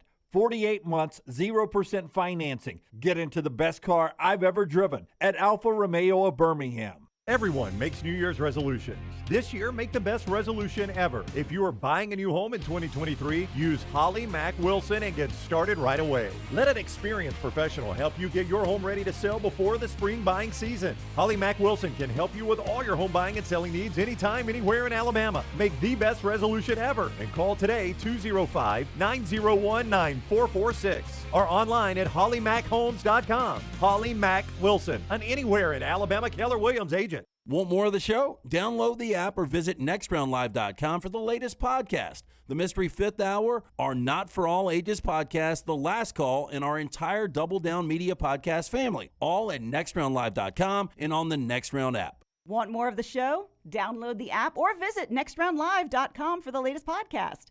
The Mystery Fifth Hour, our Not For All Ages podcast like Bama and Bourbon, and the entire Double Down Media podcast family, all at nextroundlive.com and on the Next Round app. Hey, if you're looking for Birmingham's best pizza, you need to stop in and see our friends at Slice Pizza and Brew. It's as local as you can get, from the ingredients that go into every pizza to the beer on tap. For a great lunch or dinner, go see our friends today, Vestavia or Lakeview at Slice. You want to look great while supporting your favorite show? You know the place to go is the official Next Round store at nextround.store. Yes, there are .store domains, and we have one. From shirts to hoodies to hats and all kinds of fun stuff, you can rep the Next Round anywhere you go. At the beach, Next Round hats to block out that sun. Up north in the winter, get you a comfy Next Round hoodie. Just need something to put your $20 beer in at a game? Get you a Next Round koozie and throw that thing in your pocket. You never know what stuff Jim's going to make me put in there next. Check it out. It's the Next Round store at nextround.store. Want more of the show? Download the app or visit nextroundlive.com for the latest podcast, The Mystery Fifth Hour, our Not For All Ages podcast, The Last Call, and the entire Double Down Media podcast family, all at nextroundlive.com and on the Next Round app.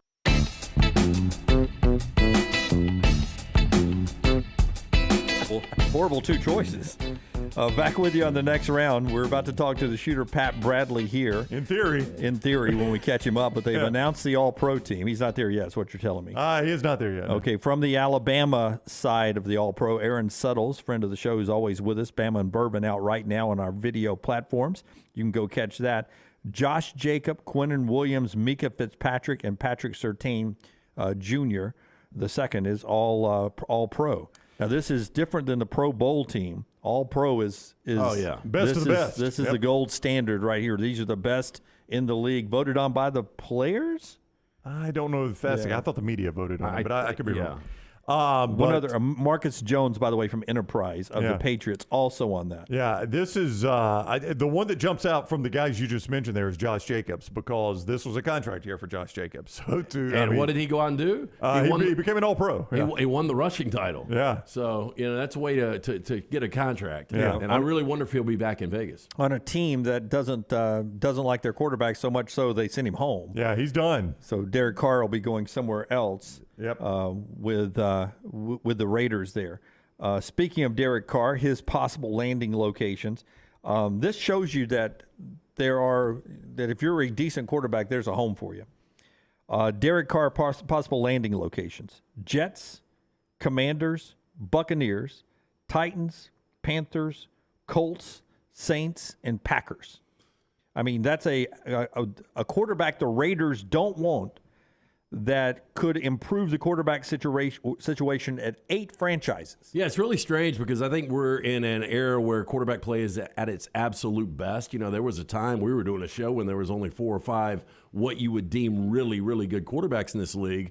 But it is amazing that many franchises need a quarterback. And I'm one of those guys. I think Derek Carr's a pretty good quarterback. I don't think he's great. But you would agree he would make every one of those 8 team situation better once Brady leaves, and everybody expects Brady to leave. If the Colts were able to grab Derek Carr, by far the best quarterback they've had, at least where he is right now in his career since Andrew Luck. On the flip side of that, if you're Derek Carr, which one of those 8 teams most interest you? Probably the Colts. More than the Jets? I mean, just imagine if you are good in New York and everything that could bring you. The thing that scares me about the Jets is just history. I mean, a lot of guys have gone up there and tried to be good. Well, it's just, and they just can't be good. I mean, who's their last really good quarterback? Instantly you go to Namath won their only Super Bowl. Richard Todd was good after that. Ken O'Brien was very good. Boomer Esiason was good for a time. Ken O'Brien. I mean, but one year Brett Favre was pretty good. One year. But even Mark Sanchez, when they went to back-to-back AFC Championship games, those teams were just built on run game and defense. Yeah.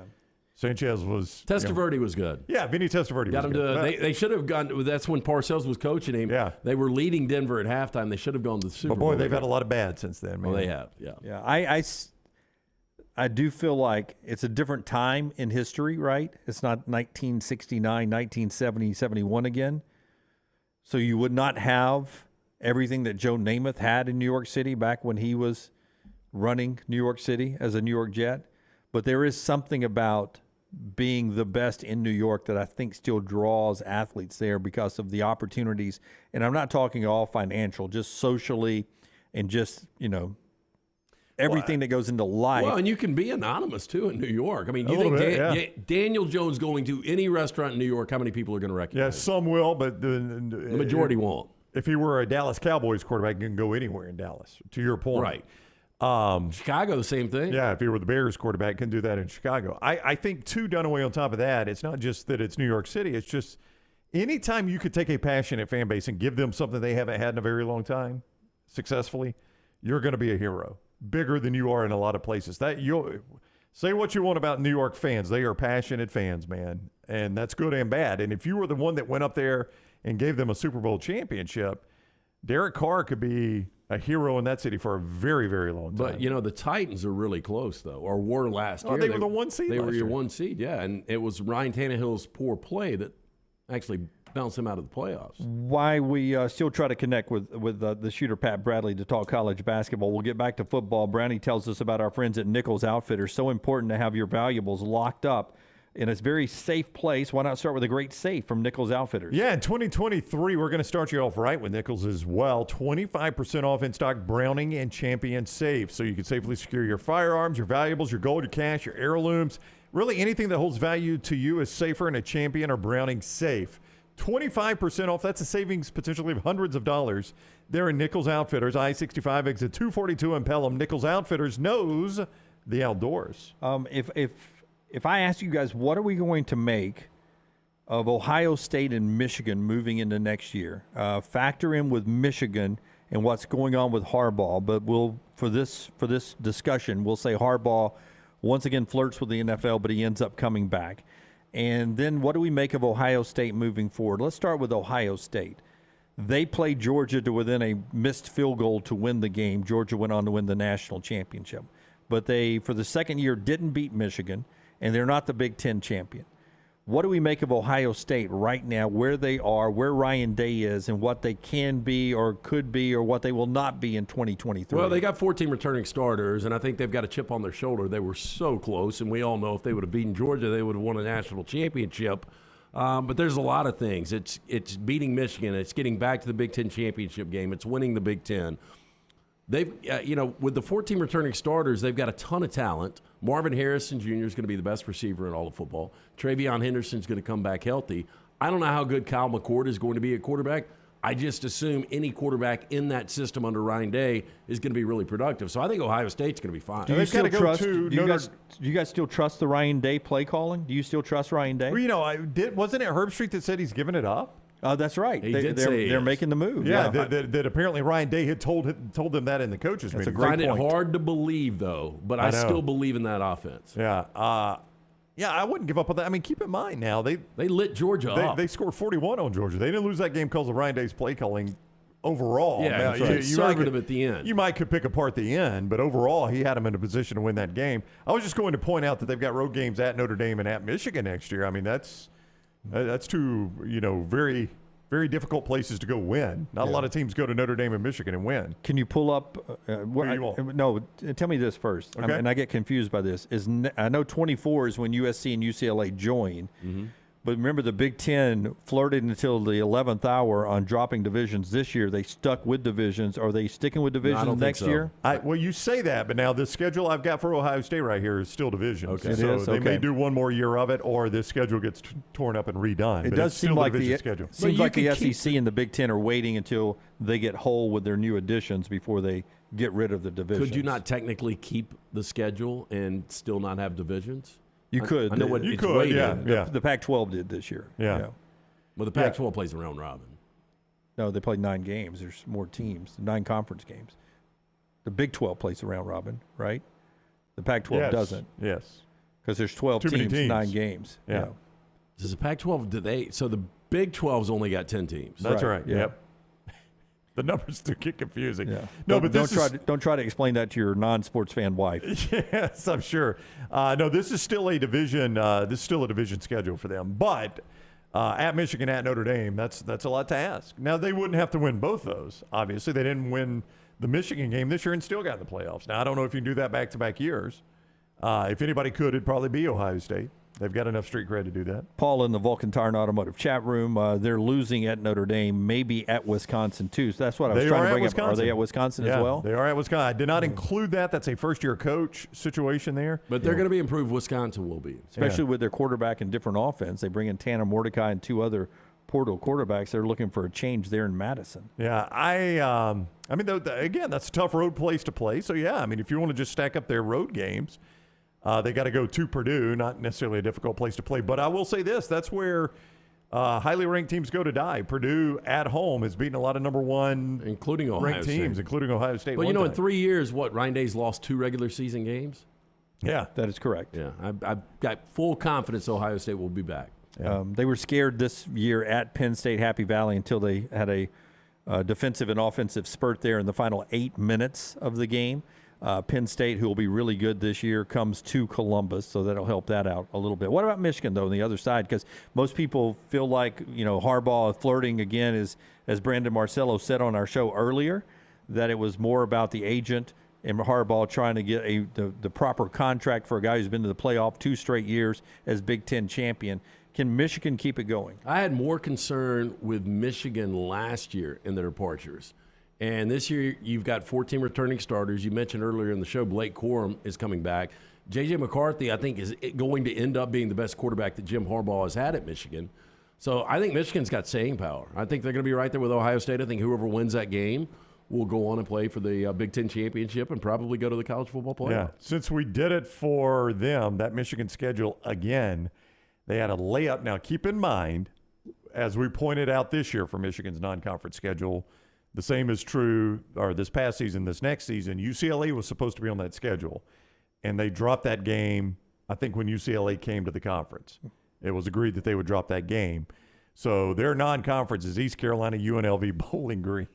Right. I mean, that's the back-to-back years they've had a joke of a non-conference schedule. But UCLA was supposed to be on both road games in conference. In conference, at Nebraska, at Minnesota, at Michigan State, at Penn State, at Maryland. Penn State and Minnesota tricky. Yeah. Yeah. So I mean, I think they've both got the staying power. I expect both of them to be right in the mix next year, and it probably come down to their game against one another, like it did this year. One more segment to go for the week. The all-freshman All-American team is out. North Carolina's Drake May, your quarterback. No surprise. Quinshon Junkins from down at Pike Road outside of Montgomery, Ole Miss running back, was one of the players on there. One Alabama player, Terrion Arnold, DB. Terrion Arnold is a freshman All-American that were announced yesterday, as we are now just 225 days away from week 0, the start of the college football season here in your home for college football, the next round. When we come back, some final thoughts to put a cap on the week. Don't forget 23% off everything, hats, hoodies, T-shirts, sweatshirts, everything in our Next Round store. Just go to nextround.store. Follow Sean Lunsford on Twitter @JLuntz. Double the fun and more ways to win at Victoryland Casino and Birmingham Racecourse Casino. Come play thousands of your favorite games featuring fun bonuses and big jackpots. The new Ride plus $50,000 cash giveaway is going on right now. We're giving away a Ford Bronco, Jeep Wrangler, and $50,000 cash. The more you visit, the more chances you have to win. Drawings October 21st and 22nd. Come win at Victoryland Casino and Birmingham Racecourse Casino. Must be 21 or older, must be present to win. A legendary coach once said, "It's not the will to win that matters, it's the will to prepare to win." Bryant Bankers have the dedication and experience to put together a financial game plan that's right for you. Stop by one of the 7 Central Alabama locations today or give them a call at 1-855-4-BRYANT to begin preparing for your financial future today. You'll find out what unbeatable service and legendary results are all about. Bryant Bank, Equal Housing Lender, member FDIC.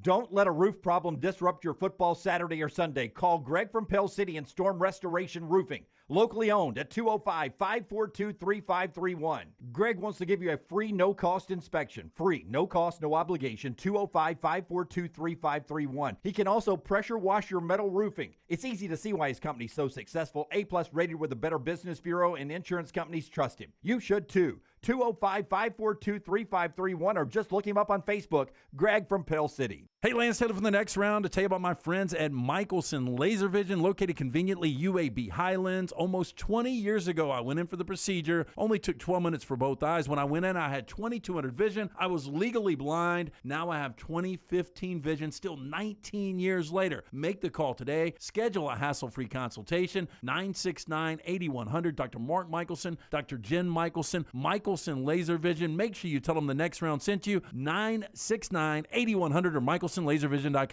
Start your day on our website, nextroundlive.com. The morning rounds give you the top links to the stories you need to see before going to lunch with your buddies. At nextroundlive.com, you can also watch and listen to the show live, or download our top podcast and shop in the Next Round store. New arrivals, new downloads, new shows, new contests, all on one website, nextroundlive.com. Make it your homepage, nextroundlive.com. The Next Round is so much more than the show you get from 9 to 1 each day. So make sure to head to our official YouTube channel at Next Round Live and subscribe to get all of our latest content. We, of course, have plenty of specialty content and shorts based all around the sports in the heart of the SEC. But we also talk pro sports, gambling, lifestyle and entertainment, and so much more. It's the Next Round YouTube channel, where you never know what you're going to find next. Subscribe now to see the latest content and get notifications when we go live. That's at Next Round Live on YouTube.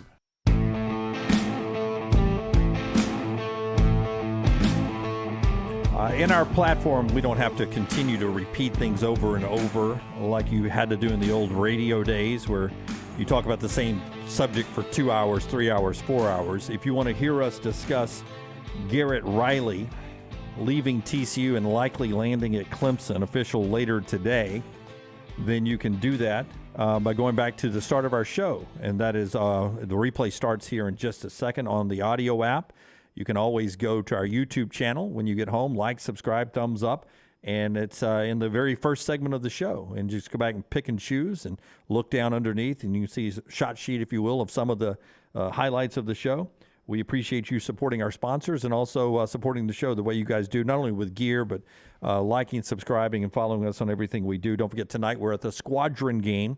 We're down there from about 5 o'clock on. We'll be in the arena as the Squadron start a homestand, Salt Lake City tonight, and tomorrow down at Legacy Arena. 7 o'clock tip for that. You get your tickets at Ticketmaster.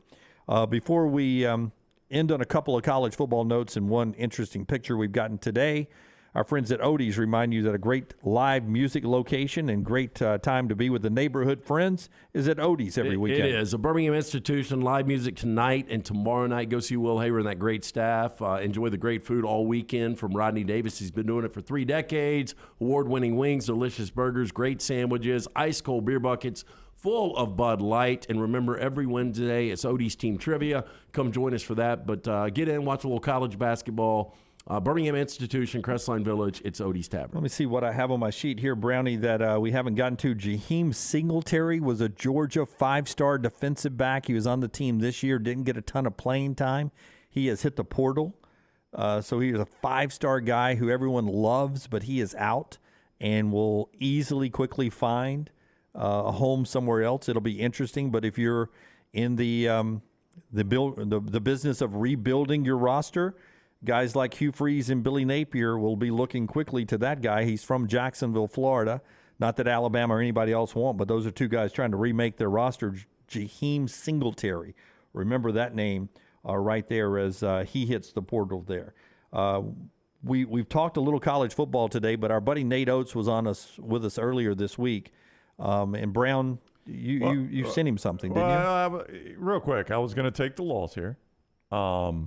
We asked a poll question earlier, and I thought it would be a little bit closer than this. I don't know what you guys thought the outcome would be. We never Did got anybody to that. vote your way? We never got to that. No, Obviously, Lance thought it would be 99-1. I thought it was going to be 67-33. Jim thought it was going to be 67-33. We ask you, given the choice, if you had to make the choice, would Alabama fans rather have a new basketball arena or Nick Saban stay? The YouTube poll, now the voting is still going if you haven't gone to vote. The YouTube poll, 67% Saban, 33% Arena. Oh. Higher than, a little closer than Lance would have thought about what you thought. The Twitter poll, 66% Saban stays, 34%, new Arena. I'm shocked. I mean, that's 1 in 3. Yeah. I just went metrics. Almost, it's not every one of our polls, but most of our polls turn out being about somewhere between 64 and 68% one way and the other way. So that's why I went. Did the sun come up? 64% said it did. I've told you forever we could not get if we asked, do you believe in freedom as an American? 67-33 is the way it would come back. I believe that in our polls all the time. A reminder, 23% off for the rest of the weekend. Today and the rest of the weekend, nextround.store, nextround.store to start number 23, season 23, 2023, 23% off. This guy that Scott's about to show you, he's got his next round gear. You should as well. Up. Is that Nate Oates? That is Nate Oates, Alabama basketball coach. I like that. The only reasonable response by Bruce Pearl is to buy one of our shirts and use it in recruiting, right? Against Nate Oates. So we'll see if Coach Pearl will take a photo with his. But Alabama basketball coach Nate Oates has his shirt. You need to get yours as well. Nextround.store. That's the OG right there, too. That is the original shirt. I still wear it all the time. Nice and soft. I love it. I've had to buy or get several of them up here because every time I bring one home, it gets stolen by somebody in my house because they are the most comfortable shirts in the world. There's Alabama coach Nate Oates with the Next Round shirt. You should have one too. That is fantastic there. And all of a sudden, I just think about maybe 1 year in the future, we can have some kind of promotion with games where, the student section all wear Next Round T-shirts or something. I would be for that, yes. Yeah.